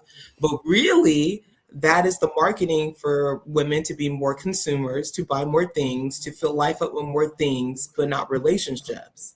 Yes. And what happens, what I see is that when women get into their late 40s, their 50s, especially if they're single and childless. Now, if women have kids, there's something else that happens. But if they're single and childless and making six figures, either eventually they want to adopt, or they're very bitter, or they're very just hard to get along with, or they make poor financial decisions. They have to always go on trips and things like that. Sorry, go ahead. No, so Coco, I don't think that's the problem, because men in parts of their life, they put themselves first. But what doesn't happen is they still have this empathy towards women. You see what I'm saying? A man might be out of the plantation for 2 decades, When he finds a woman, he motherfucker picking cotton back again. It's like he never left. Like he's immediately, once the man finds, oh shit, let me go ahead and pour everything to her. You cold, baby? Here's my jacket. You hungry, baby? Here's the last piece of bacon. Woman, for whatever reason, be conditioned to not give a fuck about men. And there's let me just say this, right? And then you got to take us home. There's like this shocking video that Ali played I think a year ago, where the journalist thinks, like a journalist is talking like with the older woman, like a Middle Eastern woman, and he asks, "Is your husband happy?" And she looks, and she says, "I never thought about it. Usually people ask me if I'm happy." And then she got offended. And she said, "Fuck you" to the cameraman, and crashed out. In her mind, she never came to her head, "Is your husband happy?" And in my opinion, I think this is most women now in the dating relationship, they will always care about if they're happy or not. And the day that they have to actually carry that burden, when your mama die, when your daddy die, when you lose your job and all that, these women freeze in shock because they become scared too, because they were never on the position of caring for the other person. They were never on the position where the other person was first. So now that your sister died and you need caring because your sister died, you should be first. They become like kind of shocked and they don't know how to act because it should be about me. What do you mean by you lost your sister? What do you mean by you are grieving? What do you mean by you lost your job? This is about me. What about what I feel? So if you were the type of woman that goes to her career and all that, but as soon as you get a man, you flip it completely and you can maintain it, I don't see no problem with you pursuing education and all that things. The problem is women are desensitized to the pain of men, and if it's not about them, they don't want to be around you. So I'll say that as my final thoughts. Awesome show. Coco, because you new here, take us home. Thank you so much. Hey, Coco, you were dope too. Thank you so much. Oh, thank you. Y'all are and thank you very much for having a page of fitness that is actually about fitness and not about showing your asshole. Thank you very much. It's very refreshing when women have fitness pages and it's actually about fitness. It's not like a solicitation to other things that we know what it is. So shout out to you for actually being about fitness. Thank you very much. We appreciate it. Well, thank you, Fatty. Thank you, Ali. It's a pleasure. I mean, honestly, I came here because I even though married, I fell into the thinking I need to be a boss babe. Like even with Africa Pop, it's been a couple of years because I have a daughter. I used to think my focus on, I need to grow this big brand. There were so many things happening. But, listening to Kevin Samuels and really getting to my word, really understanding that as a wife, my priority is my family. That's my number one priority. Forget everything else. It's just helped me to be a better person, to be a better believer, a wife, mother, all that good stuff. And then, like you said, for women who are in their 30s and older, a lot of times it's a lost cause. But for the young women in their late teens to early 20s who are like figuring what is the voice to listen to. I know that the dominant society is like, be you, live your best life, mess with a whole bunch of guys. No, if you're in college, you find a good man, you work with that man, you get married to that man, you raise children. Your life is so much better that way. I have to take care of my children, but my husband is a good man. He's a good provider. He got me a car this year. Like, I'm not going to speak too much, but it's better because I see with my single friends and single mothers how much they're struggling, how much they're fatigued, how much they're going through by themselves. And I'm like, you had a good man. Your life could have been so much more fuller and you're so much far ahead if you just stuck to it and not been stuck on, I need to be happy. I mean, it's killing us. And that's why, platforms like these is very important for at least the younger women who have some sense to listen to this, be like, I need to stick to the man that I have, because 10 years, 20 years, it's going to be a whole world of hurt if I don't. And that's why a lot of times we don't trust women completely unless she gives you her youth and her beauty, just like we give you our resources and what we've built. That's the only way we truly know if you loved us. If you get old and start looking gaining weight and not looking in your prime, and now you're looking for someone to take care of you because now you're seeing that you can't maintain just living your best life for all these years. Most men will never truly believe that the woman loved you. But when you in your youth, you still have your looks and you in your prime, and you give that to the man, he knows you actually love him, and you're not trying to share it with everybody else. We know you actually love us. Same thing with the guy. When he becomes his most productive, when he gets his resources and he wants to take care of you, that's how you get to see if he actually loves you. So a lot of times women don't come around until they start falling off or hitting that wall. It ain't about no clarity or no understanding they become a better woman. It's typically they want a retirement plan. So I get exactly what you're saying. So a lot of times if she don't marry early, she typically never even love the guy when she settles. And that's why a lot of women don't end up settling, because they love themselves more than they love somebody else. My brother Diesel, you got any final words, my brother? I'm good, bro. I appreciate y'all having me up. Good seeing everybody. I hope y'all had a good Yeah, love you, my brother, man. Love you, my brother. 2026. Quinn, you got any last words, my sister? Just thanks for having me. It was a really great show. I listened to like pretty much the whole thing from the very beginning. I'm sorry, I can't see your name. Coco? Coco. I learned so much from you, and I really like listening to you. I missed it, but I was listening to everything. You never heard the song? I'm in love with the Coco. You never heard that? Yes, of course. I get it for the Lolo. That's so funny. I introduced myself to some students with saying I have love for Miss Coco. But anyway. Hey, that song was so fire. You know what I'm saying? Yeah. Hey, Diesel, you know you was listening to that in the cop car. Oh, you know. While you was going to bust somebody for selling some coke. Yes, sir. Yes, sir. With the Coco. Bro, you won't believe some of the songs I played when I had somebody in the back of my car and take them in jail. Hey, Diesel, you ever play some music going to get somebody though? Yeah, all the time. Heck yeah. Like, move, get out the way. Here I come. Here I go. Would you like that? Yes, sir. Hey, Diesel, what was the song that you were playing when you took Creep Jesus to jail the other day? I can't hear it. Is Fatty talking? I was asking, what was the song that you was playing when you took Creep Jesus to jail the other day? My audio's starting to mess up now. Uh-oh. It's fine, friends. Close the show. It was a joke. You got Spectrum. So it's okay. You're gonna go. Hey, let me read the I gotta read the super chats, y'all. Thank you so much for coming through, man. I love y'all. Thank you so much, Rose. Thank you so much, my brother Diesel. Thank you so much. I'm in love with the Coco. Thank you so much, Melanin. Thank you so much, Quinn. Let me read these super chats, y'all. Let me get me and Fatty right here. Okay, here we go, man. And by the way, y'all, thank you for all the spectators. Thank you so much for the donations. Thank you so much for the support, y'all. You know, we promise what we're going to do, and we're going to stick to it. No matter what everybody else is saying, we're going to continue to move forward. All right. We love y'all. We respect y'all. And again, thank you so much for the support and the constant donations. All our contributors, man. We much love to the chat. Much love to the panelists. Much love to everybody who makes this a show. Again, we can't do any of this without y'all. And I'm gonna keep saying that we're gonna still stay humble. We are not bigger than the conversation. We're not bigger than our people as well, too.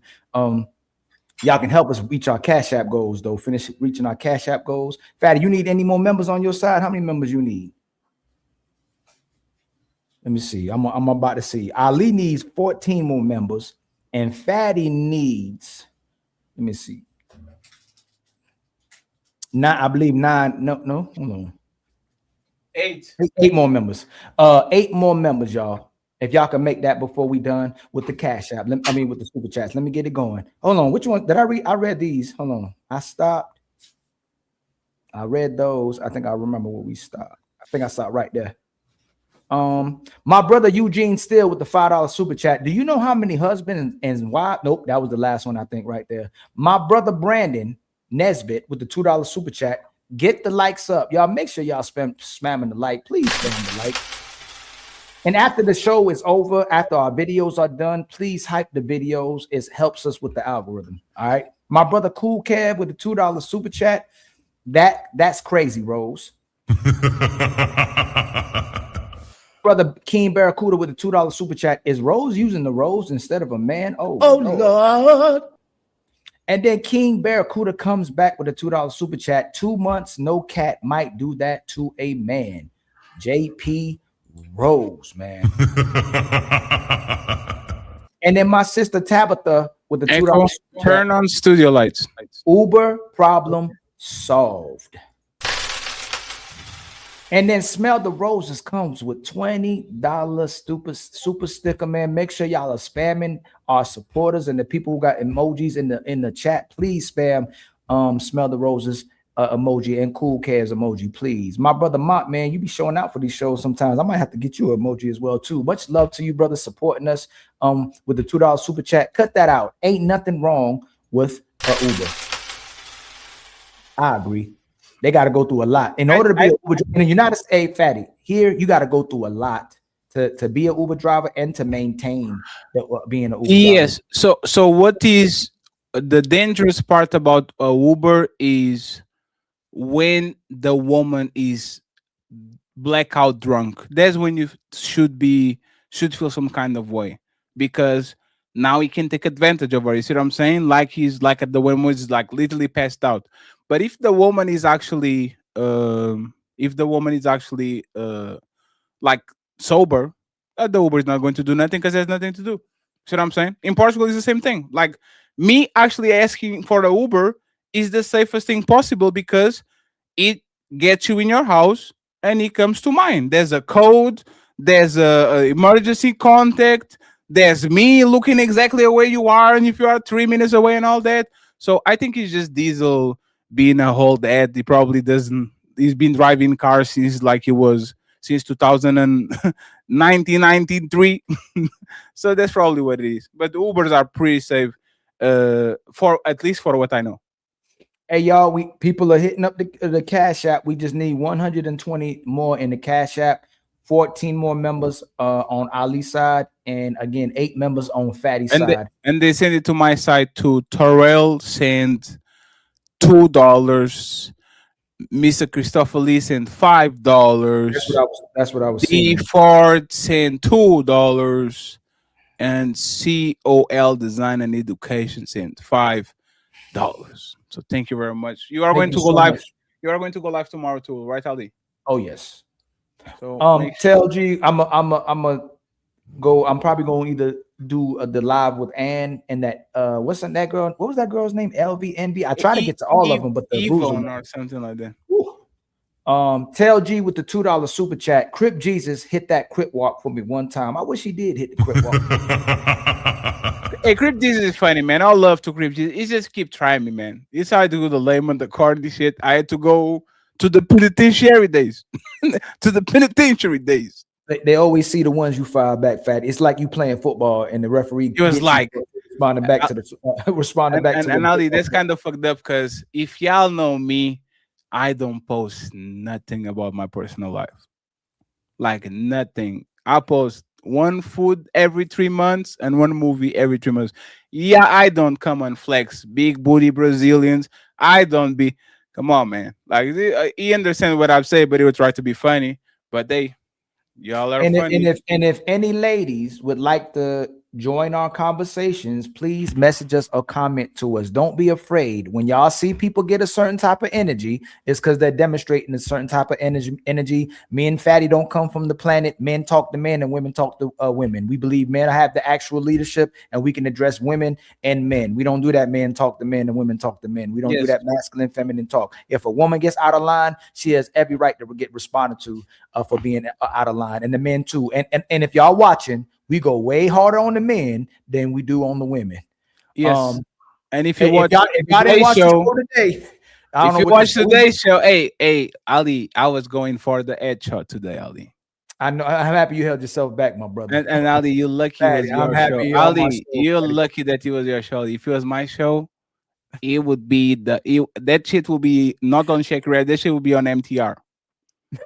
Because every time these motherfuckers do and you don't have a wife, you are opening the door of me talking about yours. And this becomes problematic because Ali needs to go some places and all that shit, and I kind of have that in consideration.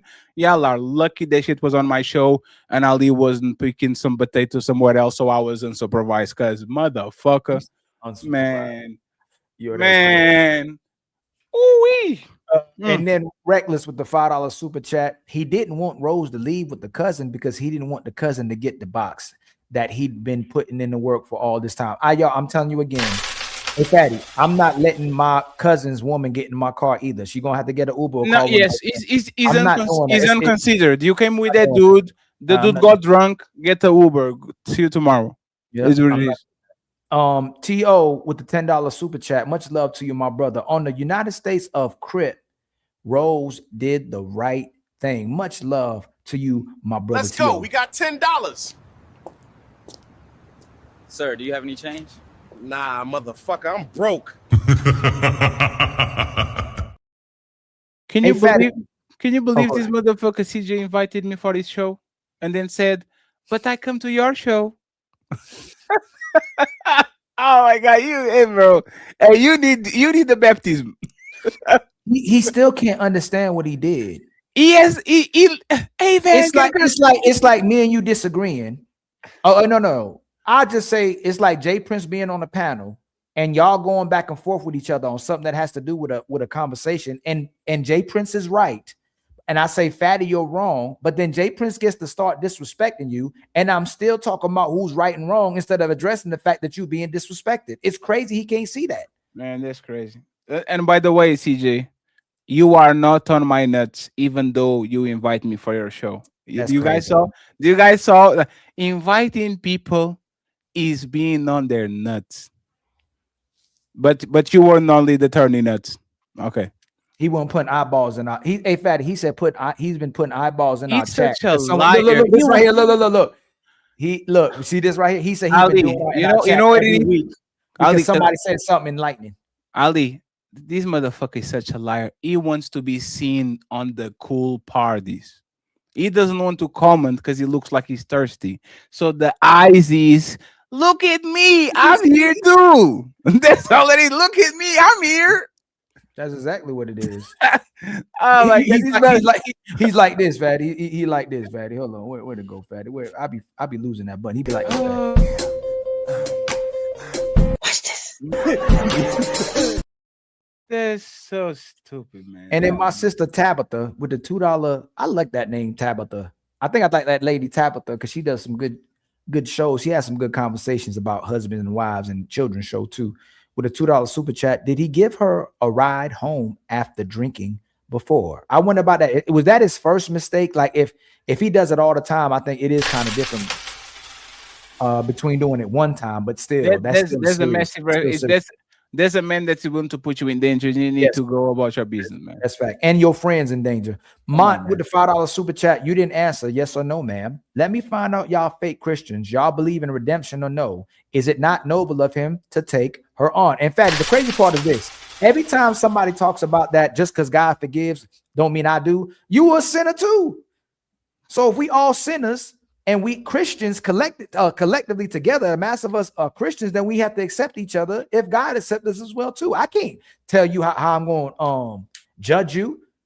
And then only God can judge me. So from my secular point of view, I understand what they're saying. I will forgive you, but I don't have to handle you. But from the God point of view, if everybody's sinning, you are picking and choosing which person is around you, when literally the person that is probably your boss, your coworker, your sister, your dad, they're probably doing the same thing or worse. So I get what it is. But like I said, being religious is very difficult, bro. Like being religious and actually live what you say and live what you like is very difficult on these days. So if you can do it, congratulations. But I don't think it's actually feasible right now. And then Tabitha again with the $5 super chat. She praying to stop dreaming of the wall of 1,000 weenies. Oh wow. Oh Lord. And then my brother Mont says, with the $5 super chat, what I'm oral about giving your life to God.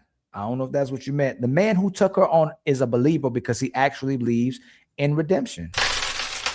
And again, given the life that we live in, man, there are things that we can say someone is redeemable about, but how many people are actually redeemable? How many people actually have actual change, man? Most people do not change. So just because they went to church, just because they found God, don't mean they change. It takes time to demonstrate that you've changed. Mont with the $5 super chat, does Jesus and God reward bad behavior? She repented. You right in your own belief. Jesus said, give people who repent a probation, period. And then Ali gifted jar with 5 memberships. Much love to Ali. Untouchable Empire, baby. And then why so serious with the $2 super? Hey, is that That's Jamaica. That's Jamaica. I thought so. With the $2 super chat, Jesus gave Mary Magdalene a chance. Yeah, he sure did. And then Mont with the $10 super chat. Much love to you again, my brother. That ain't defiance against God. She trying to make money, y'all. She trying to make money. Y'all did it for free. And on top of that, y'all were, oh Lord. Oh Lord. On top of that, y'all were Christ followers when y'all sinned. She wasn't. Y'all actually worse because you knew better. That's the one. Oh Lord. The bad point over there. And then unique stunning with the hey fatty. Ain't most people be Christians or following some kind of doctrine or religion when they're young. That's the thing that don't make sense. Uniquely stunning with the $5 super chat. We don't want to hear anything about your pimp culture, okay? We're regular, normal people. We are square. And then my brother Mont with the $2 super chat. Y'all doing this ish with a Bible next to the bed. with psalms and versicles on their neck while their hair being pulled from the back. And then my brother Mont and dating bisexual men. And my brother Mont with the $5 super chat. Y'all fake Christians, and I don't respect it. Go read the book again with an open heart. Y'all don't believe in God's ability to change people. Now, again, like Fatty says, I don't believe in the ability. No disrespect to God or the higher power. I don't believe in a lot of the higher intervention, God or universe being able to change a lot of people. People do not change for God either. They don't change for man either. I believe somebody can change for God, change for the universe, change for an apple tree, but most people don't. But if they actually change, I would respect it. You know what? When actually essentially, when they get the heart attack, when their tribe is being invaded, when the fire is so big that it spreads on the forest and almost get in your house. People change in moments of absolute crisis. If it's just something that you're doing, usually it doesn't work like that, man. And Fatty, and what's crazy about you, you have to be really shocked to change. That's one. But two, do they actually change because of the of having awareness, or no, it's fear? It's fear. Yeah, is you leashing the slave and the dog? They want. That's what it is. I don't want to get more lashes. Mont and a lot of people start getting afraid of going to hell because they're afraid of where we go when we die, which is normal. Mont with the $5 super chat. What would people do if we are mortal? Mont with the $5 super chat. If I was Christian, I would have faith that she has changed, and I would pray for her and continue to pray for her. But what do I know? I think there's nothing wrong with supporting people who are attempting to genuinely change and do change. But I believe most people don't change, and because they don't have grace for other people, don't mean you have to have grace for them. You could have integrity, and you be an honorable person for having hoping that they change and praying that they change, but don't mean I have to accept them to change if they've been doing chaos and been ruthless to society almost all their life. If you're dogging out society, you ain't got no respect for society. You dogging out yourself. Don't mean I have to believe you changing just because you change. That lady had sex with 100 men, and then I'm supposed to go, hey man, because she got baptized, because she's changing her life, because she's devoted to God, I'm going to support her change. No, sir. She got a lot more work to do. My sister, Leosha, hit us with a member. Much love to you, my sister, Leosha. The Untouchable Empire, baby. And then my sister, Red Lipstick Vibes with the $5 super chat. Redemption is the act of being brought back, restored, and reclaimed after loss, bondage, or corruption. Why so serious with the $2 super chat?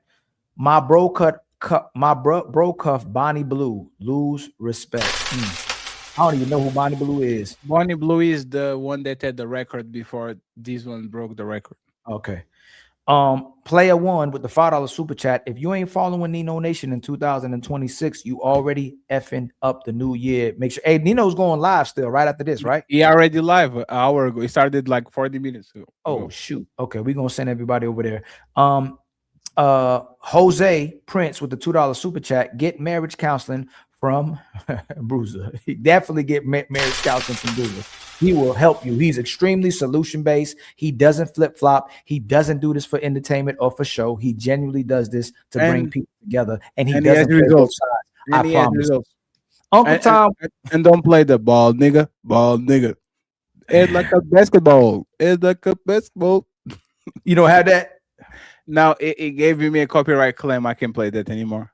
So funny, yo. Like a basketball. That's funny. Uncle Tom with the $5 super chat. Look at I'm gonna go play that today. Look at this scary copper diesel stop running from me. Tuesday we give cops that belt too. Treatment. What's up, Uncle Tom? Tabitha with the $5 super chat. Women will say, not my son to marry an X304, but another woman's son can marry an X304. Yeah, a lot of them don't even care about their sons, if you want to be honest now, Fatty. They'll kick their kids out too. These mamas be kicking their children out for not having a father. Or requiring or mandating or actually being with the man who wanted to be with her, actually marrying the guy before they had a kid, but then they want the guy to marry him. HQ with the $5 super chat. Salute.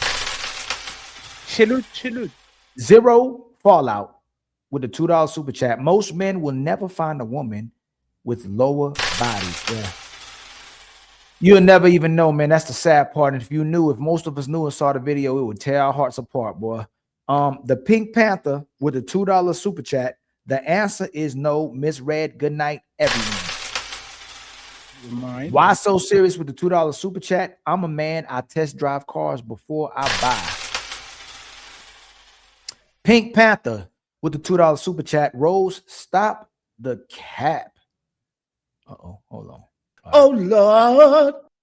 And then my brother James with the $2 super chat. Great show, Rose is pimping. And then the original CMC with the $5 super chat. We can't commit if she has 3 out of 5 on her roster because we don't know how many you smashing. We don't. And then Tabitha with the $2 super chat. Boycott Boss Babe 2026 is love, babe. Let's go. Tabitha, we got to bring all types of shaming back. That ain't gonna do nothing. We can't even slut shame or fat shame or gay shame. CBZ with the $5 super chat. Super sticker. $5. Thank you so much. And then let me see, Fatty. You said you already called out yours. Yes, shout out to Carl Anderson for the $40 PayPal. I didn't think I mentioned it, but we didn't got nothing more. No. And then you called out Donnell's on this side, the $10 Cash App. Shout out to Donnell. Send 10 to me and 10 to you. Thank you very much, Donnell. We appreciate you. All right, Fatty. That's everybody, man. Friends, thank you very much. Great week. Mr. Connolly, going live tomorrow, right? Yes. Midday. I may go midday, or if I wake up, I may go in the morning, afternoon again, and take it all the way to midday, or I may go midday. Yes, sir. So find Il Connolly tomorrow. Possibly in the afternoon. Most likely, probably 12 o'clock again. Friends, I'm going to send you to the donation. I appreciate y'all. I'm going to be MIA for 2 or 3 days. We are finalizing the studio and the facilities to start to do morning show. So I appreciate y'all. Team Fatty and the Untouchables with Il Connolly in the building. Signing out. Peace. Hey, yeah. Do me.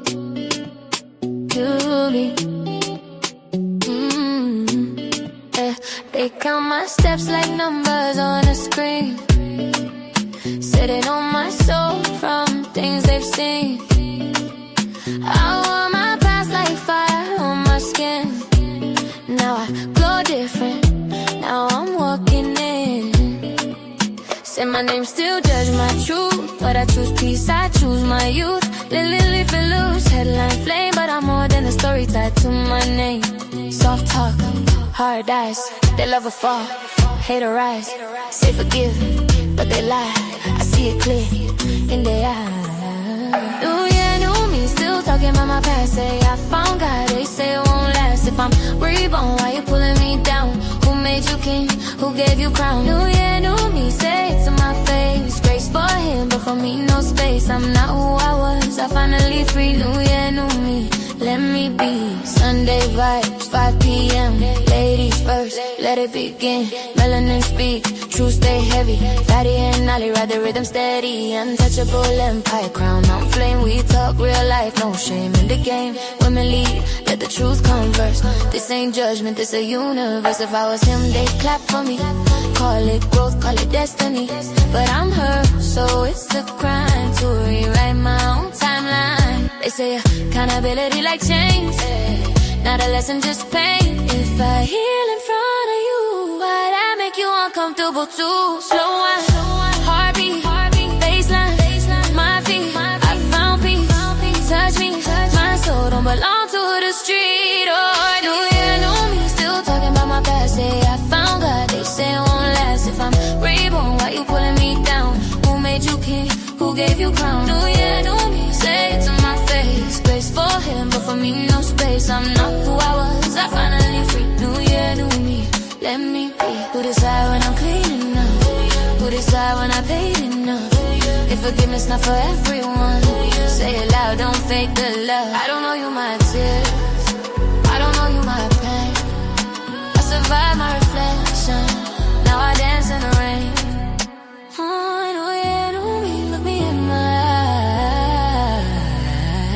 I don't need your mercy to survive. I change for me, not the crowd. From my voice I say it loud. Ladies first, hit a beat. Sunday at 5 p.m. Oh yeah. Ooh. Oh yeah. Oh yeah. Oh yeah. Oh yeah. Oh yeah. Oh yeah.